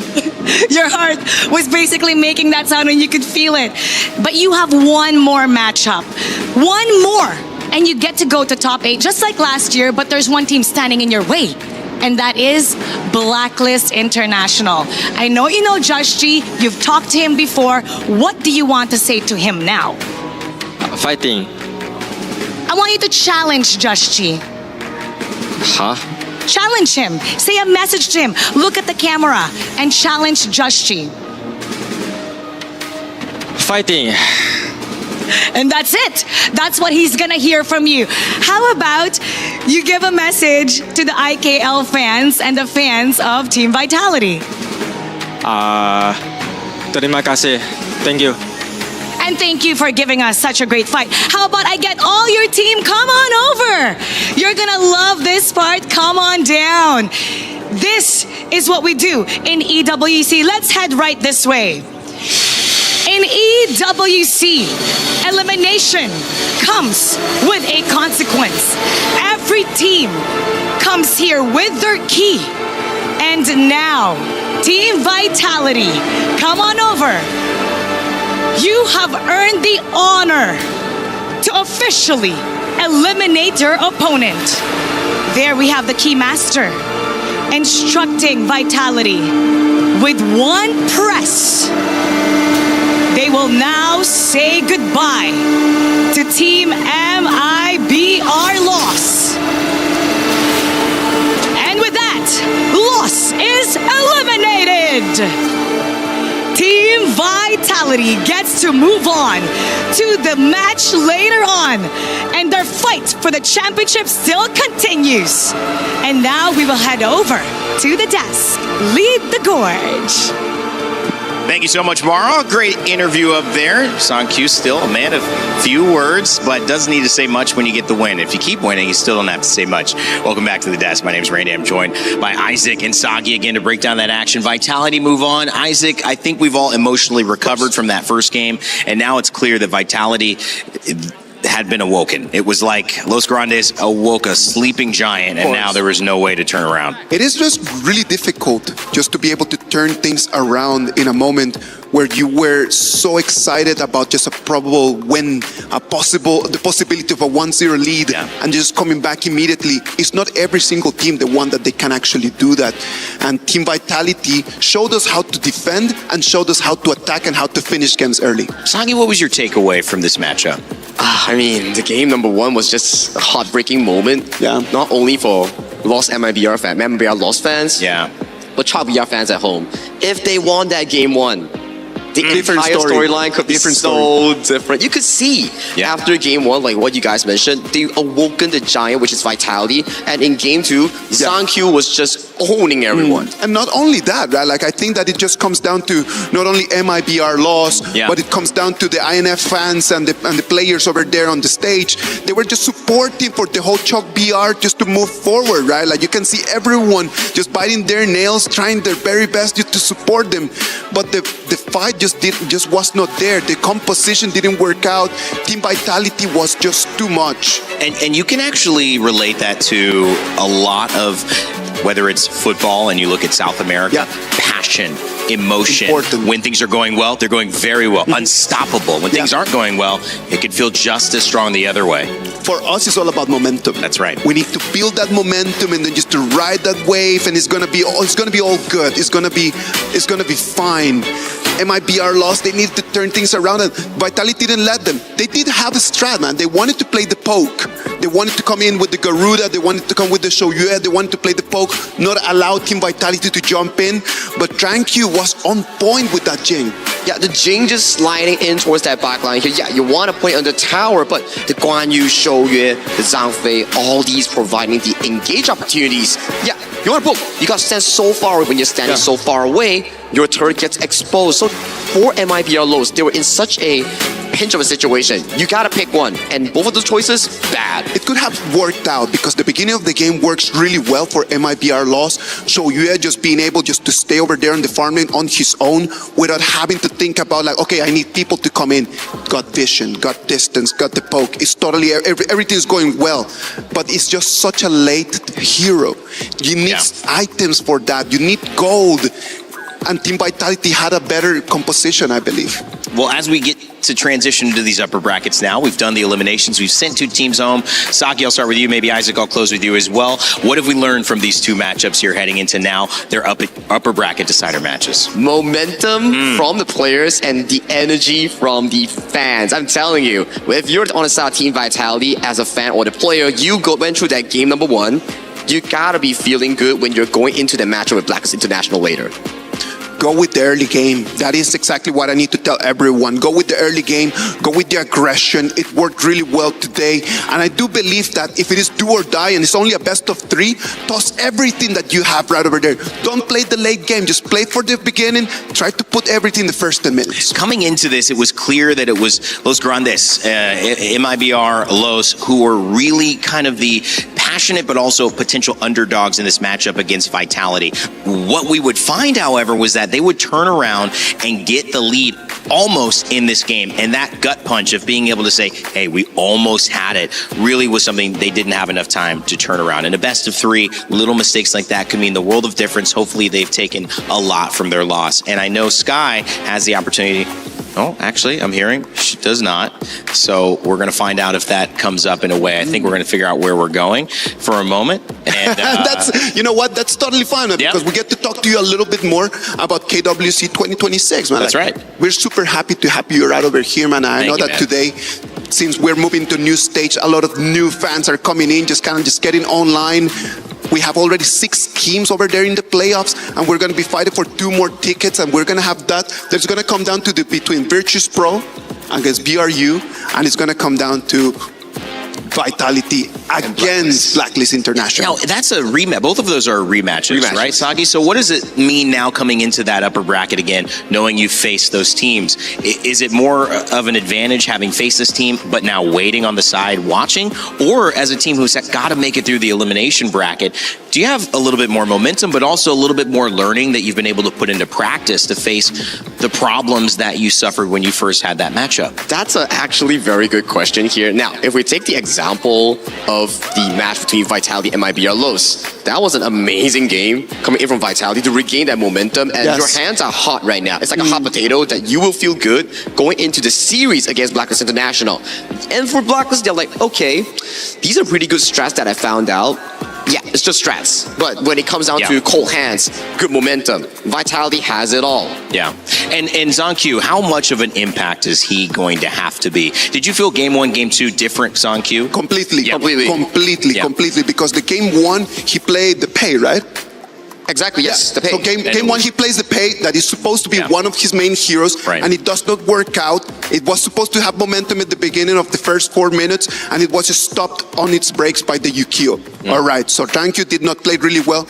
Bounces back in the second game right over there with his Jing pick, which is actually really good for them. Now we can see the Team Vitality depends on Tankyu being able to really do his job. If he's in a good momentum, game, 9 minutes, 10 minutes, clean up, let's go home. If he's not well, most likely they won't be able to beat their opponents today.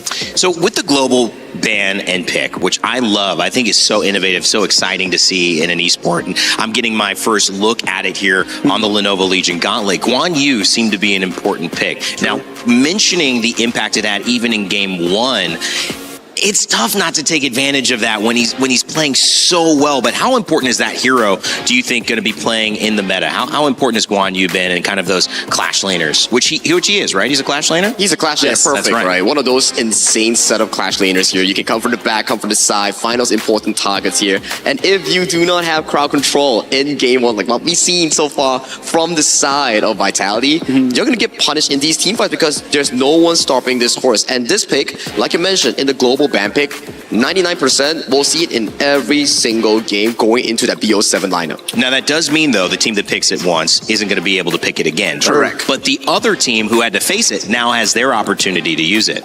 So Isaac, how much does this, as someone who's coming into this and saying, "Wow, that's interesting," how do you prioritize the timing of bringing out these picks on your side, of course, as these sets extend? Best of 3s now, but I mean best of 7s. I assume we start to see that strategy completely different games, man. Completely different ball games. I'm gonna tell you. So best of 3s. global ban pick. If I used it, I cannot use it again. So it means that I'm going to have to ban it so I do not allow my opponents to have it.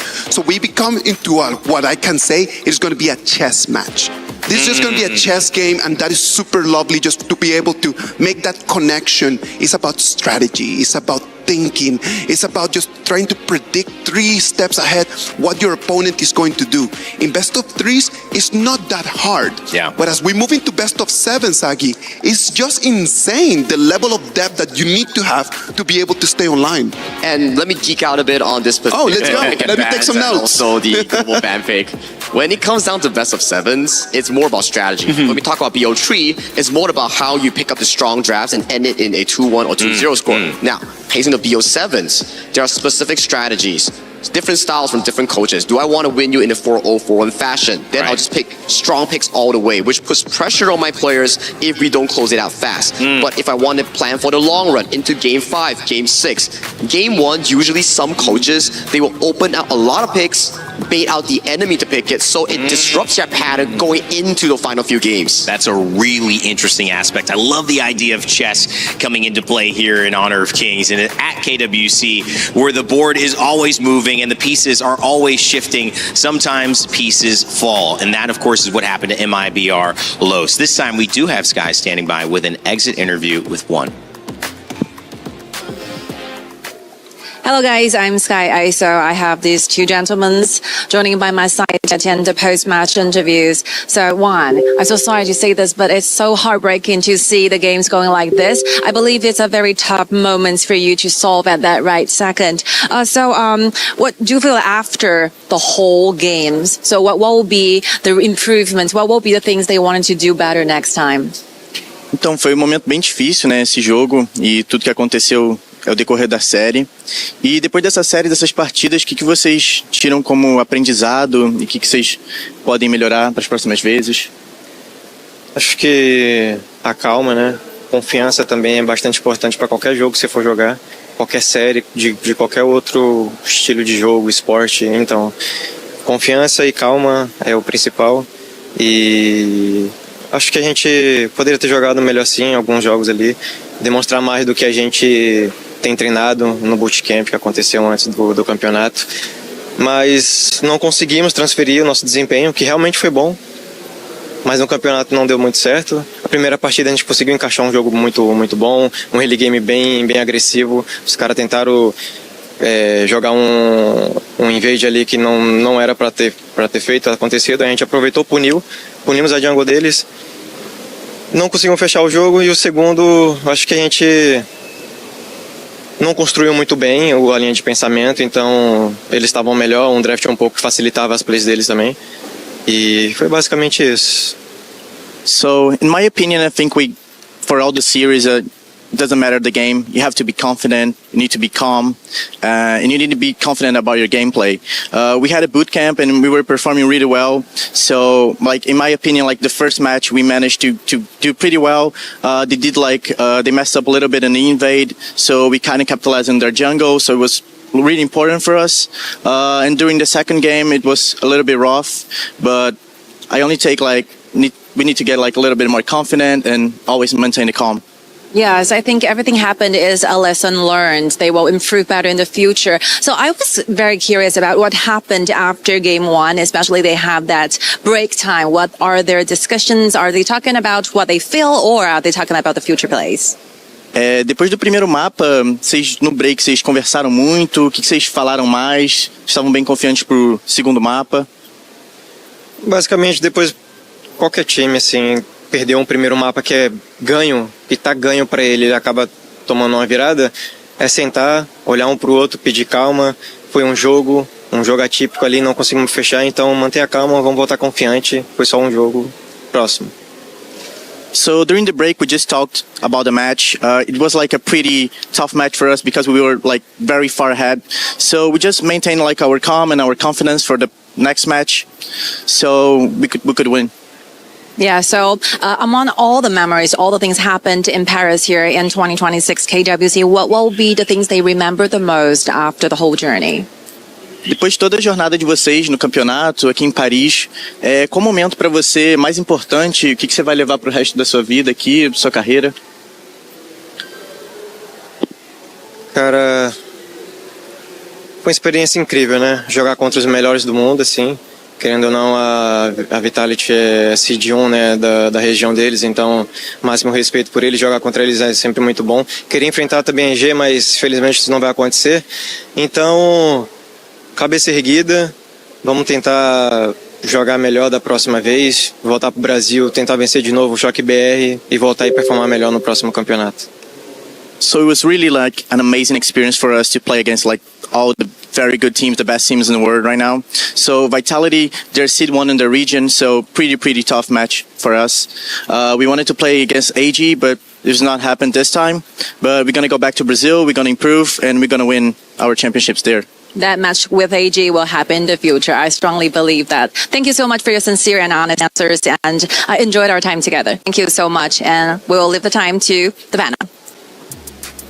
Los Grandes, very successful regionally, weren't able to get it done here on the international stage. It will be the IKL Team Vitality who will be moving on. They will face off against Blacklist International coming up in our final decider match of the day. Coming up next, though, Virtus Pro and Buriram United Esports. We saw BRU Isaac start the day. They'll get a chance now to prove if that was just a quick start or if they actually have what it takes to last it out and find their way into the knockout stages. They do. I have. Oh, you believe? I believe. I'm going to ride the Buriram United wave, man. I'm telling you, I like Buriram United. They played really well. I love the way that Nuno is taking his peers just around, doing everything. But they need to be careful not to let Virtus Pro ride the same strategies as they did before. If you can understand what they did different in the previous game and fix it, then I believe that Buriram United does have an opportunity.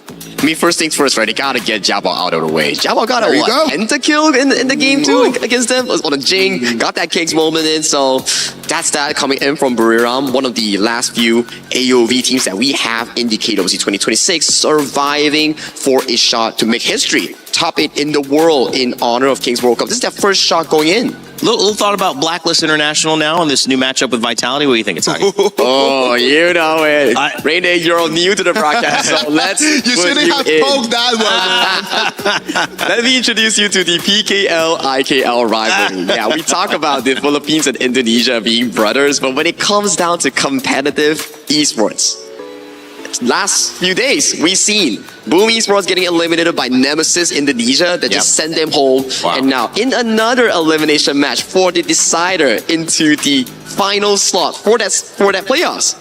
It's another PKL and IKL team. Man, so the drama continues. Exactly. We love brothers, man. Brothers just always fighting just to see who's the better one. Well, you know, you got to do that, especially as brothers. You got to figure out who is the best. And as an older brother, I am. Of course, that's how it goes. Okay, guys, welcome to the show. If you're just joining us, we're going to go to a quick content break. But when we come back, we're going to see these upper decider bracket matches. And in the meantime, we want to let you know that there is a brand new skin for Momo from the show Dan to Dan, which I love. Play is in our DNA. Whenever we let it out, it becomes our superpower. Now imagine an entire city being built to supercharge it. Kadir City, powered by Play.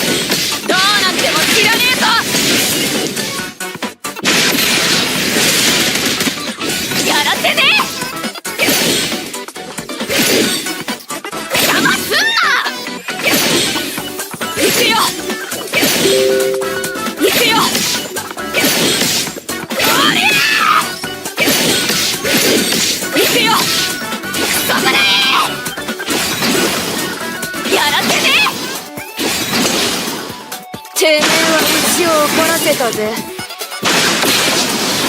どうなっても知らねえぞ。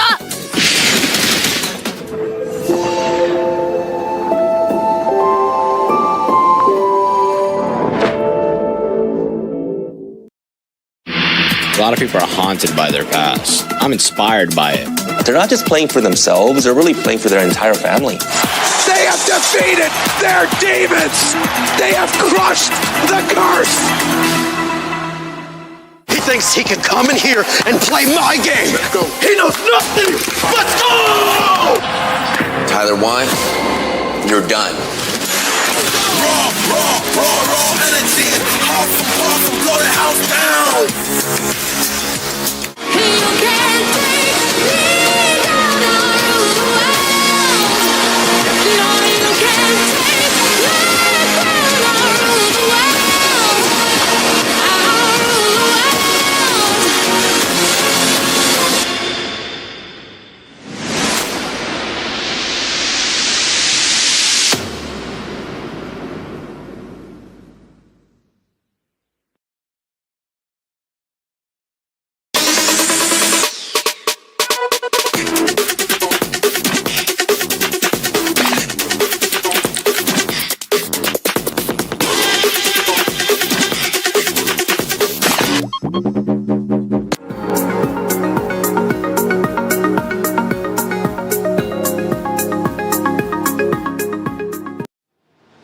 Six teams away to the knockout stages for KWC, and 2 teams are trying to join them to round out our final 8, which will begin our quarterfinals tomorrow here on the Lenovo Legion Gauntlet. But before we do that, there are still 4 teams vying for those 2 spots. So if you do the math, there's not enough. 2 people have to go home. 2 people have to move on. We've already sent 2 home. We're going to see if they can continue the run. The winners, Brew, and of course, moving on. They will face Virtus Pro to begin our first decider match, and I cannot wait to get it started. My name is Randy. Welcome back to the Lenovo Legion Gauntlet. I am here with Chantel Cass, and of course, Ken Dofu, but I'll call you Ken, my man. How you doing, Chantel?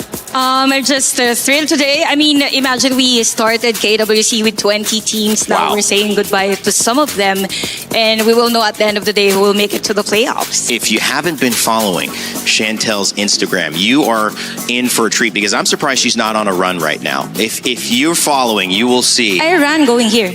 Oh, so you did run here. She ran here. If she runs off stage, I'm going to have production try to get her. Ken, it's been a pleasure catching up with you, man. We've been talking HOK, but this is the good stuff. This really is, and there's a lot of important points today, because once again, we are left with the last hope of AOV. I'm talking about BRU here, Buriram United Esports. And you know what? They had a test in the early parts of this week, and their teacher was Virtus Pro. So today, there's another test in store for them.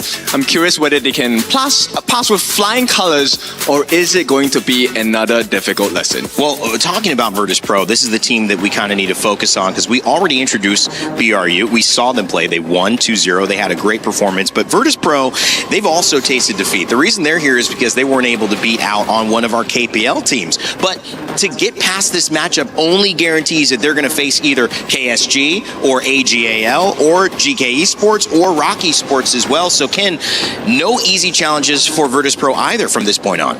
That's the way it should be, right? For every challenge that you get, you only grow stronger when you learn your lessons. So this is also a secondary part for the journey of Virtus Pro. Look, they have been part of the international scene for a couple of times now. And did they find the success that they want? No, they want to be champions. And this is the only way you get to be champions, by beating the best. Well, one team riding a little bit of momentum here, and that's BRU, who have played already. But Virtus Pro, introducing them on the stage for the very first time. From T-Gold, of course, to 90, Jaibao, and Clue. We had a chance to speak with them earlier about their expectations going into today's decider match. Hey guys, I'm Sky, and I'm joined by Clue. So say hi to our audiences. Hello. Wow, you seem excited. Yeah. Are you feeling good? Yeah. So comparing with the previous matchups, are they everything different today? I mean, yeah, because it's a new best of, So it's a new preparation. It's like everything is new again, and we have to do it to be top 8. So how do you feel about your opponents that you're going to be facing in the matchup? I mean, I just saw Buriram playing versus Revenant. They won both games. They seem pretty good today. Oh, yeah. So how would you describe their gaming style? For example, they wanted to do the early game fights or they tend to scale to the late games?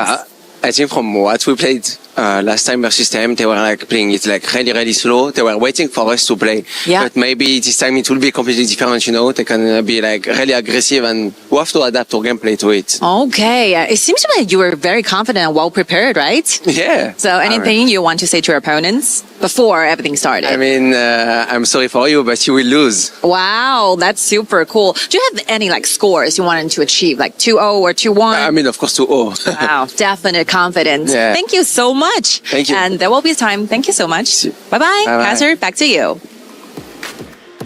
Thanks, Guy. I mean, speak in English and in French. I think he might have the Paris buff as we are here in Paris, France. But Chantel, sorry for you, 2-0. That's how he's feeling going into this. I love the confidence coming in from Clue. I mean, he is aware of the potential progress of Buriram, and it says a lot about a team. I mean, if you're prepared with the possibilities or the changes in a team when they're facing off a different team, it means that they had the research. Probably we will see a lot of heroes coming from them, or maybe changes for the rotation of Virtus Pro. And you know, looking at that, it is important to prepare, but also you kind of have to expect that if there's a moment that a team's going to pull out something new, it's going to be in these elimination matches. I don't think you can pull out anything that is new to VP at this point. Now, maybe the history of the roles might be new to them. So, for example, if you take a look at Buriram, Taos, he used to be a coach, but now he's a player. And going up against Clue, this guy has had very consistent performances throughout all HOK tournaments. So I want to see if he can shake Clue up, right? Clue is a very bubbly guy, very fun guy, but when he gets serious, he is there. Well, go ahead. Now that you've mentioned about Taos being a coach, it just means that the knowledge about the game and even the leadership is just there. So it's a good chance to look at for both of these roamers, because I kind of feel like that for Taos is good as a player and he gives that information, like a lot of map control all throughout the games that they play. We saw Taos become a feature in the first set. We also saw all of BRU have a really great start to today's competition. But when you look at the teams, it's just, where do you focus? Nunu was also a big kind of heavily focused point about this matchup. If they can solve this problem, it'll obviously be well for Virtus Pro. But if BRU bring their signature style, maybe they will find their way into the knockouts. We had a chance to talk with Valdez earlier on and see how he was feeling heading into this one. Hey guys, welcome back. I'm Sky. I'm ready for the pre-match interviews. I'm here with Valdez. So, how you feel after the first match of today? ก็รู้สึกยังไงบ้างครับหลังจากที่เราเล่นจบเกมแรกจบไปแล้วครับก็รู้สึกว่าดีใจนิดหน่อยครับที่แบบได้มีโอกาสได้มาเจอกับ VP ครั้งครับเพราะเขาเป็นคนทำให้เราตกรอบ Yeah, so to be honest, we are very happy and excited to play against VP again. So it's going to be a revenge map. Yes, it's going to be a revenge story for you guys because you just had that best of 3 versus VP. But unfortunately, that day doesn't went great. So what will be the changes when it comes to the game plans, when it comes to the statics? ก็ครั้งที่แล้วนะฮะเราเจอ VP เนี่ยเราแพ้แบบว่าแบบไม่ได้แย่เลยนะเราแพ้ไปนิดเดียวเลยเนี่ยอยากถามว่าในวันนี้เนี่ยเราได้ปรับเปลี่ยนอะไรมาบ้างครับเพื่อที่จะได้เจอเขาอีกรอบครับปรับเปลี่ยนเรื่องสไตล์การเดินเกมนิดหน่อยครับแล้วก็เรื่องฮีโร่อีกนิดหน่อยครับ So we're gonna change a little bit of our play style, including the hero that we're gonna select. So I've watched the whole games, the full series, just before everything started. In the first match, I noticed that you are very aggressive in the early games, especially even though you're picking very late game heroes, but you have a very full vision control over the river. How do you manage to pull that off? ก็ในครั้งที่แล้วนะครับพวกเราก็ได้นั่งดูเกมของน้องกันนะฮะแต่ว่าถึงแม้ว่าเราจะได้เลือกตัวที่เป็นตัวเลดเกมนะฮะแต่ว่าในช่วงต้นเกมเนี่ยพวกเราเล่นได้ค่อนข้าง aggressive เลยทีเดียวฮะอยากถามว่าแบบมันเป็นยังไงบ้างฮะในตอนนั้นพวกผมนำแบบความได้เปรียบในเกมในเลนมาใช้เป็นความได้เปรียบในการเล่นต้นเกมครับ Yeah, so we're using like the advantage that we're gaining from the laning phases to play in the river lane instead. Okay, so is it fair to say that you're looking for those early game aggressive invasions into the jungle, especially when you're a jungler of this team? ก็เพราะว่าด้วยความที่เราเล่นเป็นจังเกิลด้วยใช่ไหมฮะเราเลยเล่นค่อนข้าง aggressive ในการควบคุมพื้นที่เป็นสัดส่วนใหญ่ใช่ไหมฮะใช่ครับ Yep Okay, thank you so much. Good luck on your play, okay? That will be the time. Back to you, casters. I do sometimes find it funny if there's like a one-word answer and then the response in the translation is extremely long. You can tell maybe they're stretching out what they might think is a little bit too short of an answer. That one, he said no. He just said, yep. Talking to Valdez, impact on you? Feels confident? Feels good? How do you feel about that approach to the game, Shinto? I think for Valdez, he's this type of player that has great control over the jungle pathing, if I might say, and he's a great leader inside the map. There are instances wherein he actually leads the way for the rest of Buriram, and I like that they mentioned that there might be changes on the heroes that they might actually use on this game, because earlier Kin said that it's not advisable, but that's true. Buriram surprises. This is true. I want more surprises, but Valdez, I mean, he needs to hit a different quality at this point because BRU was also the team that the opponent jungler, Jabal, got his first ever pentakill at this event. And it was off of BRU. So, you know what? Today, Valdez did show up. He got a quarter kill today. Yeah. Let's see if this exchange is going to be even spicier between two junglers. All right, it's going to be exciting to see this one. We've set up the stage. BRU trying to make it through with a chance to go into the knockouts, but they'd have to do it against a team that they had already fallen down to in Virtus Pro, who is sitting ready with fans up front here at the Lenovo Legion Gauntlet, ready to root them on. KWC continues with our first decider match, and a ticket to the quarterfinals is on the line. Let's send it over to our casters to begin the show. Welcome everybody to the first decider match of the day, and it's Virtus Pro got up against Buriram United. And I have to just point out there, we've got some obviously ex-pro players there as well. We saw Benji, Jash there, all supporting VP. I'm very happy to see those guys. Yeah, looking at the new faces coming into HOK, especially with not only VP, but also Buriram United bringing in so many fans to the gameplay. And this is going to be their rematch again with the beforehand. It was 2-0 VP. It was 2-0 to VP there, but I feel like we do have a different change within the roster, right? Obviously, Little Boys this time around is going to be played up into the Clash lane, not Usong. So is this going to be enough of a change here for the side of Buriram United, you feel, Rookie? I think like coming into HOK with like the changes in Clash Lane dictates the tempo of the game. You can see like a lot of great Clash laners such as Guyu and Stronran. They have performed really well in the international stages, breaking the tempo of their enemy. And with the changes coming in the Clash Lane for Little Boys and Buriram United, this is going to bring some interesting gameplay, because I think Buriram operates in a system different to VP, where they play very, very well, controlling the tempo in the river, as Sky said, and also they really dictates the tempo in the early game, with Nunu rotating most of the time into the Clash lane. And again, with that said, coming in for the first pick, the Lorian. I mean, it had to be, right? I mean, you saw the respect band for Jai Bao there on the Jing, the pick of Valorian here. Buriram United once again, obviously, like we said the last time they met up in the upper bracket, right? Virtus Pro was like, okay, we'll allow you to have that Lorian. Obviously, we blocked out the Florentino here, which was obviously in game one the last time these two teams played, and obviously the Diadira here as well. But red side for Virtus Pro means that automatically Clue is going to get that Zhongfei.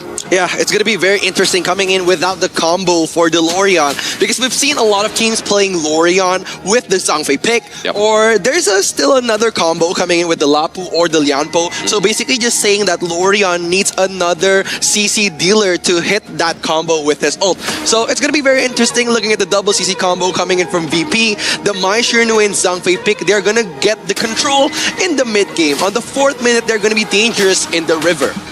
Yes, absolutely dangerous in the river here. We are seeing a little bit of a return back to the former style we've seen already. Kind of like a blend between the two games we've seen with the draft here. Obviously, Ying was from game 2 last time they played, and then Chano from game 1. Chano's been one of like the highly kind of like participated heroes so far within the KWC, right? We've seen at least about a 50% win rate on this hero. Chicha here going to be locked in for the 3rd pick for the side of Virtus Pro. A little bit of a flex here. Could go Clash, could go into the farm lane. I feel like this is a good way to round out that first part of the picking phase. Yeah, I think like if we're looking at the draft of Virtus Pro, they're gonna be looking for long-term team fights. Yeah. With the sustainability of the Cha and also the control of the Zhang Fei and the Maestro Nui, looking to catch Team Buriram United off guard. But coming in with the Chano pick, I think they could play a little bit safe in the early game, open the vision with the Lupin Trap, and probably not worry about the farm laner. Yeah. And as we said before, Nunu, as the mid laner, he likes to go to the clash lane to play the early game tempo. Yeah, I absolutely love this. The fact that they banned out both of Jai Bao's picks in the first series I've ever played against him, the Nerd set as well as the Jing, really shows that like Buriram United is not really risking anything here. They're like, right guys, we need to get at least one win on the board. Game 1 needs to be frightful for this team, right? Because they can't just let Virtus Pro just go for that 2-0 score again, you know? The Anet here as well as the Lapu kind of forces that support to be potentially looking at the Lianpo, maybe going for something a little bit more of a utility here. I think it could be a Lianpo pick for Buriram United. Also, a idea is a potential.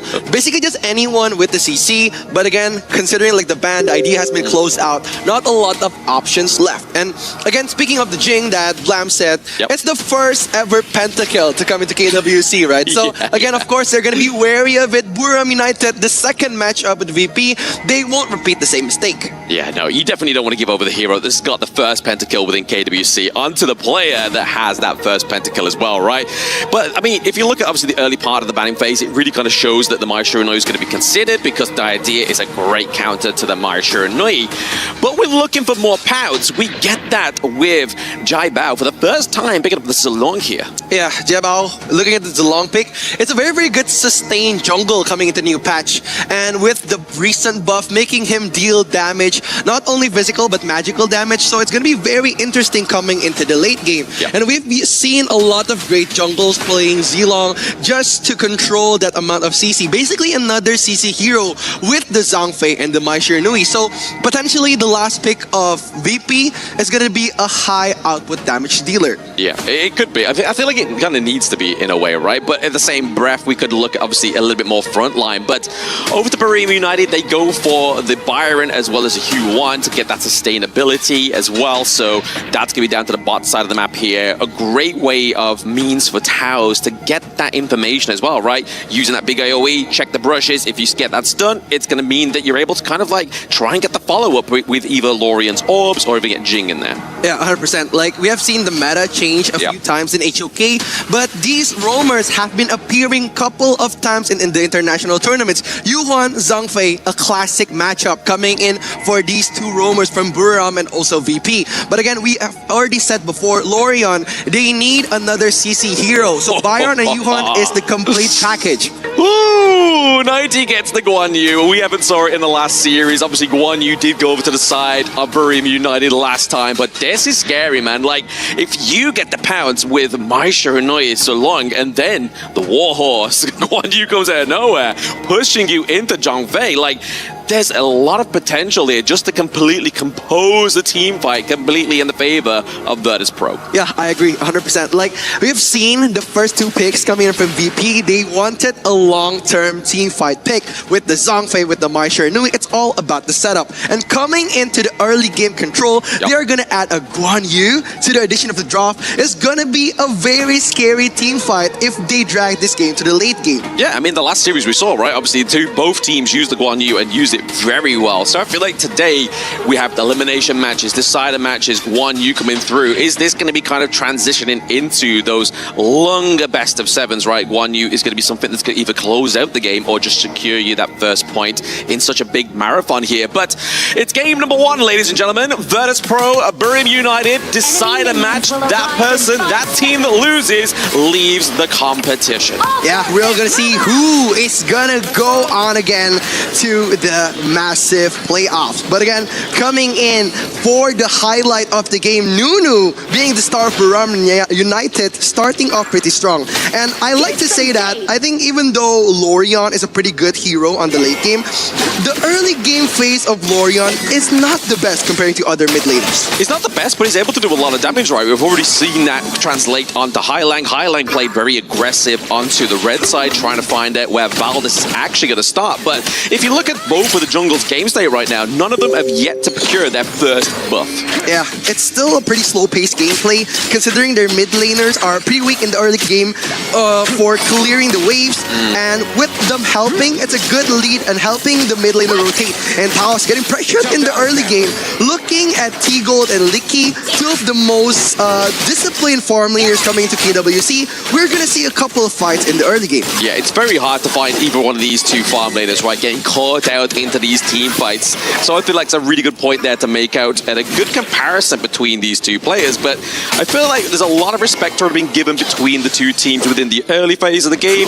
And to my surprise, Buriram United's actually got that goal lead so far. Yeah, it's a fast-paced early game coming in from Buriram United, and we've seen a couple of AOV teams playing pretty fast under the 4th minute. They love their team fights. They love their clashes. So again, Buriram United still being the last representative coming in from AOV. It's going to be very interesting. It puts a massive burden on their shoulders, definitely indeed there. Obviously level 4 is going to be Valdez. He's going to be able to get the proc of the ultimate. No, it's going to be Jabao into the back line, but the first blood goes over to Clue. That's going to be a trade for jungle. Yeah, this is what we said. They love their early game team fights. We've seen a lot of pattern coming in from Buriram United. They love to start the fight under the 2nd minute, and that's what they did really well. Look at how they tried to control the tempo with the Yuhon and also the Ying ult, but again, not enough damage coming in from Nunu. And we know that Jiabao coming in with the Zilong, it was very good coming in for the trade, but again, it's a 1-1 trade for each team. I mean, you saw in that picture there, Virtus Pro almost lost their second life there. Obviously, using that space that towers can create from the Hu1, almost got that extra bit of damage onto Highline, almost fatal for the side of Virtus Pro. But I feel like they've got to be a lot more careful now. Maybe that first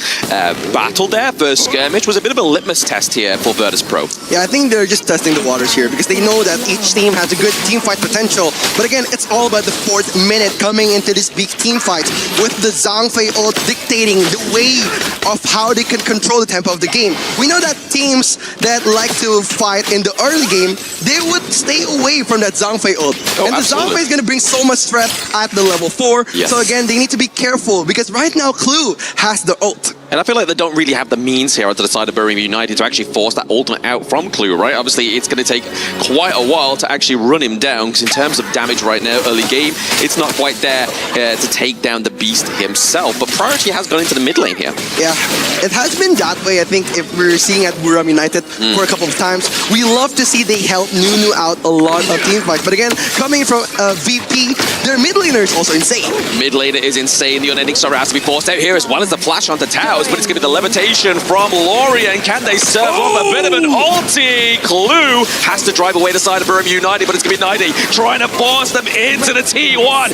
Takedown here of Little Boys as they are looking to get to that final moment of that neutral objective. They need to clear this wave in the mid first. Yeah, it's crazy. That last pick coming in from VP, that Guan Yu controlling the tempo of the game, even making Little Boys unviable for the team fight. But again, it's still a good trade coming in from Buriram United, getting that Tyrant under the 4th minute. It's going to reward them with a pretty good gold lead, considering the gap is under 1,000 gold. They made a very good play for it though, right? Obviously, if you are rewarding the enemy team here with that Tyrant, they are going to be needing it, because obviously after that last team fight there, it does put them behind the gold lead ever so slightly. So I feel like VP definitely have to kind of be a little bit more calculated, disciplined into these next team fights, unless there's going to be so much burst damage here. There's going to be too much here for Licky. He's not going to be saved by Taos. He gets taken down, taking a neutral point. Back to game state is Virtus Pro. This is very interesting. Like, looking at this game, it's not like VP to engage as much as a team fight in the early game,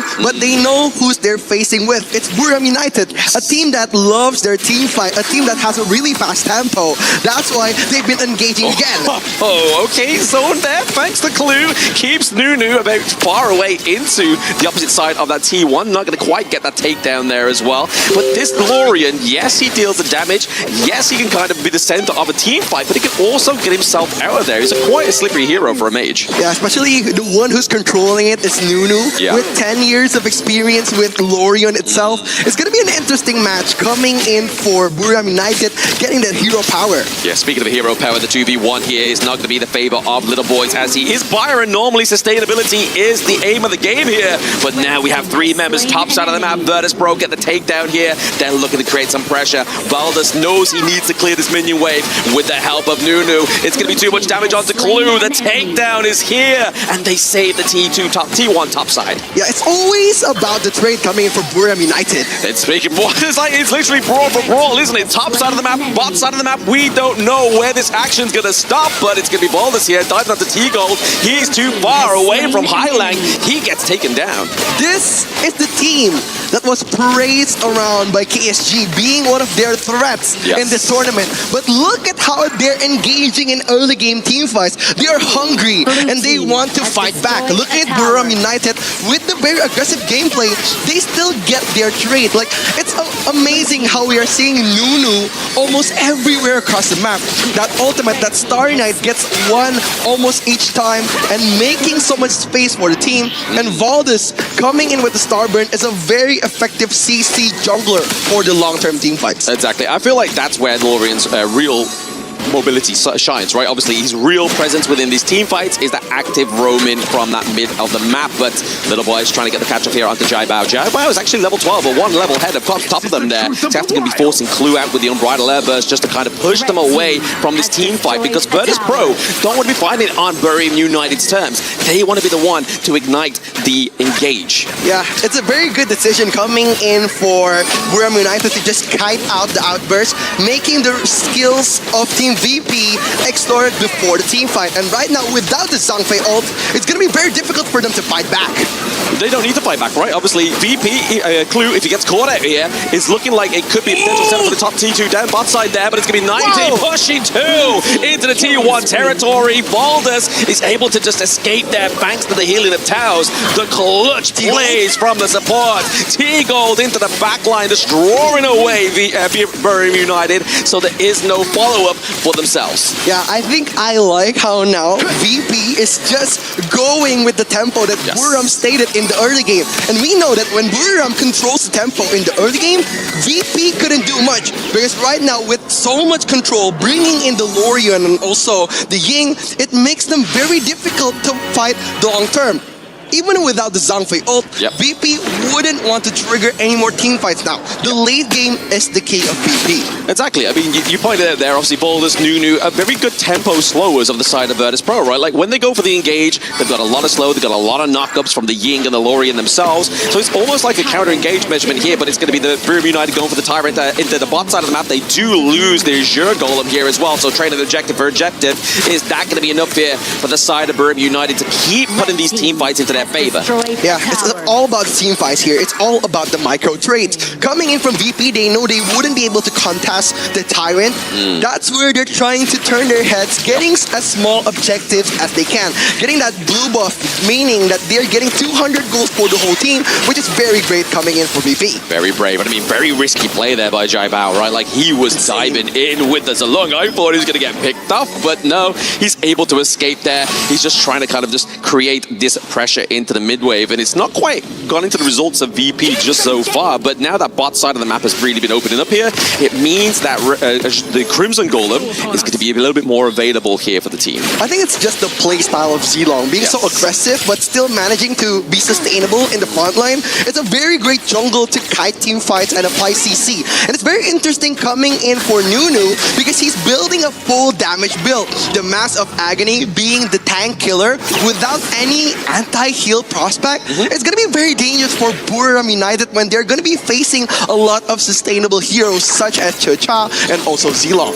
Exactly. 9 seconds left on this Tyrant buff as well, so really Virtus Pro have just taken their time to make sure they're not taking these unnecessary team fights, but we have to look over to the KDA of Nunu, right? Everybody else, bar Nunu, bar Taos, have been actually caught off, so they're really struggling here on the side of Virtus Pro to actually close the distance to get the takedown onto the Lorian, but 10-minute mark is an important part of this game. Ooh, but 90 gets a choke point behind the Tyrant. It's going to be a very dangerous play coming from VP. Yes, but Lecky here, he's going to be the prime target. He gets set up for the first takedown of this brawl. Can they get a trade here onto the side of Buriram United? They're looking for more here. Little Boy's trying to keep them away, but Taos is going to get taken down. It's going to be the sustainability of Buriram United, but they might be able to get the claim here onto Jiao Bao. Ooh, Nunu is engaging another team fight, getting a Starry Night connecting to the jungle of Little little boys here, Jabao, entering at the choke point of Team Buriram United. Valdez still wants more, coming in for the team fight. Clue trying to sustain Jabao, just disengaging for the long-term team fight. But look at Hailong initiating a good combo in the mid lane. VP is standing up again. That was an amazing brawl, right? That seemed like a whole minute almost, right? The brawl started just as that Tyrant was spawning there, the Shadow Overlord. Obviously, they had to use Clue's ultimate very early there just to kind of create that disengage or at least move the tempo into their favor. But unfortunately, it means that Clue obviously got run down, burst down towards the end of that one. And that's going to be a real solid hit to the front line of VP. Yeah, we said that VP is going to be a threat on the late game because they have so many sustainable heroes. They have the Chita, they have the Zilong. They could ask for long-term team fights and survive. Yeah. Because they have so many CC skills coming in with Hailong's knockup, with the Zhangfei ult. So Buriram United late game is not going to be a good game for them. So they need to be a little bit more wary, kiting those resourceful skills such as the Zhangfei ult or the Hailong flash to get the advantage on the long-term team fights. Yeah, I mean, the late game state of obviously Little Boys and Towers is going to be really kind of the front line, the sustainability of their team, right? And then Lecky is really where the damage has to kind of transition from Nunu into Lecky, but Lecky's been getting caught out too many times, man. He's 0-3. That's not what you want to be in if you are a late game marksman like the Chano. Yeah, it's going to be very dangerous coming in from Buriram United's side. Looking at the map control, VP is taking over the whole gorge, and they wanted a team fight here. The Zhangfei, the ult is ready, Clue is ready for some action, but 90 just waiting for the perfect moment. Because if we're talking about Guan Yu needs the flank. Because when he gets his choke point on Team Buriram United, it's going to be a good game for them. Yeah, exactly. We see, you kind of saw there, like the shift of both of those sides of the maps, right? You saw obviously 90 trying to stalk the top side, whereas Hailang was looking, just trying to kind of like keep saying like, keep an eye on me. I'm going to be the one that's kind of trying to draw you into a team fight right now. And maybe this is going to be it. Maybe the takedown of the Shadow Overlord is going to be enough to be a bait here for the side of Buriram United. But they can't find a way out of the base. It looks like it's going to be not contested. Yeah, it's very interesting looking at the items of Buriram United, considering the anti-heal items is only brought up by Valdez. Yep. It's going to be a very hard game, considering that Valdez is going to be the main entry point of Team Buriram United. And if Valdez gets picked off, there will be no more anti-heals. And you're facing a lot of strong heroes coming in from VP. There's Zilong and there's Chacha. We have said that before, that they need to counter that heal effect with some anti-heal items. Maybe Buriram United is trying to get a more of aggressive approach, but I don't think it's working right now. This is a very interesting, obviously, damage graph as well, right? Nunu's all the way down to the bottom there. It's very interesting to see that that's where the damage is really going to be shown there. Top side is obviously for Jaibao as well as Valdez in that one. That was actually the gold one. Damage dealt, definitely where we thought Nunu was going to be, right? In top up there, he needs to be. If you are a Lorien, that is your whole game. It's just throwing out those orbs, trying to get like triple man knockups with the levitation there, but also just dealing a lot of damage over time. But for Buriram United, I feel like they are living on borrowed time for now. Put the launch into the air onto Clue, maybe a way in onto Virtus Pro, but they're playing very disciplined.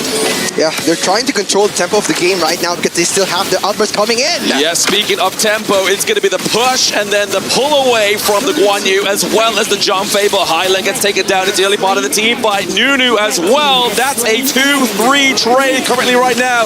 Taos has to use the unending sorrow. He tries to keep this base alive, but now Virtus Pro have to play a little bit more careful. They have to retreat a little bit just before they wait for this Vanguard to come through. Clue, 90, Jaibao, they need to make the go. They need to go for the trigger pull right now, and there it is. Takedown as well. Valdez is the last one alive. The health bar is there, but can they keep the crystal alive? VP, game number 1. VP gaining a dominating victory against Buriram United, secures the first point of the game. I mean, you say dominating, right? There was parts within that match where I was twitching. Buriram United definitely had a better go within that series, right?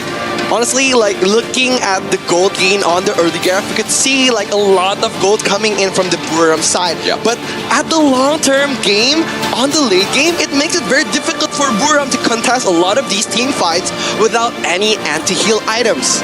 Any at all. It's very difficult here for the team, but they did give it their best shot. I feel like that performance from Buriram United was probably the best out of the entire series they played so far against.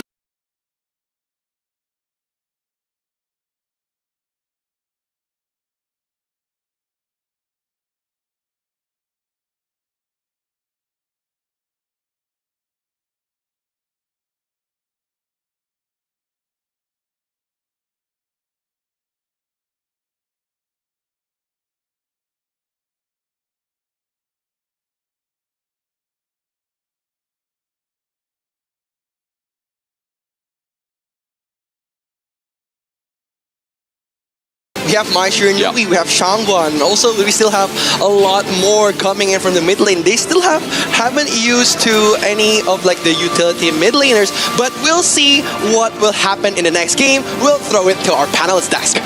Thank you, Ricky and Blam. Back to the panel it goes. And Virtus Pro take game number 1, but not so fast from BRU. They make them work for it. Jiao Bao just too strong. That's what you said, Ken, as we come back here.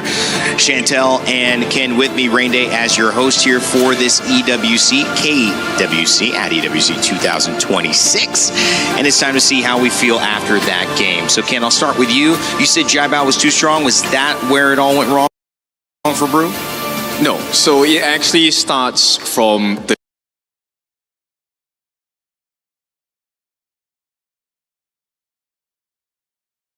draft, the BP. This is where it went wrong for the side of BRU, not by their choice, obviously. This was a composition that was built to win from the get-go, but there was one weakness, which is during the laning phase, right? So let's take a look at the bottom side of the map. This is where T-Gold and Clue are at, right? So why this is so important is because Shisha actually is quite a close-range hero, mid to close range. You need to get the hits to have your passive unlocked, to have your ultimate and do the full burst damage with the sniper as well. So in order to, give more space for T-Gold, they actually pick up the Zhangfei, the beast. Okay. So with the shield, you get to have more chances to be more aggressive, actually step up in the lane to get the free hits. Right. And this is where they started to have that goal difference built up.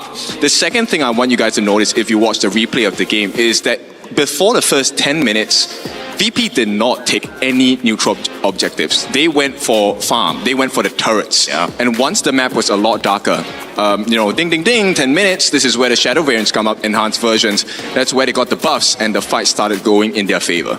And also to add to that, I kind of feel like for the lineup of Buriram, they're heavy on the skills, or very dependent on the skills. So it just means that every time that whenever the skill doesn't land on a specific player, there's no secure kill for the team, that it just means that they're bound to lose that team fight. So it's very crucial for a team against Virtus Pro, because for Virtus Pro, they're known to be a team to actually punish the errors or give entry points every time that there's a possibility for them to win over that team fight. And they dug so many potholes for BRU. There was nothing they could do on that spot. Like, Nuno had no game to play at all.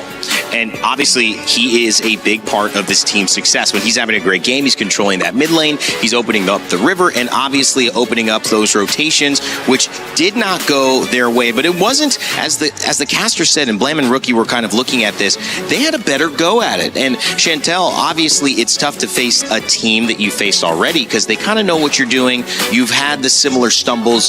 Ken mentioned potholes, but does it give you a little bit of hope going into this next matchup that it's not all said and done? It's not going to be necessarily the same result so easily? Yeah, definitely, because I think Buriram played better on this game number 1 compared to their match previously.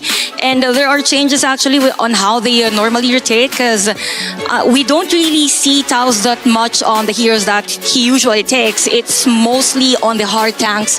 But this time around, they kind of changed with U1. So it's something that they could work on, but they don't need to double down on specifics up against Virtus Pro. Okay, this is a challenge, though, obviously. You're down 0-1. You go home if you lose it again. Chantel, I'll go back to you. In running terms, is this like a 5K? Is this a half marathon? Is this a full marathon? What is this?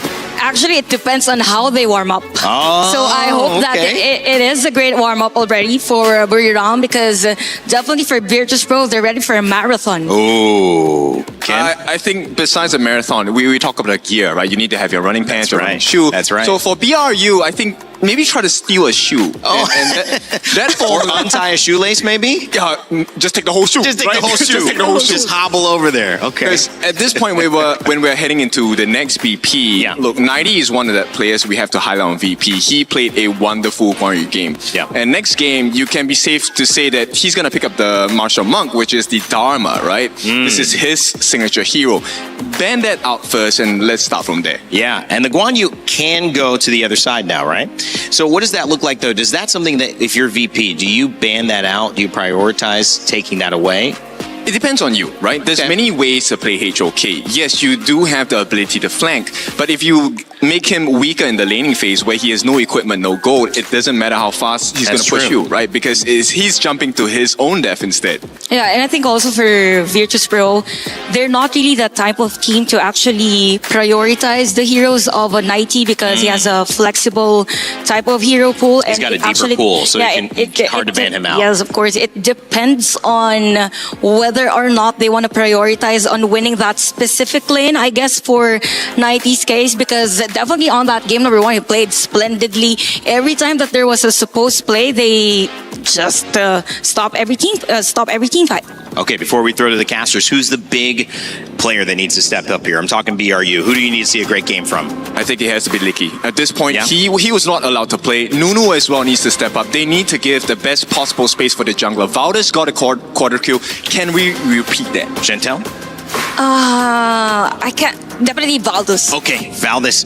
Nunu, Valdez, lots of different choices here, but either way, it's BRU who have to step up to keep this series alive. Otherwise, their key will be crushed, and Virtus Pro will find themselves in the quarterfinals. Let's send it back over to Blam and Rookie for Game 2. Thank you very much, Rain. We are going to be bringing it back to game number 2. And I have to obviously point out there, like, I'm scared of these teams going up against what they're going to be facing in the playoffs. But I don't want to be going up against Kindo Fu. He's going to be the Singapore Sling, stealing your shoe. We got to be wary about Kin after this in the talent room.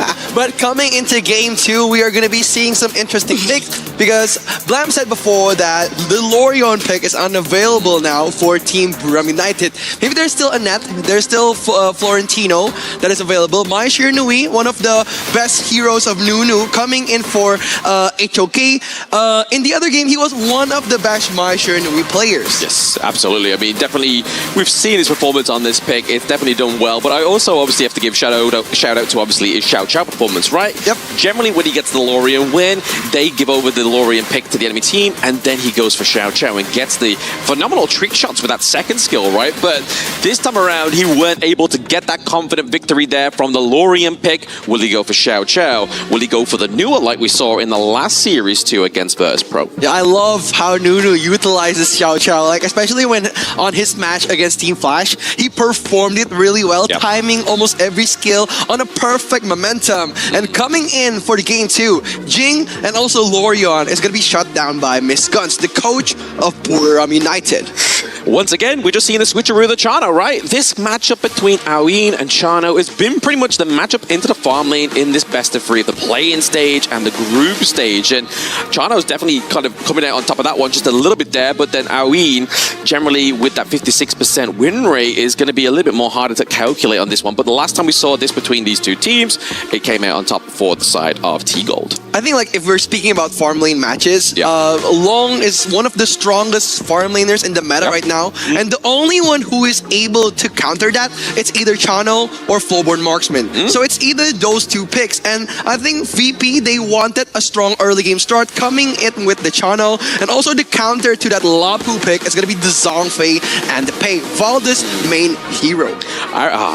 I was really hoping we were going to see the nerds to come out there as well, right? Because it would make sense, obviously, going against the Aoin, using the Starfall to drive out that ultimate. But when pay arises, generally we get the Ukio Dachiabana as well, right? Just more burst potential here for the side of Virtus Pro.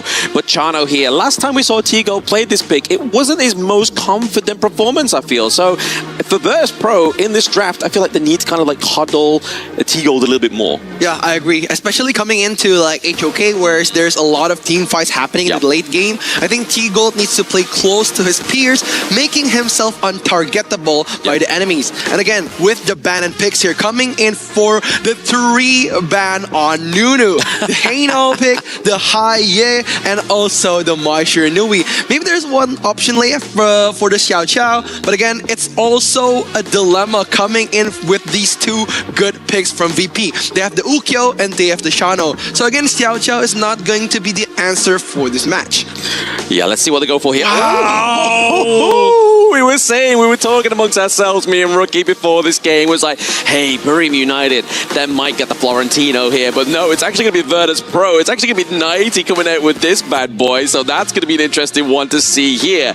But what we have so far for Buriram United, if they got any real stellar counters against this Florentino? Yeah, it's going to be very interesting coming into these drafts, because Florentino, as we know, is a leading monster. He could dominate the early game. He could dominate the team fights. We need a stopper coming in from Buriram United. And a stopper, we get the Xiao Chao pick that Blam said before. Yes, Nunu gets his Xiao Chao pick here as well. And then Dharma going up to the top of the map here for Little Boys. Little Boys actually has only really played 4 heroes this entire tournament so far. Charlotte, Muet, Dharma, and Byron. So we haven't seen his Charlotte. We're seeing his Dharma for the second time. So maybe this is going to be the way in, but it's going to be the Angela once again. I honestly thought pick 4 would have been the Angela, but then it would have meant that Florentino could have gone over to Buriram United. So that level of 4D chess here by Virtus Pro means that they get to procure a pick away from Buriram United and then get high rank on this Angela, which we loved last time. Yeah, Angela has been a very, very favorable pick, especially coming into KWC by EWC26. And we see the matchup here, because Angela has an anti-CC ultimate. The Blazing Brilliant Shield gives you anti-CC for a certain amount of time. And looking at the drafts of Buriram United, they have the Zhongfei, they have the Dharma, so a lot of CC coming in from their side. So again, just to be wary about the mid lane picks, we know that Nunu is very dominating. That's why they wanted to play a safer pick for the Angela. Absolutely. I mean, we say a lot of CC, anti-CC coming through here as well for both of these 2 teams. But what there is a huge gravity, right? If Buriram United goes through for this one, this is the first AOV team ever to get into the playoffs. But if VP do it, they're one step closer for players like Highland, players like 90 to retain that top 4 spot or get even closer for it. So game number 2, ladies and gentlemen, we are going head to head here. Is it going to be the match point that Virtus Pro set up from that win in game number 1? Or is Buriram United going to be able to sully the scoreboard this time? We're going to see how they turn out on this match. And again, the jungles are going to be meeting in the mid lane. Hailong getting help again from Jiabao. And it's going to be very interesting. Buriram United's early game tempo has to be good here, because he's bringing 2 good heroes. They have the Xiao Chao, they have the Pei. Dominating the early game would lead to a very successful late game gameplay for Buriram United. The thing we haven't seen with Virtus Pro with this entire series is what we saw when they last played it, right? They were heavily invaded into the enemy jungle, stealing neutral points in the beginning part of the game. It feels like they don't want to make that mistake. They don't want to kind of pay that disrespect over to Buriram United, because they've seen how they played already today. They've seen a different form from themselves. Yeah, it's going to be very interesting coming into the early game. The first minute always has been the most favorable minute for Buriram United. They love their early team fights. That's why they're trying to dominate so much. And they've been one of the faster teams to adapt to the HOK meta. Getting the teleportation sprite, getting the control on the river has been their utmost possibility on this game. Let me say on the last hit onto the space right there. Little Boys gets the hit onto 90s. One is a knock-up from Nunu, but it's not going to be enough to get the follow-up here. Boulder, you can see on the prowl, on the pay here. Can he clean the gap? But no, it's going to be 90 just going into that T1 territory to get saved. of course, we've said this before that this early game has to go to Buram United with those good starter heroes such as Pei and Xiao Xiao. And Jiabao, he knows this very well. That's why we haven't seen him that much. Oh, okay, pausing the flash there from Nunu. The burst came through, the ultimate there from the Ukiyo Tachibana there. They really wanted to get that first blood. Yeah, they wanted to get their lead over the Pei because we know that once the Pei gets started, it's very hard to stop him, especially with the Lapu and also the Ukiyo combo being viable after the 4th level. So it's very difficult to control the early game, to leash the Tiger onto the cage. Yeah, I mean, we don't want to be seeing that for Virtus Pro, but for Buram United fans, they definitely want to see that Tiger come out, right? They want to see the unleashed beast here, and we're not talking about Tao's other Zhangfei, because we know that player as well. On this pick was denied in the last series they played against VP. Yeah. Absolutely. And coming into HOK, coming into KWC by EWC, Taos has been amazing, right? We have seen a lot of his gameplay, especially like the Yuhan last match and also the gameplay of Lapu and Zhangfei. He has been very, very controlling the tempo of the game. He dictates so much around the game, making Nunu and Valdez comfortable, especially going into the big team fights. Yeah, exactly. I mean, to be honest, he has obviously not only the game knowledge, but also maybe the mental of the coach as well, right? Just keeping people calm on the team of Buram United, just creating discipline on the spot, making sure the decisions are made correctly here for the team. But we are obviously 800 gold ahead here by Virtus Pro, so a little bit of a different change in the game state from the last game that we saw here, where we saw Buram United try and take the charge there, take the lead, but that 1K is looking a little bit harder to kind of like try and curtail here if Buram United don't get a few pickups. I think they don't need to hurry because it's not the 4th minute yet. It's all about the 4th minute in HOK. And I think that coming in with a Tyrant Overlord, they're going to have to choose which one they want to get.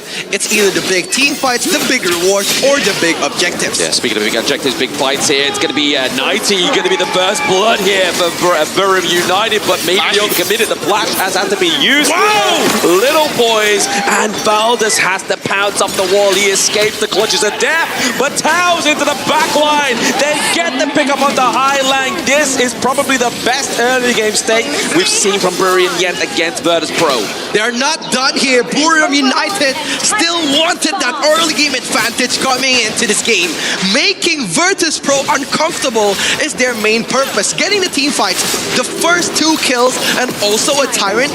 This is such a big bonus coming in for Team Buram United. Very big. They now obviously 80 seconds on the board here. They're going to be enhanced within their damage, and their team fight's been fantastic so far. Like, they have been playing this one to a T. It's been very well played here from Buram United, but this pickup onto the replay here was a little bit of an overstated play by the side of Virtus Pro. Honestly, they didn't predict that Taos would be there to stop them with the outburst. They predicted that Taos was in the backline of Team Buram United. That's why they were able to be overextending that much by the team fight. But once they saw Taos, everything was over. The outburst, he got that triple man knockback, and it was an amazing start coming into the Buram United game in the second phase. And looking at the item choice of the Florentino from 90, he's playing a bit safe. He wanted that long-term appearance for big fights, so the Pure Sky is going to help him getting that momentum. Yeah, well, he was hoping for that, but he didn't quite get that, right? And this is going to be a 2-man dive, 3-man dive, top side of the map. They are punishing 90 for taking away that Florentino. It's like, this feels pretty personal for Buram United, right? They are going for 90. They're gunning him down.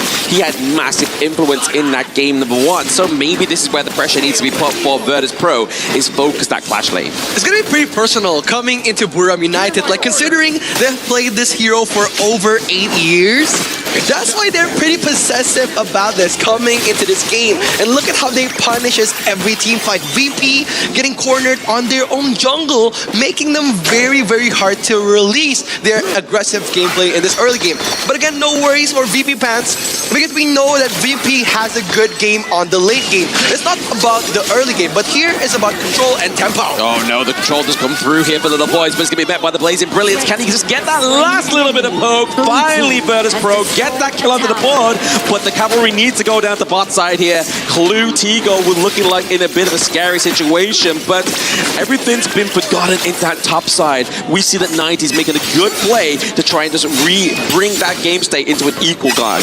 I think Buram United has been pretty good here. Pretty big here, but that's going to be a pretty big ult that's been mitigated there. Like, nothing really followed up. Yeah, it was very, very risky coming in from Taz, and we know that Taz is a very, very aggressive roamer, trying to get the best out of each ultimate for the sake of his teammates. That's why he popped his ult, trying to guard the backline. Nunu and Licky, at least they're safe here. Yeah, at least they're safe. But I think what's the one thing they're not really safe from here as well? Like, we were talking about maybe putting the pressure onto 19 to the top side of the map, but I think the fact that he lost that T1 just means, you know what, I've got no home to go to, so I'm just going to demolish the game state, demolish the structures here. He gets the T1 down to the bot side of the map. The ult there from Lecky is not going to hit anybody and fear them, but Clue has to force the flash over the wall to keep himself safe. At the same time, the smoke and mirrors play here by Virtus Pro is definitely the one that Buram United wasn't counting on. Yeah, I got handed to them. Like, VP, they've been controlling the tempo of the game. Like, almost every team fight that they give, there's always a return. Whether there's like jungle camps or towers or even just big objectives. It's a very good gameplay coming in from VP. And again, representing their team, representing their club. Of course, pride is going to be on the line. That's why the utmost perfect gameplay is needed at this highest level. I mean, not always the most perfect, right? Like, if you do make a mistake here, with Virtus Pro kind of showing the masterclass, right? Like, if the mistakes happen in the early game, is it something you can't come back from? No. Virtus Pro is just like, you know what, guys? Don't worry about it. We've made mistakes, but we're going to come back. We're going to make sure they take the team fights, but we're going to take something that doesn't respawn, their T1s. Yeah, it's always about the risk and the reward coming into HOK, and whether you can get the most out of the risk you take. And coming in here with the 8-minute, this is going to be a very dangerous play for 90. Like, the vision, the dark map is going to be very dangerous here. It's very dark and very dangerous, but it's going to be 3 men to take down 90. I mean, I feel like that's kind of like a homage, right? Like, if you need 3 players to take you down, that shows the strength of this player. Honestly, if I was 90, I would be careful when I get back to my hotel, because I'll be wary of like the 3 people that are going to gang me after this. Like, almost every team fight, almost every time that Little Boys has his flash, he always wanted to get 90. So it's going to be a big question mark. Will they be able to get this lead, protect it until the late game, or are they going to force that team fight? Yeah, you think you get into the hotel elevator on your own and all of a sudden 3 members of VP just comes out of nowhere. You got to be careful, right? You've got to watch your back now, right? You definitely don't want to be on their wrong side. But if you look at the votes in the pit, obviously something we haven't pointed out yet, VP actually has a lot of votes, and Buram United's been one of those teams that's been hard to vote against because they have such a big fan base. Yeah, it's going to be very difficult coming in for the game here. But again, trying to open that ultimate from the mid laner VP. Daibao, he's getting caught out there. He has to flip over the wall. Can the damage over time get in there? No, it's not going to be enough. It's going to be a takedown onto Highline though, and Clue soon follows suit. Buram United once again. They are the takedown kings. You can see they've got 7 kills to 1. They are just looking for blood. Yeah, they just wanted the early game favor to go on their side until the late game here. But again, reminding the game about the 10th minute is going to be coming. The Shadow Overlord and the Shadow Tyrant is going to be their big objective, their big focus, their big highlighter of this match. And looking at the draft from VP, bringing the Ukyo Tachibana, it's going to be very hard to compete with a very, very well-fed Pei. Yes, Pei here already starting the go on to the Shadow Tyrant with the help of Lecky. I feel like the Zhao Bao has to play a bit of a risky move here. We can get that smite through, but it's going to be onto the back line. It's going to be 90, but it's going to go over to Lecky as well. As Nunu into the back line, may fall down to 90. It is going to be a dark night for him, but can Buram United look to take the back line of side of Virtus Pro? The answer is no. He falls down. Towers as well. That's a 1-3 trade here for Virtus Pro. It's going to be very dangerous if Buram United keeps on initiating like unwary fights like this, because right now the power scaling of Team VP is available. Looking at 90 and also Hailong, their power spike is here with the outburst damage coming in for big team fights. Buram United, they need to follow the same pattern as Game 1. They need to kite, they need to bait the gameplay. If not, VP is going to make the most out of those trades. Yeah, absolutely. I mean, the fact that they've got the Shadow Overlord here as well now, right? Obviously, the structural game is definitely going in favor of Virtus Pro, whereas we've seen here, like I've already pointed out, Buriram United, they're looking for blood. So are they even looking for the victory at this point? Are they just looking to see how many kills they can take from Virtus Pro? Because they know the macro play here is not really going in their favor. Yeah, they've been pushing a lot for VP. Like, they know that the weakness point of Team Buriram is their macro play. They know which point to pressure. And right now, they need to split their focus, not only for the big team fight, but also the laning phase that is coming for the top lane. So again, focusing on Buriram United, they need to focus on their laning phase, because right now, we've seen them before. They got beaten by the minion in the before game, so they need to be careful. Yeah, that comes to something, right? When the minions macro is better than your teams. I mean, that's something you need to learn from if minions are going to be finishing out the game for the side of Virtus Pro once again. But we have to look here as well. Obviously, itemization-wise, we see the clues picked up the Frigid's charge as well, right? That's just an extra little beefy bit of CC here that we have for the Lapu Lapu. If the Rising Tide isn't enough, you can charge in, get the Frigid charge locked down onto one important part of the backline, and then get the follow knock-up, and maybe even convert it with the flash, just to completely change the whole tempo of that team fight into your favor. They have to try to defend this, because right now they still have a lot of utility skills available coming in from Buriram United. They still have the outburst, they still have the meteor kill. Oof, oh, we saw a very rowdy little boys there into the backline. He tried to get a cheeky 3-man knockup, but there it is. The soaring signal from T-Gold. He gets a takedown. T3 is looking to be next. It's going to be very dangerous coming in from Buriram United here. Without any more resource skills, they need to defend. The Overlord Vanguard is aiming for the crystal. Yeah, looking for the final frontier here. It's going to be Buriram United. They need to defend these minion waves. They have Xiao Chao's AoE. Town to get taken down. There is your front line, Lecky. We need to see some results, but the result is Virtus Pro go through to the playoffs. Dominance is going to be their key, making their way to the top 8. Virtus Pro joining their colleagues in the Big 8 of KWC. Absolutely. KML's champions do follow through further into the tournament, trying to get closer to that last year spot within KWC. Top 4. The boys with Highland, they are happy with this victory. I mean, Buriram United, through the play-ins, have been a stellar team, right? We've really been looking at these AOV teams thinking, wow, this is their first time onto the Gorge. What's the second time going to look like? It's an amazing underdog story, right? Coming in for Buriram United, taking down so many teams, going in almost to the Big 8. But again, their performance in such a short time coming into HOK, they still need to be applauded. They played really well, they gave their best, and fighting VP, the team that even gets applauded by KSG, is something for Buriram United. Yeah, I mean, at this part of the competition, is there an easy team to fight? The answer to that question is no. Like, there is no easy team. There was no way in. But if you look at the players' faces on stage, they were having fun, and that's what this is all about, right? Coming to KWC for the first time, representing your region from Arena of Valor, not quite getting into the playoffs, but you got as far as this. I feel like Buriram United needs to be proud of that fact. It's going to be an amazing story coming in as the invited teams, proving so many teams that is coming in and playing HOK for a long time that they could and they can. But again, I'm going to pass this on to our panelists. Yes, my friends, VP have qualified on. And that's the question now to ask Mr. Clue. Clue, merci beaucoup. Thank you for joining me here. I'm going to ask you first in English here. In both games, you're actively going around the map, securing kills for your team. You got the highest kill participation also. How does communication work between all of you on the team in these sorts of moments? Bien sûr, durant toute cette game ou les deux games, tu avais toujours le kill le plus haut, toujours en participation durant ces grands teamfights. Bah, en fait, ça ressemble à quoi la communication entre vous durant le match? La communication est assez simple. Mon jungle s'occupe de toute la communication. Je lui fais la vision et on a tous les kills comme ça.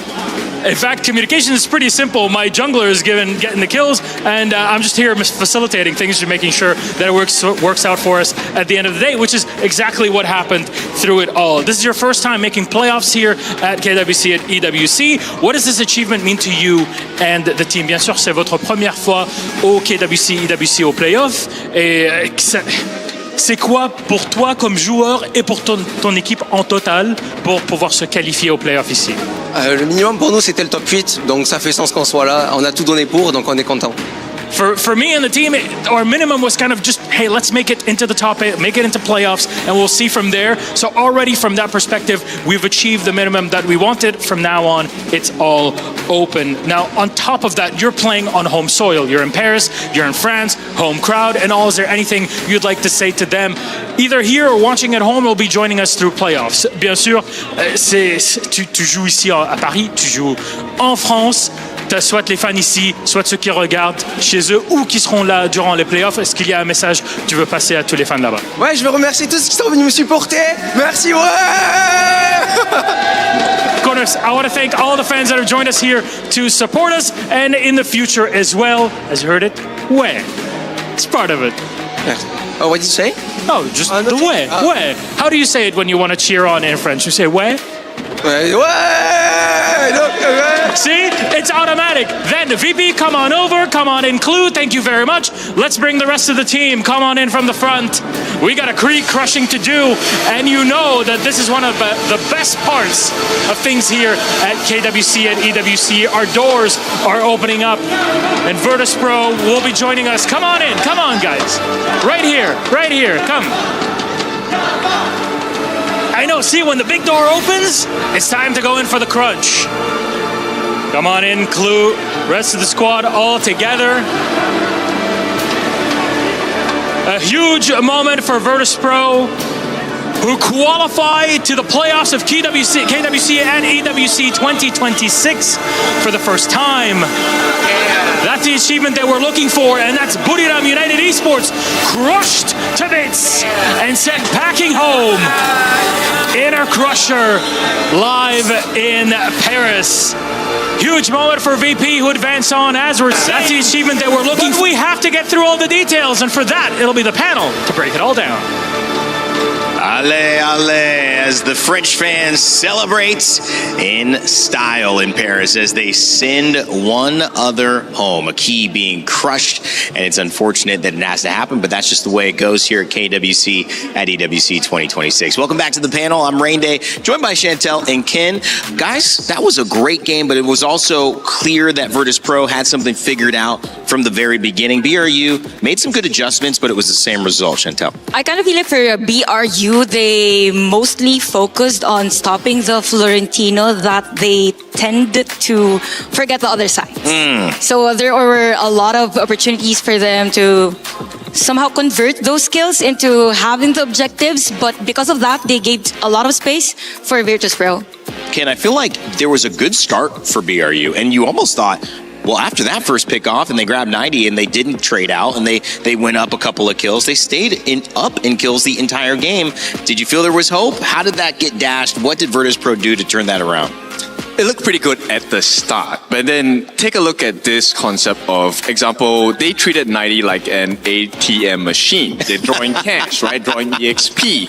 But at some point of time, these resources will run out. Yeah. And this is actually how VP came back into the game. So instead of just, allowing the deaths to be taken away from the Florentino pick, which also shows you the weakness of Florentino, they made sure that, okay, if someone's going to be putting pressure on the top side of the map, like Chantel was pointing out, let's figure how to do something else somewhere else on the map, all right? And that's exactly what they did. So they actually used 90 as the bait, and that was a very tasty bait because Florentino is pretty hard to catch.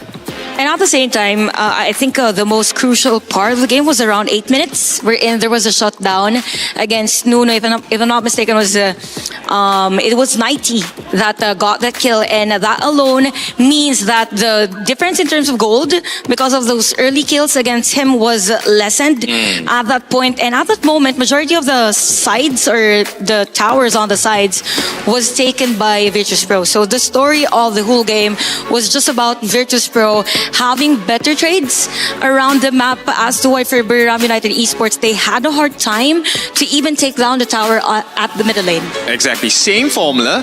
but two very different results. So BRU couldn't get any value, no turrets, no gold, and at the end state, you can take a look at the gold of T Gold as well as Licky. There was a big 2,000 gold difference throughout the entire game, simply because they made one simple decision and did not look the other way to check.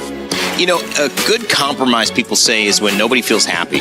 But it felt like maybe Virtus Pro felt a little happy on those compromises, unfortunately, is what you're saying to me, guys. I want to look ahead how this works for this team because, being here, finally now making it into the knockout stages, what are our hopes? Because as even Blam and Rookie had mentioned, there is no easy team fight. There's no easy game from here on out. Definitely for Virtus Pro, they are in a good position because they know how to adjust inside the game while the game is happening. And that alone means that the knowledge that you have with the current patch is just on point, that you can stop whatever it is that's happening on the other side, given if there is a huge lead also for the side of Buriram, and it's easy for them to apply that on the next games that they will be playing on the playoffs. One of the things that I've seen, and I don't know if this is real, but there has been a bit of an energy at EWC being in France, and there has been a little bit of a France buff, a Europe buff. I feel like, right. Do you know what I'm saying? Yeah. There has been, and one of the things about Virtus Pro is you start a little run, you get a little confidence, who knows what can happen. This is what we're going to start speculating about. Of course, coming up, we don't know where they're going to be playing yet because we have our draw show happening at the end of today. So stick around. We've got one more match, then we will have our draw show. We'll figure out exactly how those quarterfinals look, but when you get there, every team is dominant, and of course the KPL teams wait there as well, which that's going to be a big win if you even get a game off of them. It is, and there will be a prize. So if you manage to take a game off of the KPL teams, you get 10,000 USD. What? The series, you have 100,000 USD to play around with. So that's my definitely goodness. A good bounty to have, but there's a reason why they put such a big bounty, because it's not easy to do. All right, well, we've got to do our thing, which is unfortunate for the teams that lose, but hopefully they get to learn from those losses. Sky is with Little Boys for an exit interview. Hello guys, good to be back. I'm Sky and I'll be honored to have Little Boys from BRM joining me for the post-match interviews. Sawadee Krap. Sawadee Krap. So how do you feel after the whole series just ended? รู้สึกยังไงบ้างฮะที่เราจะต้องหยุดเส้นทางของเราไว้ณวันนี้ฮะก็จริงๆก็รู้สึกเสียดายครับแต่ก็รู้สึกว่าทำเต็มที่ในช่วง6วันที่ผ่านมาแล้วครับ To be honest, we're quite disappointed at our performance, even though we try our best. So you've completed 6 series and the total game so far. So it will be your total journey here in KWC. So do you feel yourself improving and changing as the time goes by? ก็ค่อนข้างเป็นเส้นทางที่ค่อนข้างมาเดินทางมาไกลพอสมควรเลยนะฮะในปีนี้เนี่ยอยากถามว่าเราพอใจกับเส้นทางนี้ไหมฮะที่แบบว่าแบบ performance ของเราในช่วงนี้ฮะก็พอใจครับเพราะว่าพวกเราก็มีเวลาซ้อมแค่อาทิตย์เดียวครับก็รู้สึกว่าอาจจะทำได้ดีกว่านี้ครับถ้ามีโอกาสในรอบหน้า To be honest, we're quite satisfied with our performance because we have only 1 week for practicing and screaming. But next time, if we have more time, we promise you guys that we're gonna get a better result. Of course, everything better will be happening in the future. I'm pretty sure about this. And for game 2, so your opponent choose Florentino, goes on to the top, and you choose Dharma instead, trying to counter back. We all know that Florentino is a super strong laning hero. So how do you try to handle the situation up? And you actually got the first blood, right? How do you do that? ก็นะฮะในเกมที่2นะฮะในฝั่งตรงข้ามเขาเลือกเล่นฟลอเรนติโนนะฮะส่วนทางเราพยายามที่จะเลือกฮีโร่ที่เป็นตัวเคาน์เตอร์แล้วนะฮะแล้วก็พวกเรายังได้ first blood จากทางเรายังเก็บ first blood ได้ด้วยแล้วตอนนั้นเรารู้สึกยังไงกันบ้างฮะแล้วก็แผนตอนนั้นเป็นยังไงบ้างครับก็รู้สึกว่าเหมือนทางเขาจะเล่นฮีโร่ตัวนี้ได้แบบเขาไม่ค่อยแบบนะครับเขาแบบยังไม่ค่อยแบบช่ำอะไรอย่างเงี้ยแต่แล้วพวกผมก็เจอจุดเปลี่ยนพอดีเพราะว่าเขามาเขาเรียกว่าอะไรแบบมาหลุดตำแหน่งใส่พวกผมก็เลยแบบลงโทษ So in my opinion, I don't think that the opponent team played Florentino that well. And at that moment they are over pushing up, so we got a chance to get the first blood. Okay, I feel a lot of support and love from the fans all over the world. They are actually here in Paris supporting you guys. So what will be the things you want to say? อยากฝากอะไรถึงแฟนๆที่คอยซัพพอร์ตเราในเส้นทางนี้บ้างครับก็พวกเราก็เต็มที่แล้วครับก็ขอบคุณทุกคนที่คอยให้กำลังใจพวกเราครับก็พวกเราก็ มาได้แค่นี้ครับผมไว้เจอกันโอกาสหน้าครับ So thanking everyone for keep supporting us. Like next time, we promise that we're gonna perform better and get a better result. Okay, thank you for your time. Thank you for your help as well. And this will be it. And give it back to the panel. Well, it's great to always see improvement. And also, I feel like it's just something to acknowledge doing an exit interview after you lose. Not easy, because you're not even processing what's happened yet. You're not taking those learnings. So thank you very much, BRU, for doing that with us. And great interview, Sky. Coming up, it's Blacklist International, Team Vitality, IKL, PKL. Ken, there's a lot of history between these two regions. Too much, but we want more. That's the whole point of it. Yeah, I mean, we have a specialist from PKL over here. We can talk about the history of the PKL teams. You know what? For Blacklist International, we have this inside joke already for our international casters that when we say Blacklist International, they play really well because it's an international tournament. So it stands for the international. And it shows a lot during the games that the Blacklist played, even coming straight from the play-ins, played well against Nongshim Red Force. We have this tiering list for all of the teams participating at KWC and Blacklist International. They're just showing that they're a force to be reckoned with in this tournament. Well, coming up in just a moment, we've got Blacklist International going up against Vitality. They're going to be playing next, our final decider match before we get the quarterfinal draw. In the meantime, before we come back, we'll put your attention towards the new EWC Princess Frost skin that you can grab in-game.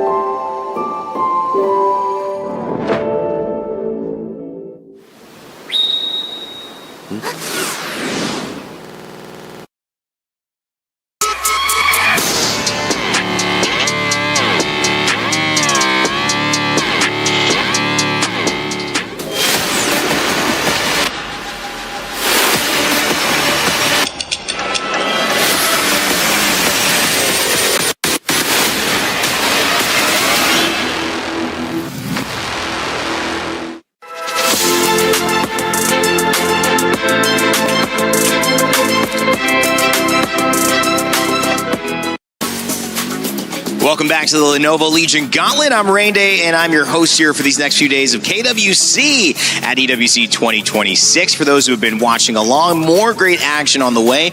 We are not done. One more game will give us our final quarterfinal matchups. But of course, we'll do our draw show after that. Excitement abound. But I want to make sure you guys know, Chantel, Ken, back with me here. We're not changing out casters, not changing out panel. We're continuing on, and I'm glad they're here because we get to set up the next moment of the day, which is, of course, our Crunchyroll story of the day. We hinted at it before this content, and now we've brought it up for real. The fated rivalry between Indonesia and the Philippines. IKL versus PKL. Blacklist International on an international stage. Yeah. And, of course, Vitality. Chantel, break it down. Talk to me a little bit about the history between these two regions and why it's so important that they're facing up here. I think specifically for these two teams, aside from the regions that they're representing, they've faced in a lot of international tournaments already, KIS4 and a lot, and I gotta say that they know each other really well. So the biggest question here is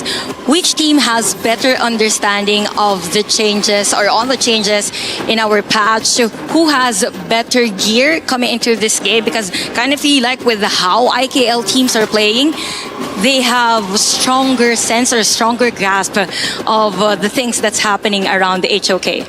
It's also about who learns the fastest, because both teams have been at the boot camp, right before KWC. So Okay. there were many lessons given. Who learns the fastest here? What do you think you learn at a boot camp like that, especially so close in proximity to the event? Can you make up enough ground to have a significant chance? I mean, both of them now had a chance. One of them will be in the quarterfinals. For sure. I think at this point, it really is about you will finally understand how the other team will start to think, what kind of rotations they may be. You can make blind brush plays. So you don't even need to have vision of your opponents, and you should be able to get a big win. And, in the bigger leagues, the more critical moments like this, where we're going to top 8, every moment matters. Go ahead. And you know what? I actually talked to some of the players actually who participated at the bootcamp, and one thing they mentioned that they really learned from the experience is the better understanding of the macro. So every layer around the map has to be considered. For every move, you need to predict whenever there's going to be a player in this bush, whether they're going to go for a tyrant or go for the trade. So that alone, it makes sense as to how these two teams are playing. So definitely for Team Vitality and Blacklist International, it's showing from the previous matches that they played this KWC. Well, representing the Philippines here from the PKL, Blacklist International have awaited who would join them in this matchup. It is Vitality, the Blacklist International, with their own journey here at KWC. We had a chance for Sky to catch up with Chammy before we began today's match. Hello guys, I'm Sky. So I have Chammy together with you for the pre-match interview. Say hi, please. Hello guys, I'm Chamiwan from Blacklist International. So are you watching the games just now happened? Yes, it was crazy. Yeah, what do you feel about the opponents, Team Vitality, you might be facing for your match? I mean, we're still confident to play against Vitality, and we're kind of expecting them to advance. So I think we're pretty ready right now. I think your opponent showed a strong resilience in the game, right? Will that be an issue for you, trying to take down their own? I think it's still the same. We know that they're like that. We know them for quite a while, and we play against them a lot. So I think it's pretty natural that they can win against MIBR. Okay. We just didn't expect that it's gonna be so close. Yeah. So what do you have in mind, because you're very familiar with them, as you said. So what will be the total picture? What will be the whole gaming plan you wanted to do going against with Team Vitality?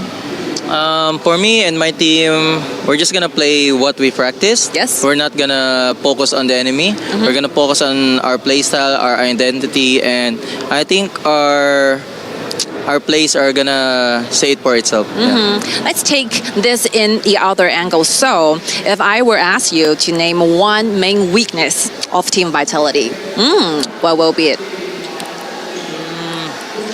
I can't say because they are all performing very well. Yeah. But I think their weakness are like maybe they're too passive sometimes. Okay. And maybe we can have like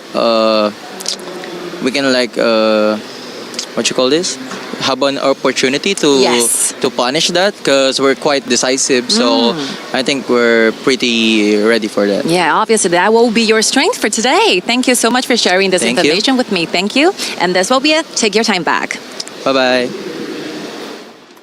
Well, thank you, Chammy. Very interesting thoughts, a chance to exploit the passivity of Vitality. We did see that as well. And Chantel starting out in that game versus MIBR, we thought, well, this is probably going to be Vitality. And all of a sudden, that wasn't the case. The other thing you pointed out was the resilience of Vitality to respond. So giving some respect, but also saying there's a way we can beat them there. Yeah, definitely. And because of that game also, for Team Vitality, I think for Blacklist International, they already have this idea that for Team Vitality, they're not used to being up against heroes that are actually, or they're not good with heroes that cannot penetrate the back lane. So as long as there are heroes that could go on those areas, so Team Vitality is having a hard time on that. Do you agree with that, Ken? Are they looking for dive? Are they looking for characters that can create complex situations that now we have to deal with this? We weren't planning on this. We're out of structure. For sure. So this, let me rewind the history for you. Why everyone loves the PKL IKL matchup as well is because both regions love the fight, and when there's a fight, it's going to go long, it's going to go big, and when you get that satisfaction of winning the team fight, this game could potentially lead to a big last team fight, and you get the win off of it. So this might be a big moment to watch out for in the games. Well, Vitality is going to have to show that resilience if they want to battle against their PKL opponents in Blacklist International. As we had a chance to catch up with Blacklist, we also had a chance to catch up with Vitality, and it was Ball who took some time with Sky. Hey guys, welcome back. I am joined by Ball to our pre-match interviews. So you have already finished one. Wow, that's a crazy ride. How do you feel after that? Feel pretty good because we didn't have scrim before also, right? So I think this make us feel the heat lah. Yeah, there's so much ups and downs in game one especially. So how do you exactly feel like playing in that specific game? It's very good lah. We can make a comeback from that game. It make like all the pressure's gone. Yeah. The game too, and then we can did well. Yeah. So do you think that 2-0 victory lift something up mentally so that you will be like more prepared for the next one? Yes, of course. It's really make us confident lah. Of course. Yes. So you gotta be very familiar with your opponents in the next round, the Blacklist. Yes. What's your like total impression about the team? It's because they are 5 PH player, right? So I think the chemistry is so strong. Yes. Because they play for a long time also. And then the Chami, he's so good as a class laner also. But I think we can beat them in the next match. Yeah, I just talked to Chami. Do you think like Chami will be a threat for you trying to conquer during this game? I think no. Oh, you have something planned, right? Yes. Okay, looking forward to your plate. Thank you for sharing. Thank you for your time. Thank you. Give it time back to the studios. A lot of respect given from Ball as well over to Chammy and Blacklist International. Clearly, it's going to be a fight that they're both prepared for, though, Chantel. I really love because for Chami, he said that they're a very decisive team while the other one has plans. So I am looking forward as to how these teams will have a team fight because we know that it's going to be very calculated. They know the pros and cons whenever there's going to be an initiation for them. So it might be one of the longest games or can be one of the fastest games. I love it because it could be the extremes. I think it will be the extremes, right? Where we're taking a look at Bao against Chammy 1. These are superstar players. And to be clear, Vitality, this team is a team that's made up of 5 individual superstars. They're all shining in their role. Now the question for them is, after that huge comeback with the Tempest game, does that refuel them or is it going to be a tough, tiring, fatigued game? Well, if I was John Q, I would just say yes, because that's all we've heard him say. However, I know Vitality, not just as an organization fighting for club championship points, but as a region, trying to get better over their PKL opponents, which is Blacklist International, are trying to put one ahead and start this one off strong versus before. We'll see what happens. Our final set of the day, somebody's going through to the quarterfinals. Someone's key is getting crushed. Let's send it back over to Rookie and Blam. Thank you very much, Rain Day. Coming into the last match of the day, BTR by Vitality, or I say Vitality, coming to KWC. They're gonna bring something to go against Blacklist International. Both teams have been facing each other since the first stages of HOK. What are they gonna bring to the table today? I mean, they're gonna bring something right up. See, Team Vitality and Blacklist International both got up against MIBR LOS, right? But I honestly think that Blacklist had a bit of an easier change there when it came against Team Vitality. Team Vitality almost losing that game number 1, right? Yeah, it's very, very hard for BTR Vitality coming into this tournament, especially placing on their first match against AGAL and then going down against MIBR lose. Two of the hardest and strongest teams coming into KWC, and who would have expected that MIBR loss dragged them to such a hard game? Yeah, I mean, I don't think everyone was expecting that at all, but the fact is that the Chuck PR region are just kind of increasing in their gameplay, in their experience.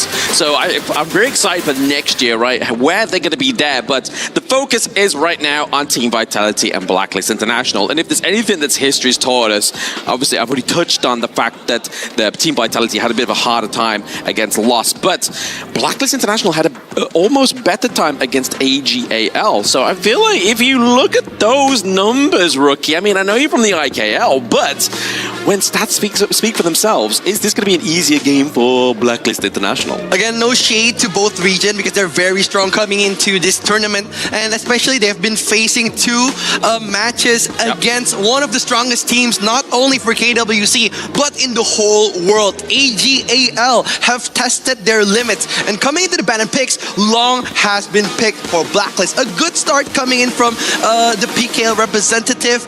Long is a very good laning phase hero. Absolutely. I mean, out of all the games so far that have played against these teams, it's Aoin that's been probably like the most picked hero for Blacklist International. They've got 1, 2, 3, 4 now out of their total matches. Generally, it's either the Chano or Flowball Marksman that we've been seeing as well. But I feel like if you're on blue side, the Aoin here is definitely a good prio pick. But if you look over to Team Vitality, the priority of red side and the advantage is that you can go for either your bot side completely like locked off so that the next banning phase isn't going to be a bit of a concern for you, or you can replicate going for the top side of the map. You can go for the clash lane and support, which we see here for Team Vitality. 100%, especially coming in for Chami1, one of the most aggressive clash laners to come into HOK. And at the Charlotte, at his arsenal, it's going to be very interesting looking at how Vitality answered this pick, because they have the class lane matchup. Byron is going to lack mobility, but for sustained and long-term team fights, these two first picks from Vitality is a very strong pick. Oh, a Zia here coming through for the side of Team Vitality. I mean, if we're looking at kind of like the Zia here, is it going to be using the Sanctification to kind of buff up the potential carry farm lane or the potential carry into the jungle, right? Obviously, Jing yet has not been banned off. I feel like it may be a little bit of a disappointment here if Blacklist doesn't do that, because it is John Q's signature pick. Agree, especially coming in saying that Vitality has been named as the IKL All-Star team with so many star players in one team and proving themselves on their first season after a massive roster change. They've gotten the champion title for IKL. So again, if they are worthy, they are very worthy to come into the stage, and facing them, Blacklist International, one of the strongest representative of the Philippines and the last representative of the Philippines. So they would want this match to go in their favor. And as Blem said, closing in on the two carry jungles to be sanctified by Zaya is going to be Jing and also Luna. Yeah, I feel like the good bans here for the side of Vitality is definitely kind of just trying to make sure that that lane matchup here for the Zia is going to be a little bit easy for themselves, right? But the thing is about Zia that a lot of players don't know, or new players don't know, is he's really got great anti-tank potential as well, right? Obviously using that physical reduction within the physical armor there is definitely going to make it a little bit easier for the side of Vitality to get a bit more shred onto the likes of the Liam Poe, right? Or even slow down Charlotte as she's trying to make that big dives. Yeah, especially coming in with these 4 picks in the first game. Chami said that Vitality is a pretty passive team coming in the early game. And looking at that early game draft here, they have the Ying, they have the Ziya. They're going to be leading to more of a late game control. And looking at Blacklist's roster, Blacklist's pick, they haven't gotten their mid laner and jungle here. The tempo maker for these two teams. I think Lady Zin is not a bad pick coming for Blacklist, or maybe more of a controlling mid lane. Haya is their favorite. I was going to say, like, obviously after the points I was making about Zia, like, we're looking into the mid lane, what we're going to go for here, but then obviously highlighting the Zia. My next point really wanted to be that the Haya would be perfect, because obviously if we're looking at the composition of Team Vitality, you want to be abducting Byron, Lapu, right? Just completely getting rid of them off the Gorge. But it's actually going to be Just Keep picking up the Monkey here as well. So they now have a bit more of a rounded out front line. We're going to see that Tremor Smash go into the Dream Roam as well. So the potential setup here for these two teams. Also the tankiness from the early part of the game for Blacklist International is definitely like not reliant on items, because Liampo and Monkey naturally tanky. I think it's really good for both teams coming into this game, picking a very, very selfish jungle. Like for example, Monkey really sets up the team fight, and so does Ying. So both teams are aiming for long-term team fights and focusing on their main damage dealer, which is the farm lane. They have the Flowborn Marksman for Vitality, and they have the Chano for Blacklist International. Oh, sorry, they have the Long for Blacklist International. So both teams are going to be heavily focused on their farm laners, and we know this matchup, Golden Kite and also Lan Feng, both of the best farm laners in their own league. Absolutely, and at their own rights, right? Like they've definitely shown their colors and valor so far within every competition of HOK International they have participated in.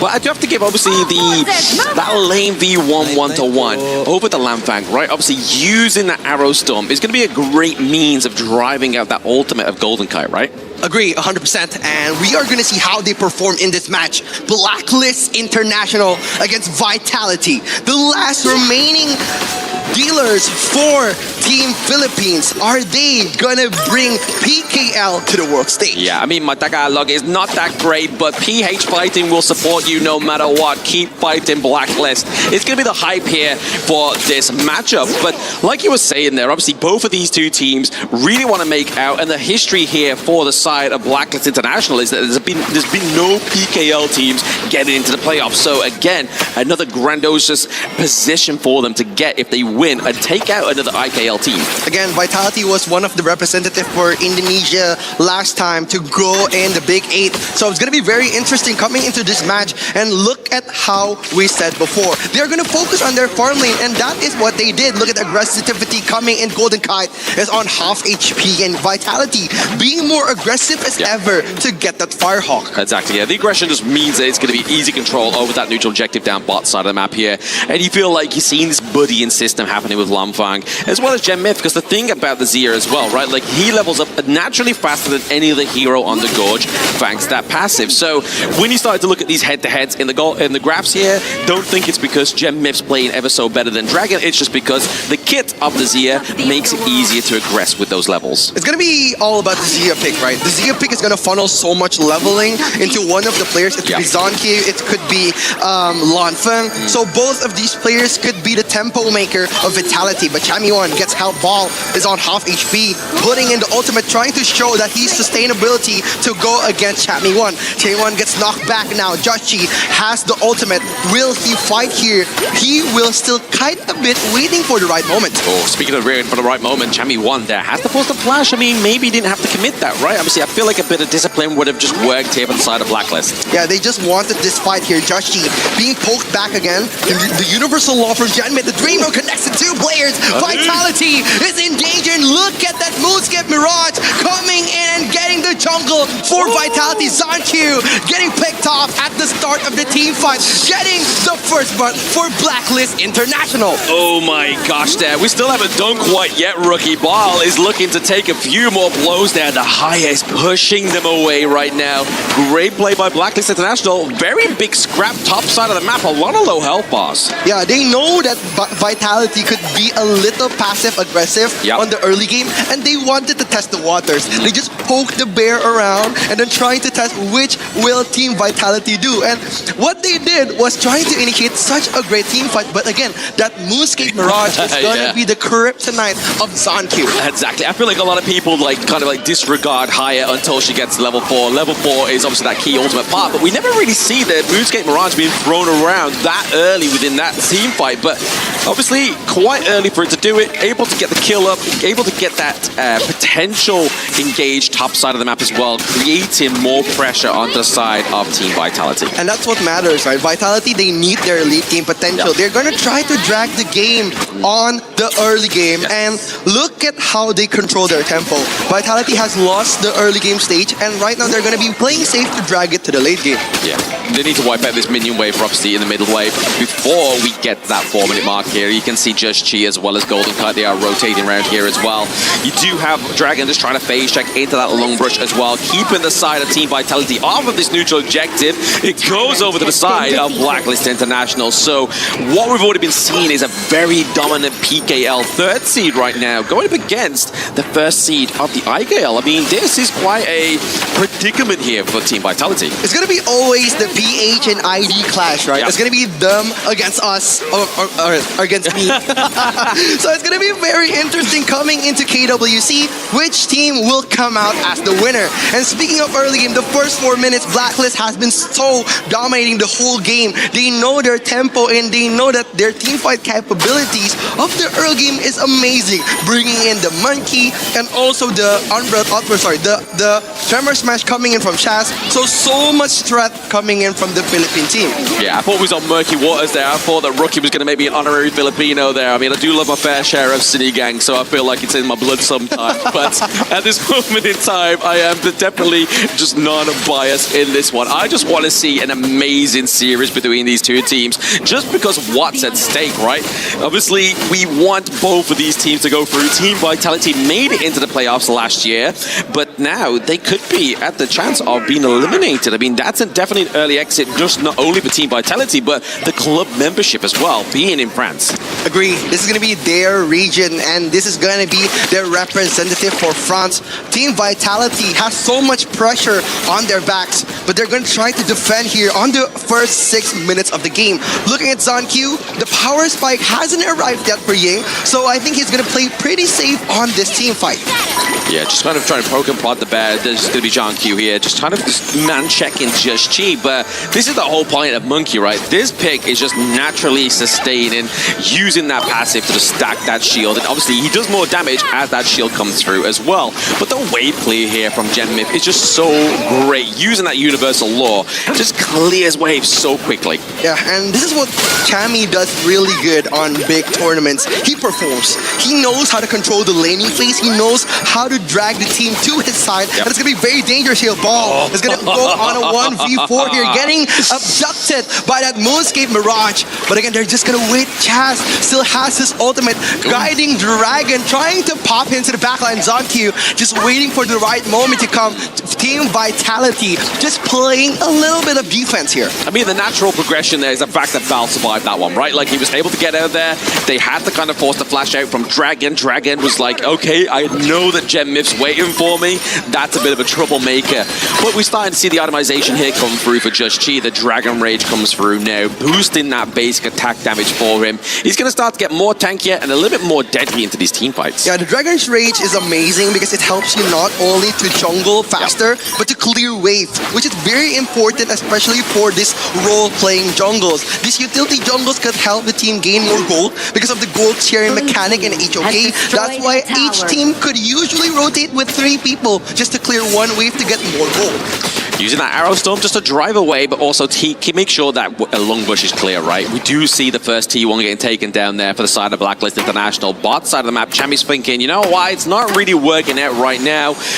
What's a good way to actually put pressure onto Team Vitality? We have a late game marksman taking his lane away, making it a little bit more uncomfortable for him to get a comeback or any kind of scaling right now to an easy extent. It's definitely taking away that T1, but top side of the map as well. Just Chi is looking to put the pressure.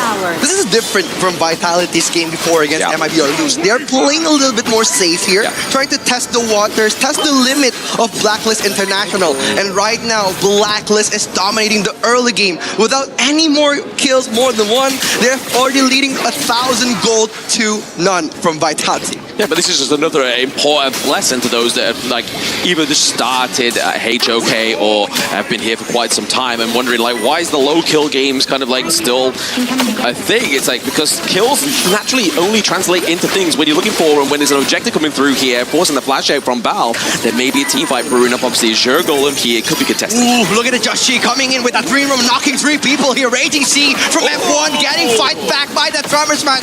Coming in from Chaz, Vitality trying to defend from the Moonscape Mirage. Coming in from Dragon Lotfa is in danger, but they survived that push from Blacklist International. Beautiful play there. I mean, to be honest, I've never seen Dragon perform this well on higher. Like, where's this performance come from? This is a really good play here from Blacklist International. They dive in. Bal tries to take your front line. You get taken away.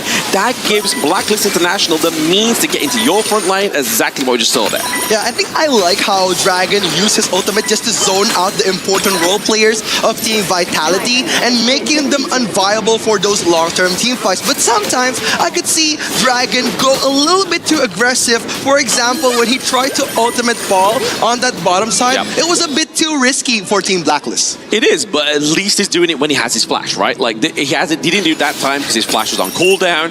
That time, he was like, right, I'm going to make that ballsy play. But speaking of the ballsy play, it's here once again, just as they both go in. Tremor Smash separates the team fight, enables Dragon just to make sure the Bal's within safe distance. He's the snake charmer in that team fight, right? He's like, hey, come over here. I want to take you home with me, baby. And then that's it. It's the end of the night, end of the day. Yeah, this is going to be very dangerous coming in from Team Vitality, living on knife's edge. Because look at the gold cap, 3,000. It's enough for Blacklist to hold on that lead. And coming in, Just Chi, getting that triple man knockback with that universal law. Coming in, the Moonscape Mirage coming for Lonfeng. Chamilon gets the solo kill. Golden Kite is open and nobody's taking them down. Ball is in danger. Just Chi just trying to zone him out from the team fight. But look at Chamilon. He wants more smoke coming in from F1. It's a battle of the 1v1. Yes, absolutely. Good performance here as well. But I feel so bad for Bal. It's like he's in an episode of Dan to Dan. He's just getting abducted by aliens. But it's not aliens. It's a dragon into the Moonscape Mirage. T3 down bot side of the map. Blacklist here. Oh, Zonkyu, he needs to defend with that Sunbird coming in. Almost getting 2 kills. But just as the timer about to stop, Zonkyu gets the double and defended the crystal just on Knife's edge. Just Chi gonna be 1v1 against Ball. They're trying to survive, but no anti-heal items coming in from Just Chi's side. Ball is in danger, surviving just bit by bit, and Just Chi winning that 1v1. Wins the 1v1, looks to go towards the Overlord pit, but they're like, you know what, we don't need this. The macro is not our weak point here. They're only laterally losing that T1 to the minions top side of the map, so it's no real pressure onto the side of Blacklist, so they go for the Tyrant, so they can make a more aggressive push onto the Crystal this time around. Yeah, they need to be careful of that Green Room coming in from Just Chi because they've caught Just Chi off guard a couple of times. Just Chi got that triple knockup not only once, but twice in the big team fights. Vitality, they need to be careful because if they repeat those mistakes, the end game may be near because their high ground is gone and right now they're a bit struggling to defend this push. Yeah, this 12-minute mark's definitely kind of like not nearing the end here in terms of game state for Team Vitality as they find themselves 5k gold behind.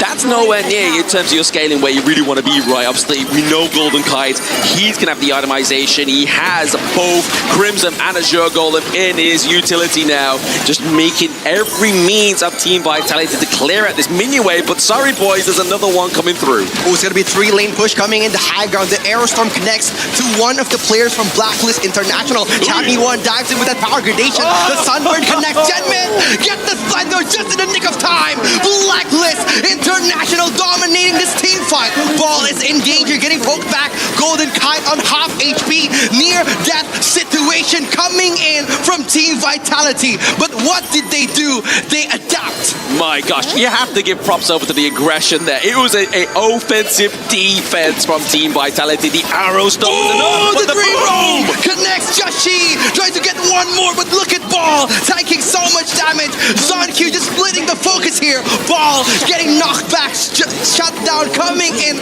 to Golden Kite. Trades himself for Landfall. The Crystal is open. Team Vitality get defeated by Blacklist International. I don't know what's worse. Obviously, not being able to defend yourself or hearing just the barrage of night ball like that just kept coming through there towards the end for Blacklist International. But woo, I mean, the stats are definitely speaking for themselves, right?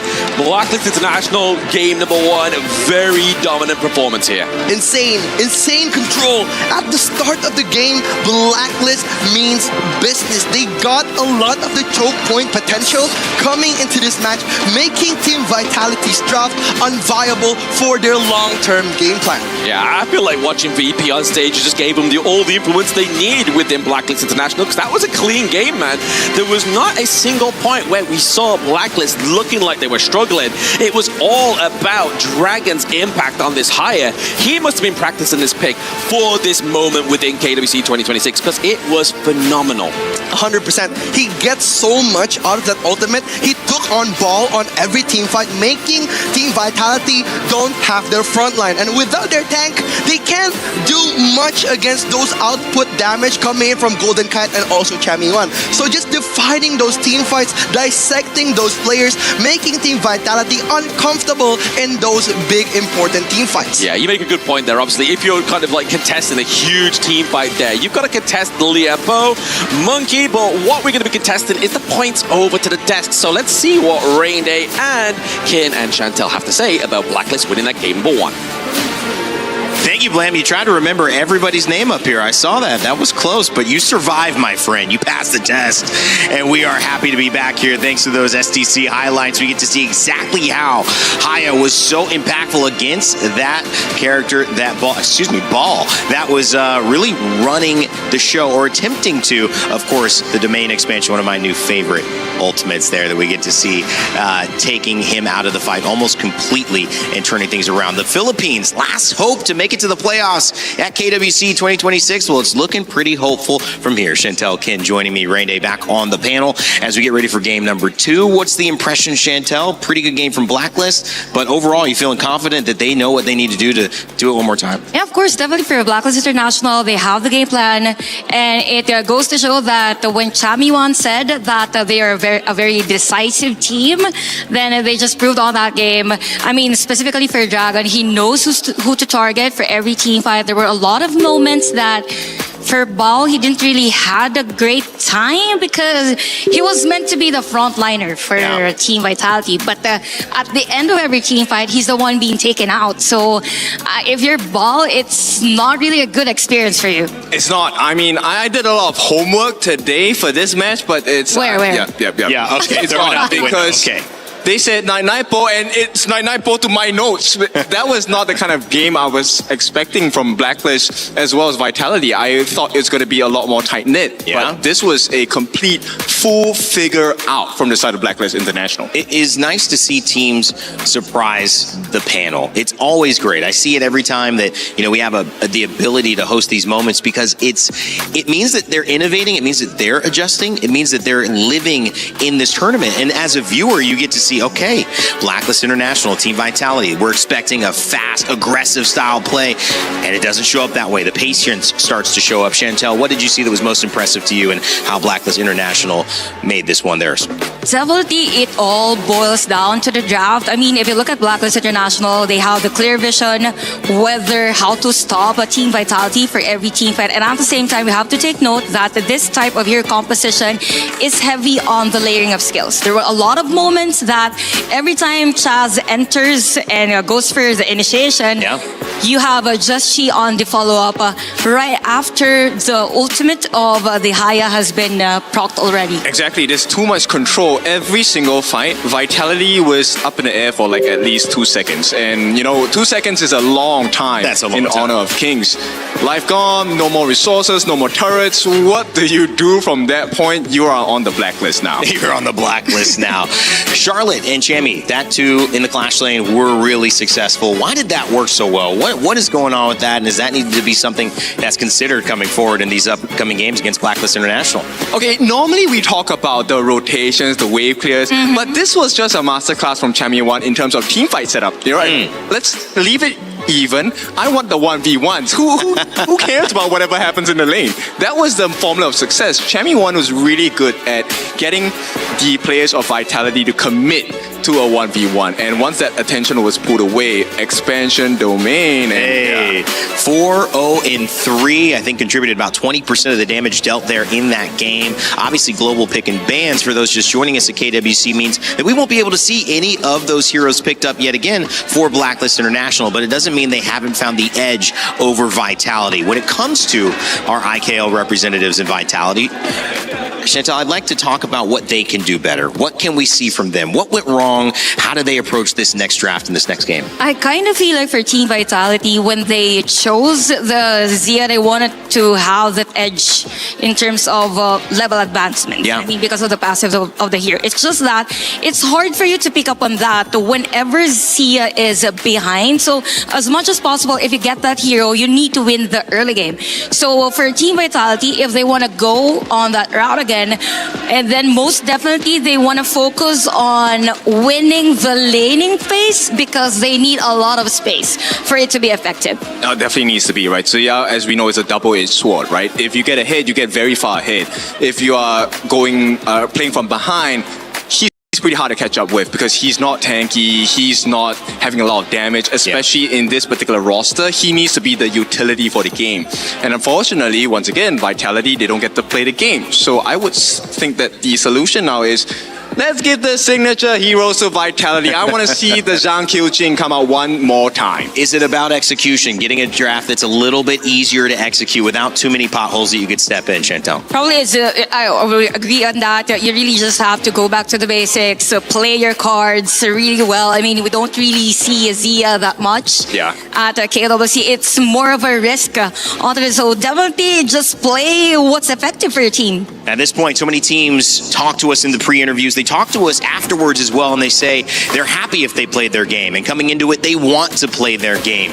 Will they be able to say that after 2? Because Blacklist International on the verge of moving forward. Vitality yet to find the draft that would get them in motion. Will this be the one as we head over to game 2? It's Blam and Rookie. I'd love your thoughts on how Vitality can climb back.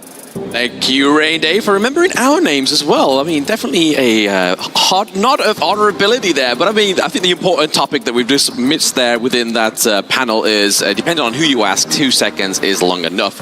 But Rookie here, what do you think after that game number 1, right? Obviously, what does Vitality need to draft in this game number 2? I think after game 1, Chantal is smiling a little bit too wide. That's 1. But 2, Vitality needs to step up their game. They're playing so good in the match before, but now they're playing a bit too passive, making Blacklist too comfortable in their own draft picks. And after getting so much momentum, Blacklist is like a freight train. He can't be stopped. Exactly. He cannot be stopped in that one. I mean, you was even saying, like, you were propping up Just Chi, but at the same time, you're thinking, I'm going up against my own team. Like, what's going on here? You find yourself right in the Blacklist train, like the rest of the PKL region here as well. But for me, obviously, we've seen a very dominant Blacklist on this game number 1. So in this draft, Team Vitality needs to pull out all the ranks, right? Is even going for, like, I don't know, a first pick Jing on blue side, right? It's going to be all about respect here in the international stage, and looking at the first ban and picks, they are all about respect. The Zhongfei pick from F1, the Lapu Lapu just to deny that combo, and the Pei Florentino. Both teams respectfully could play Florentino really well. Ball and also Chammy 1 is one of the best players coming into KWC. And looking at the first pick here, the flex pick from Vitality. Yeah, I like this because Team Vitality kind of like, we're not too sure what Blacklist's identity is going to be in this game number 2. What's the one way around that to get a kind of like just an easy reaction straight away is getting that Chicha flex pick, right? Chicha flex in there, either into Clash, into the farm lane. We've been seeing a lot of Chicha farm lane more than Clash, however, but it's going to be that farm lane 1-to-1 potentially with the Aaron here. We know that Blacklist International like playing the Aaron here. They've probably got a win every time they picked up the Aaron because it was one game against Los Hernandez. They got that pickup, but here as well, Chami is given Dragon over Lorien, so we're not going to get the abduction, but we're still going to get that airtime. Yeah, they need a setup for the Lorien here because Lorien, as an individual hero, he's good, but he's not great because of the early game advantage of Lorien not being so well. But look at ZonQ here with his signature pick, the Jing, and also the Guan Yu coming in from Ball. Oh my goodness. I mean, Blacklist is like, okay, just try your best, okay? Just pick up whatever you want to go for, and we'll try and beat you with it. I mean, that's a statement, right? If Blacklist International is able to beat Team Vitality with these 2 picks, that to me signs the strength and the improvement of Blacklist International. But look at how Blacklist answered that pick with the Flowborn tank. And it's going to be very interesting coming into this tournament with the Flowborn tank pick because it's very good against those flashy jungles. Jing, Luna, they all struggle against this one tanky hero. And the answer to this hero is probably a D-Range pick because without that, making the strongest pick here coming in from Blacklist so viable against all of the rosters from Vitality. I mean, to be honest, if we were talking about D-Range onto the side of Team Vitality, I mean, he's kind of been burnt out now. Guan using Clash lane, Chicha's down farm lane, so that anti-tank has to probably potentially come into the mid lane, you know? Maybe Angela here for Gem Myth. We know Gem Myth has picked up that pick before, but they're looking to go against the delivery system, the Lu Bang. They're looking to go against any kind of road in the bump that's going to kind of stop the freight train, which is Flowborn tank, right? Like you said there, Rookie, a good point was the fact that it's a great counter against the Jing. Yeah, again, we said on the draft before, it's all about respect. And that is what Blacklist has given Vitality from time to time. Meeting them in many of the international tournaments and now meeting them at the world stage. The only ticket left to the playoffs of KWC by EWG 26. So again, it's going to be an interesting pick coming from Blacklist's side. The Moza, all about control. I like it. I want Chaz to channel Draw from yesterday. Draw's Motsu was incredible. Like flashing in, think inside the box, 3 members of your enemy team, and then that's it. The burst damage from Aaron, Lorien follows up here. But the more important part is, what's going to be the round off here for the side of Blacklist International? Are they going to go for something like the Byron here? Obviously, just give Chami one of his massive picks. And we're going to see a little bit of a pizzazz here. But speaking of pizzazz, we get the Q1 into the mid lane, Dolia into the support role here as well. So we're going to get double Unending Sorrows. Yeah, this is going to be a ZonQ special coming into this game here. Looking for the setup from the Yuhuan and also the double ultimate from that Dolia. ZonQ is going to be very, very respected on this match. And looking at the counter picks coming in from Blacklist, they need a very tanky Clash lane. As Blam said before, I think Byron is a great pick coming into this draft. Yeah, we don't want to see Abaichi. I think Isaac may have an aneurysm at that point. He doesn't really like that pick, you know. He doesn't really like that one. But no, they're going to give all over the tank ability and soak in all that damage. It's going to be onto the Just Chi on the Flowborn tank, right? And now Chami's going to go for a bit more carry, a little bit more burst. If you're looking at all the damage dealers on the side of Blacklist International, that's a lot of burst if you're onto a single target. But again, if we're talking about Chami, his signature hero wasn't really about Fatih. It's all about the single target control heroes. It's about Charlotte, the Guan Yu, and also the Mei Yin. So again, coming in with Fatih, he's already said it to me before.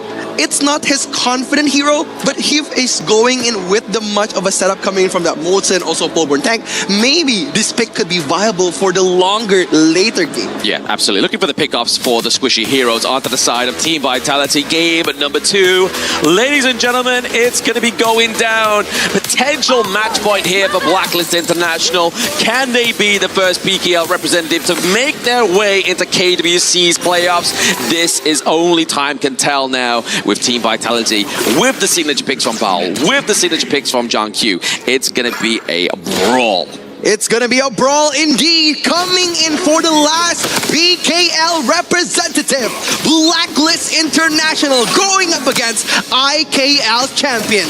Who would pull through to the top 8 in this tournament? Absolutely. I mean, you've already seen a lot of damage being dealt here on the Gem Mip, because obviously it's a lot harder to kind of navigate and get the full potential of the Hu1 at such an early level. So I feel like if you're Blacklist International, you really want to be putting the pressure on straight away, right? Yeah, it's gonna be hard if they let Zankyu get his way on this game, because especially if you're talking about that Jane pick, Zankyu has always been so reliable on the solo jungle carry pick. So Blacklist, they need to be wary of it, especially coming in the 4th minute after the Tyrant. Team Vitality would want to engage in a lot of team fights. Yeah, just to kind of get hot back onto the point of the Zankyu pick, right? Oh, he's already into the enemy jungle here, looking to try and contest that one. Yes. He smites away the Azure Golem. That's a good trade coming in from Vitality, and that's what we said before. They need to control the tempo in the early game, making Zankyu dominant, making Zankyu the main star of the show, and that's what Vitality did. Getting that blue buff coming to Justy, just shutting down that Flowborn tank in the early game. And look at Ball, it's gonna be a 1v1 against Chemi1 here. Ball getting poked bit by bit, but the Razor cover is here. Chemi gets the flash in the nick of time. Such a good trade. You saw the mechanical prowess of Chemi there, right? The knowledge coming through. He's like, right, he's gonna be level 4 any moment. We know that ultimate from the Guan Yu's gonna come through, but there it is, the Murder Maid. He's gonna go in. Zankyu getting chance again, getting that first blood, getting that headshot. Lanfeng starting off strong for Team Vitality. Chaz being taken down there means that the setup's not quite going to be just there for Blacklist International. The cannon blast, the phase check potential here from the boys on Blacklist. He's going to take a little bit of a slow turner here, but we're going to see that replay, right? Tries to force the flash over the wall there, but it's going to be the poke coming from Lanfeng. This is the beautiful pickup of the Cheetah, right? Homing missiles when you have the right amount of stacks. Yeah, they need the damage coming in from that Jing pick, and the finisher is going to be Lanfeng. Yep. And getting shot at slow motion is another level. Imagine being so possessive of the Spytail Beast that you push him into lane just so you secure him. I mean, that's definitely somebody here for Team Vitality, maybe getting a catch off here at the Chami. Chami getting poked back again. Genmit is just assisting now. Chami1 gets poked, and Chami1 gets taken down. The second kill coming to Team Vitality. That's definitely what you want to do, right? You want to put the pressure on the Chami here. It definitely was one of the stars of last game. I feel like just Chi needs to get online. The problem with the Flowborn tank, he scales very slowly. He farms up very slowly as well. So we're going to be having to wait for that pinnacle moment of a team fight, right? You're not going to be seeing just Chi going in with no follower. 100%. Like, they need those farming capabilities of Blacklist, but right now Golden Kite's going to be 1v1. Lanfeng getting that freshly forged and armored master coming and trying just to poke back Golden Kite here, getting a bit trade coming from those two farm leaders. But not only did he burst the ultimate, he's burnt his frenzy as well, right? Didn't quite get the kill that he wanted. It does mean he bursts out the flash here of Golden Kite. So it's those little minor trades, that little detail there that you have for the rest of your team to say, Erin could be a sitting duck next time we see her. Yeah, it's going to be very dangerous. Joshi coming in, looking for the power within, but Joshi almost getting bait to big team fights coming into the 4th minute. They want the setup. Chaz just hovering over the river, trying to poke the damage, but there will be no contesting from Blacklist International. Yeah, I feel like that would have been a dead starter here for Blacklist if they tried to contest that one, right? They had no minion wave into the bot side of the map. It would just be like, okay, just he dives in, but what happens? He dies, they get the Tyrant, and then they slow down the farming of Blacklist International even more, because if you look and pay attention to the overall gold, the Team Vitality for the first time within these two games are ahead by around about 1.8k. Yeah, they're going to try to engage a fight here. Dragon going in with that Starry Night, poking Lanfeng, going at him for half HP, and Team Vitality just taking control of the game. But right now, Blacklist is trying to drag the game as long as possible, because late game is going to be their power spike. Yes, exactly. I think Blacklist in this moment in time are just looking to kind of maintain any kind of jungle, right? They don't want to lose their Azure Golem just yet. They've already done one so far within this one, but the stun onto Gen Mip is not going to be enough. The Unending Sorrow coming through with a teleport here from Ball. Oh, look at Ball hopping in for the team fight. It's going to be 4v1 coming. Ball is almost gets taken down. Gen Mid gets the reset coming in, but look at Zankyu getting that flight on Chami1. It's going to be the best of the best. The FMVP against the FMVP. Zankyu Zonq getting that kill. 3-0 to Blacklist International. Definitely not what the MVP clash of you wanted if you are a Blacklist International fan, but the levitation here onto Gem mid, forcing out the flash. Ooh, Golden Kite gets the elimination, but Chaz, a little bit too greedy. Lanfeng getting into the backline. Dragon gets pulled back to the tower. Lanfeng gets taken down. 2 kills for Blacklist. A revenge startup from the Philippines. I don't know. I think some people watching that might have had some people scratching their heads about Chaz's ultimate, but he was just man-checking that Miro clone of Jing, because if Zonq had the room, he could have just teleported in, did a lot of damage. So I think that's a really good play from Chaz in terms of zoning. 100%. He just was being a little bit wary because he knows that Lanfeng is appearing from the right side. Yep. So just being a little bit safe for Blacklist, because right now the gold gap is a bit ahead of them. And I think Lanfeng going in and focusing on the team fights without any help coming in from Vitality, and even putting up on the Frenzy is a very big trade coming in for Blacklist. Yeah, speaking of people scratching their heads, it was definitely Chammy after that 1v1 in the mid lane there. You saw it from the cannon. I thought I had him. I really thought I had him. But you have to give props to Blacklist International here. They are trying to make a bit of a redeemer in terms of the resource deficit they are facing right now.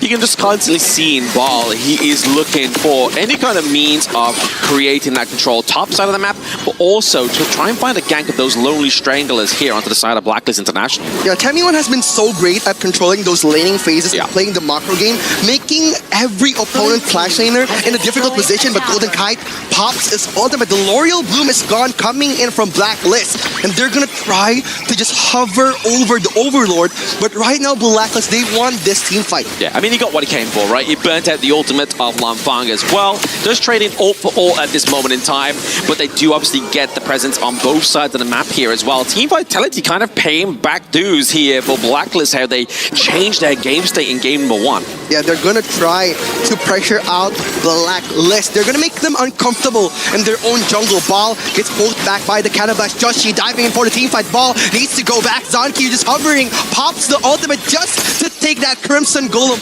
Those micro trades coming in from Team Vitality. Yeah, just not enough obviously leeway there or runway for Chammy1 to actually make a dive onto Zonq, and he already had like quite a lot of health bars as well, right?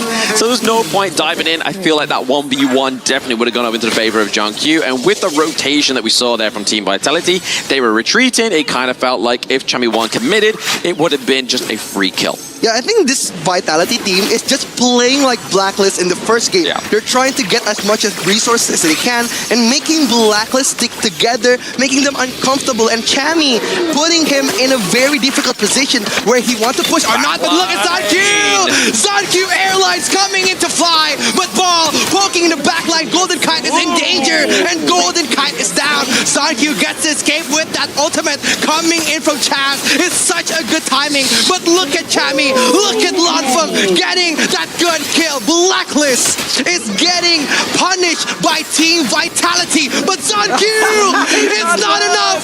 Once is not enough for Team Vitality. They want more. Zonq just switching up so much on this team, and 2 are left from Blacklist International. Absolutely beautiful aggression there from Team Vitality. Not only did they get that mid lane priority that they were really hoping for, but top side. But we look at the replay, this overdrawn battle. It's the positioning from Bal, really putting the access onto the backline there and just giving free reign for Lanfeng to get the positioning, get his stacks up, use that ultimate, and get that potential takedown there with the boom, boom, pow. It's crazy how he utilized his ultimate not only once but twice, and with that Celestial Melody, making him so strong against long-term team fights. And right now, Joshi isn't in the best position as the jungle of Blacklist, because right now the gold gap is 4,000 coming into Team Vitality's pockets. Yeah, it's like we're just watching a different scenario of game number 1 where we saw Blacklist at this kind of lead for that time, but now in game number 2, it's definitely going over to Team Vitality here. But Blacklist find themselves in a sticky situation. Obviously, they still have the T2s at this point. Top side of the map looks like that one could get written off at any moment, but the pressure's going to be enough to make sure that 5 members aren't going to be down in time to contest this Shadow Tyrant. Yeah, they're going to try to contest here. Dragon still has the Starry Night. He wants this. Joshi just hovering over the Shadow Tyrant. Lanfeng waiting for the time to go in. The Cannon Blast just stops F1 on his track, but look at the stun coming in from Gen Mid. It's going to be that red flag coming to Blacklist International. International, forcing them to back off. They force them to back off. They get what they came for, right? Shout out Tyrant there. Just too much scariness. He is the boogeyman on this Jing. John Q is just enough of a driving force, a wedge between the side of Blacklist International and this victory. But a big minion wave down bottom side of the map here means that Vitality is going to open up even more of the base. Structural damage is going to be the aim of the game here for Team Vitality. Yeah, Chami is doing such a great job at controlling those laning phase, but right now Team Vitality is everywhere. Basically, Zonq just appearing in the nick of time almost everywhere around the gorge. And Blacklist, they need to be prepared for that, because right now Chaz and also Just-G focusing as their main stopper is not doing the best on their game. Not doing quite too well. Obviously, the Lorien playing from behind here is definitely a harder hero to kind of handle, right? Like, you generally want to be playing Lorien when you're ahead of the early game, having that position of strength, but now you're just throwing orbs just to try and clear out the minion wave, just to hold on to those T3s. Yeah, he's going to be dangerous in the late game phase of the game, but right now Blacklist is playing a bit more safe, trying to gain control of the waves, playing as much as they can to get their gold gain from those minions. But F1 shadowing over Just-G, pushing him a bit back. 10 men gets the flag, gets the quad knock here. Just-G going back, Golden Kai triggering his ultimate, just giving threat after threat to Team Blacklist International. Yeah, just look how cheeky.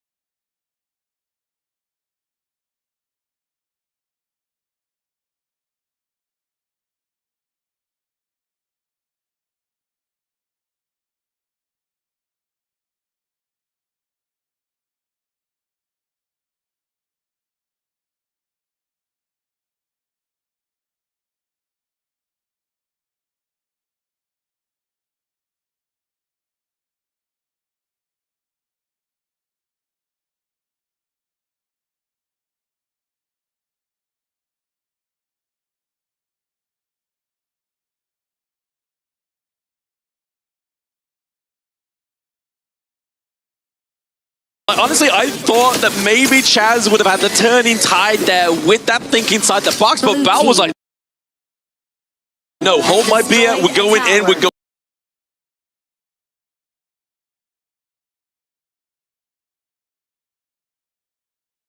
Going from behind, we're just creating and bringing that team fight back into our favor. The game stay here for Blacklist is not looking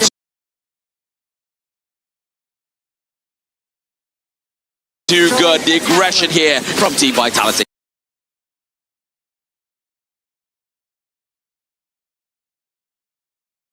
Lanfeng is trying to top up those defenses. Ball opening the ultimate. Razor Cavalry is in his arsenal. Chami 1 gets poked back. Chami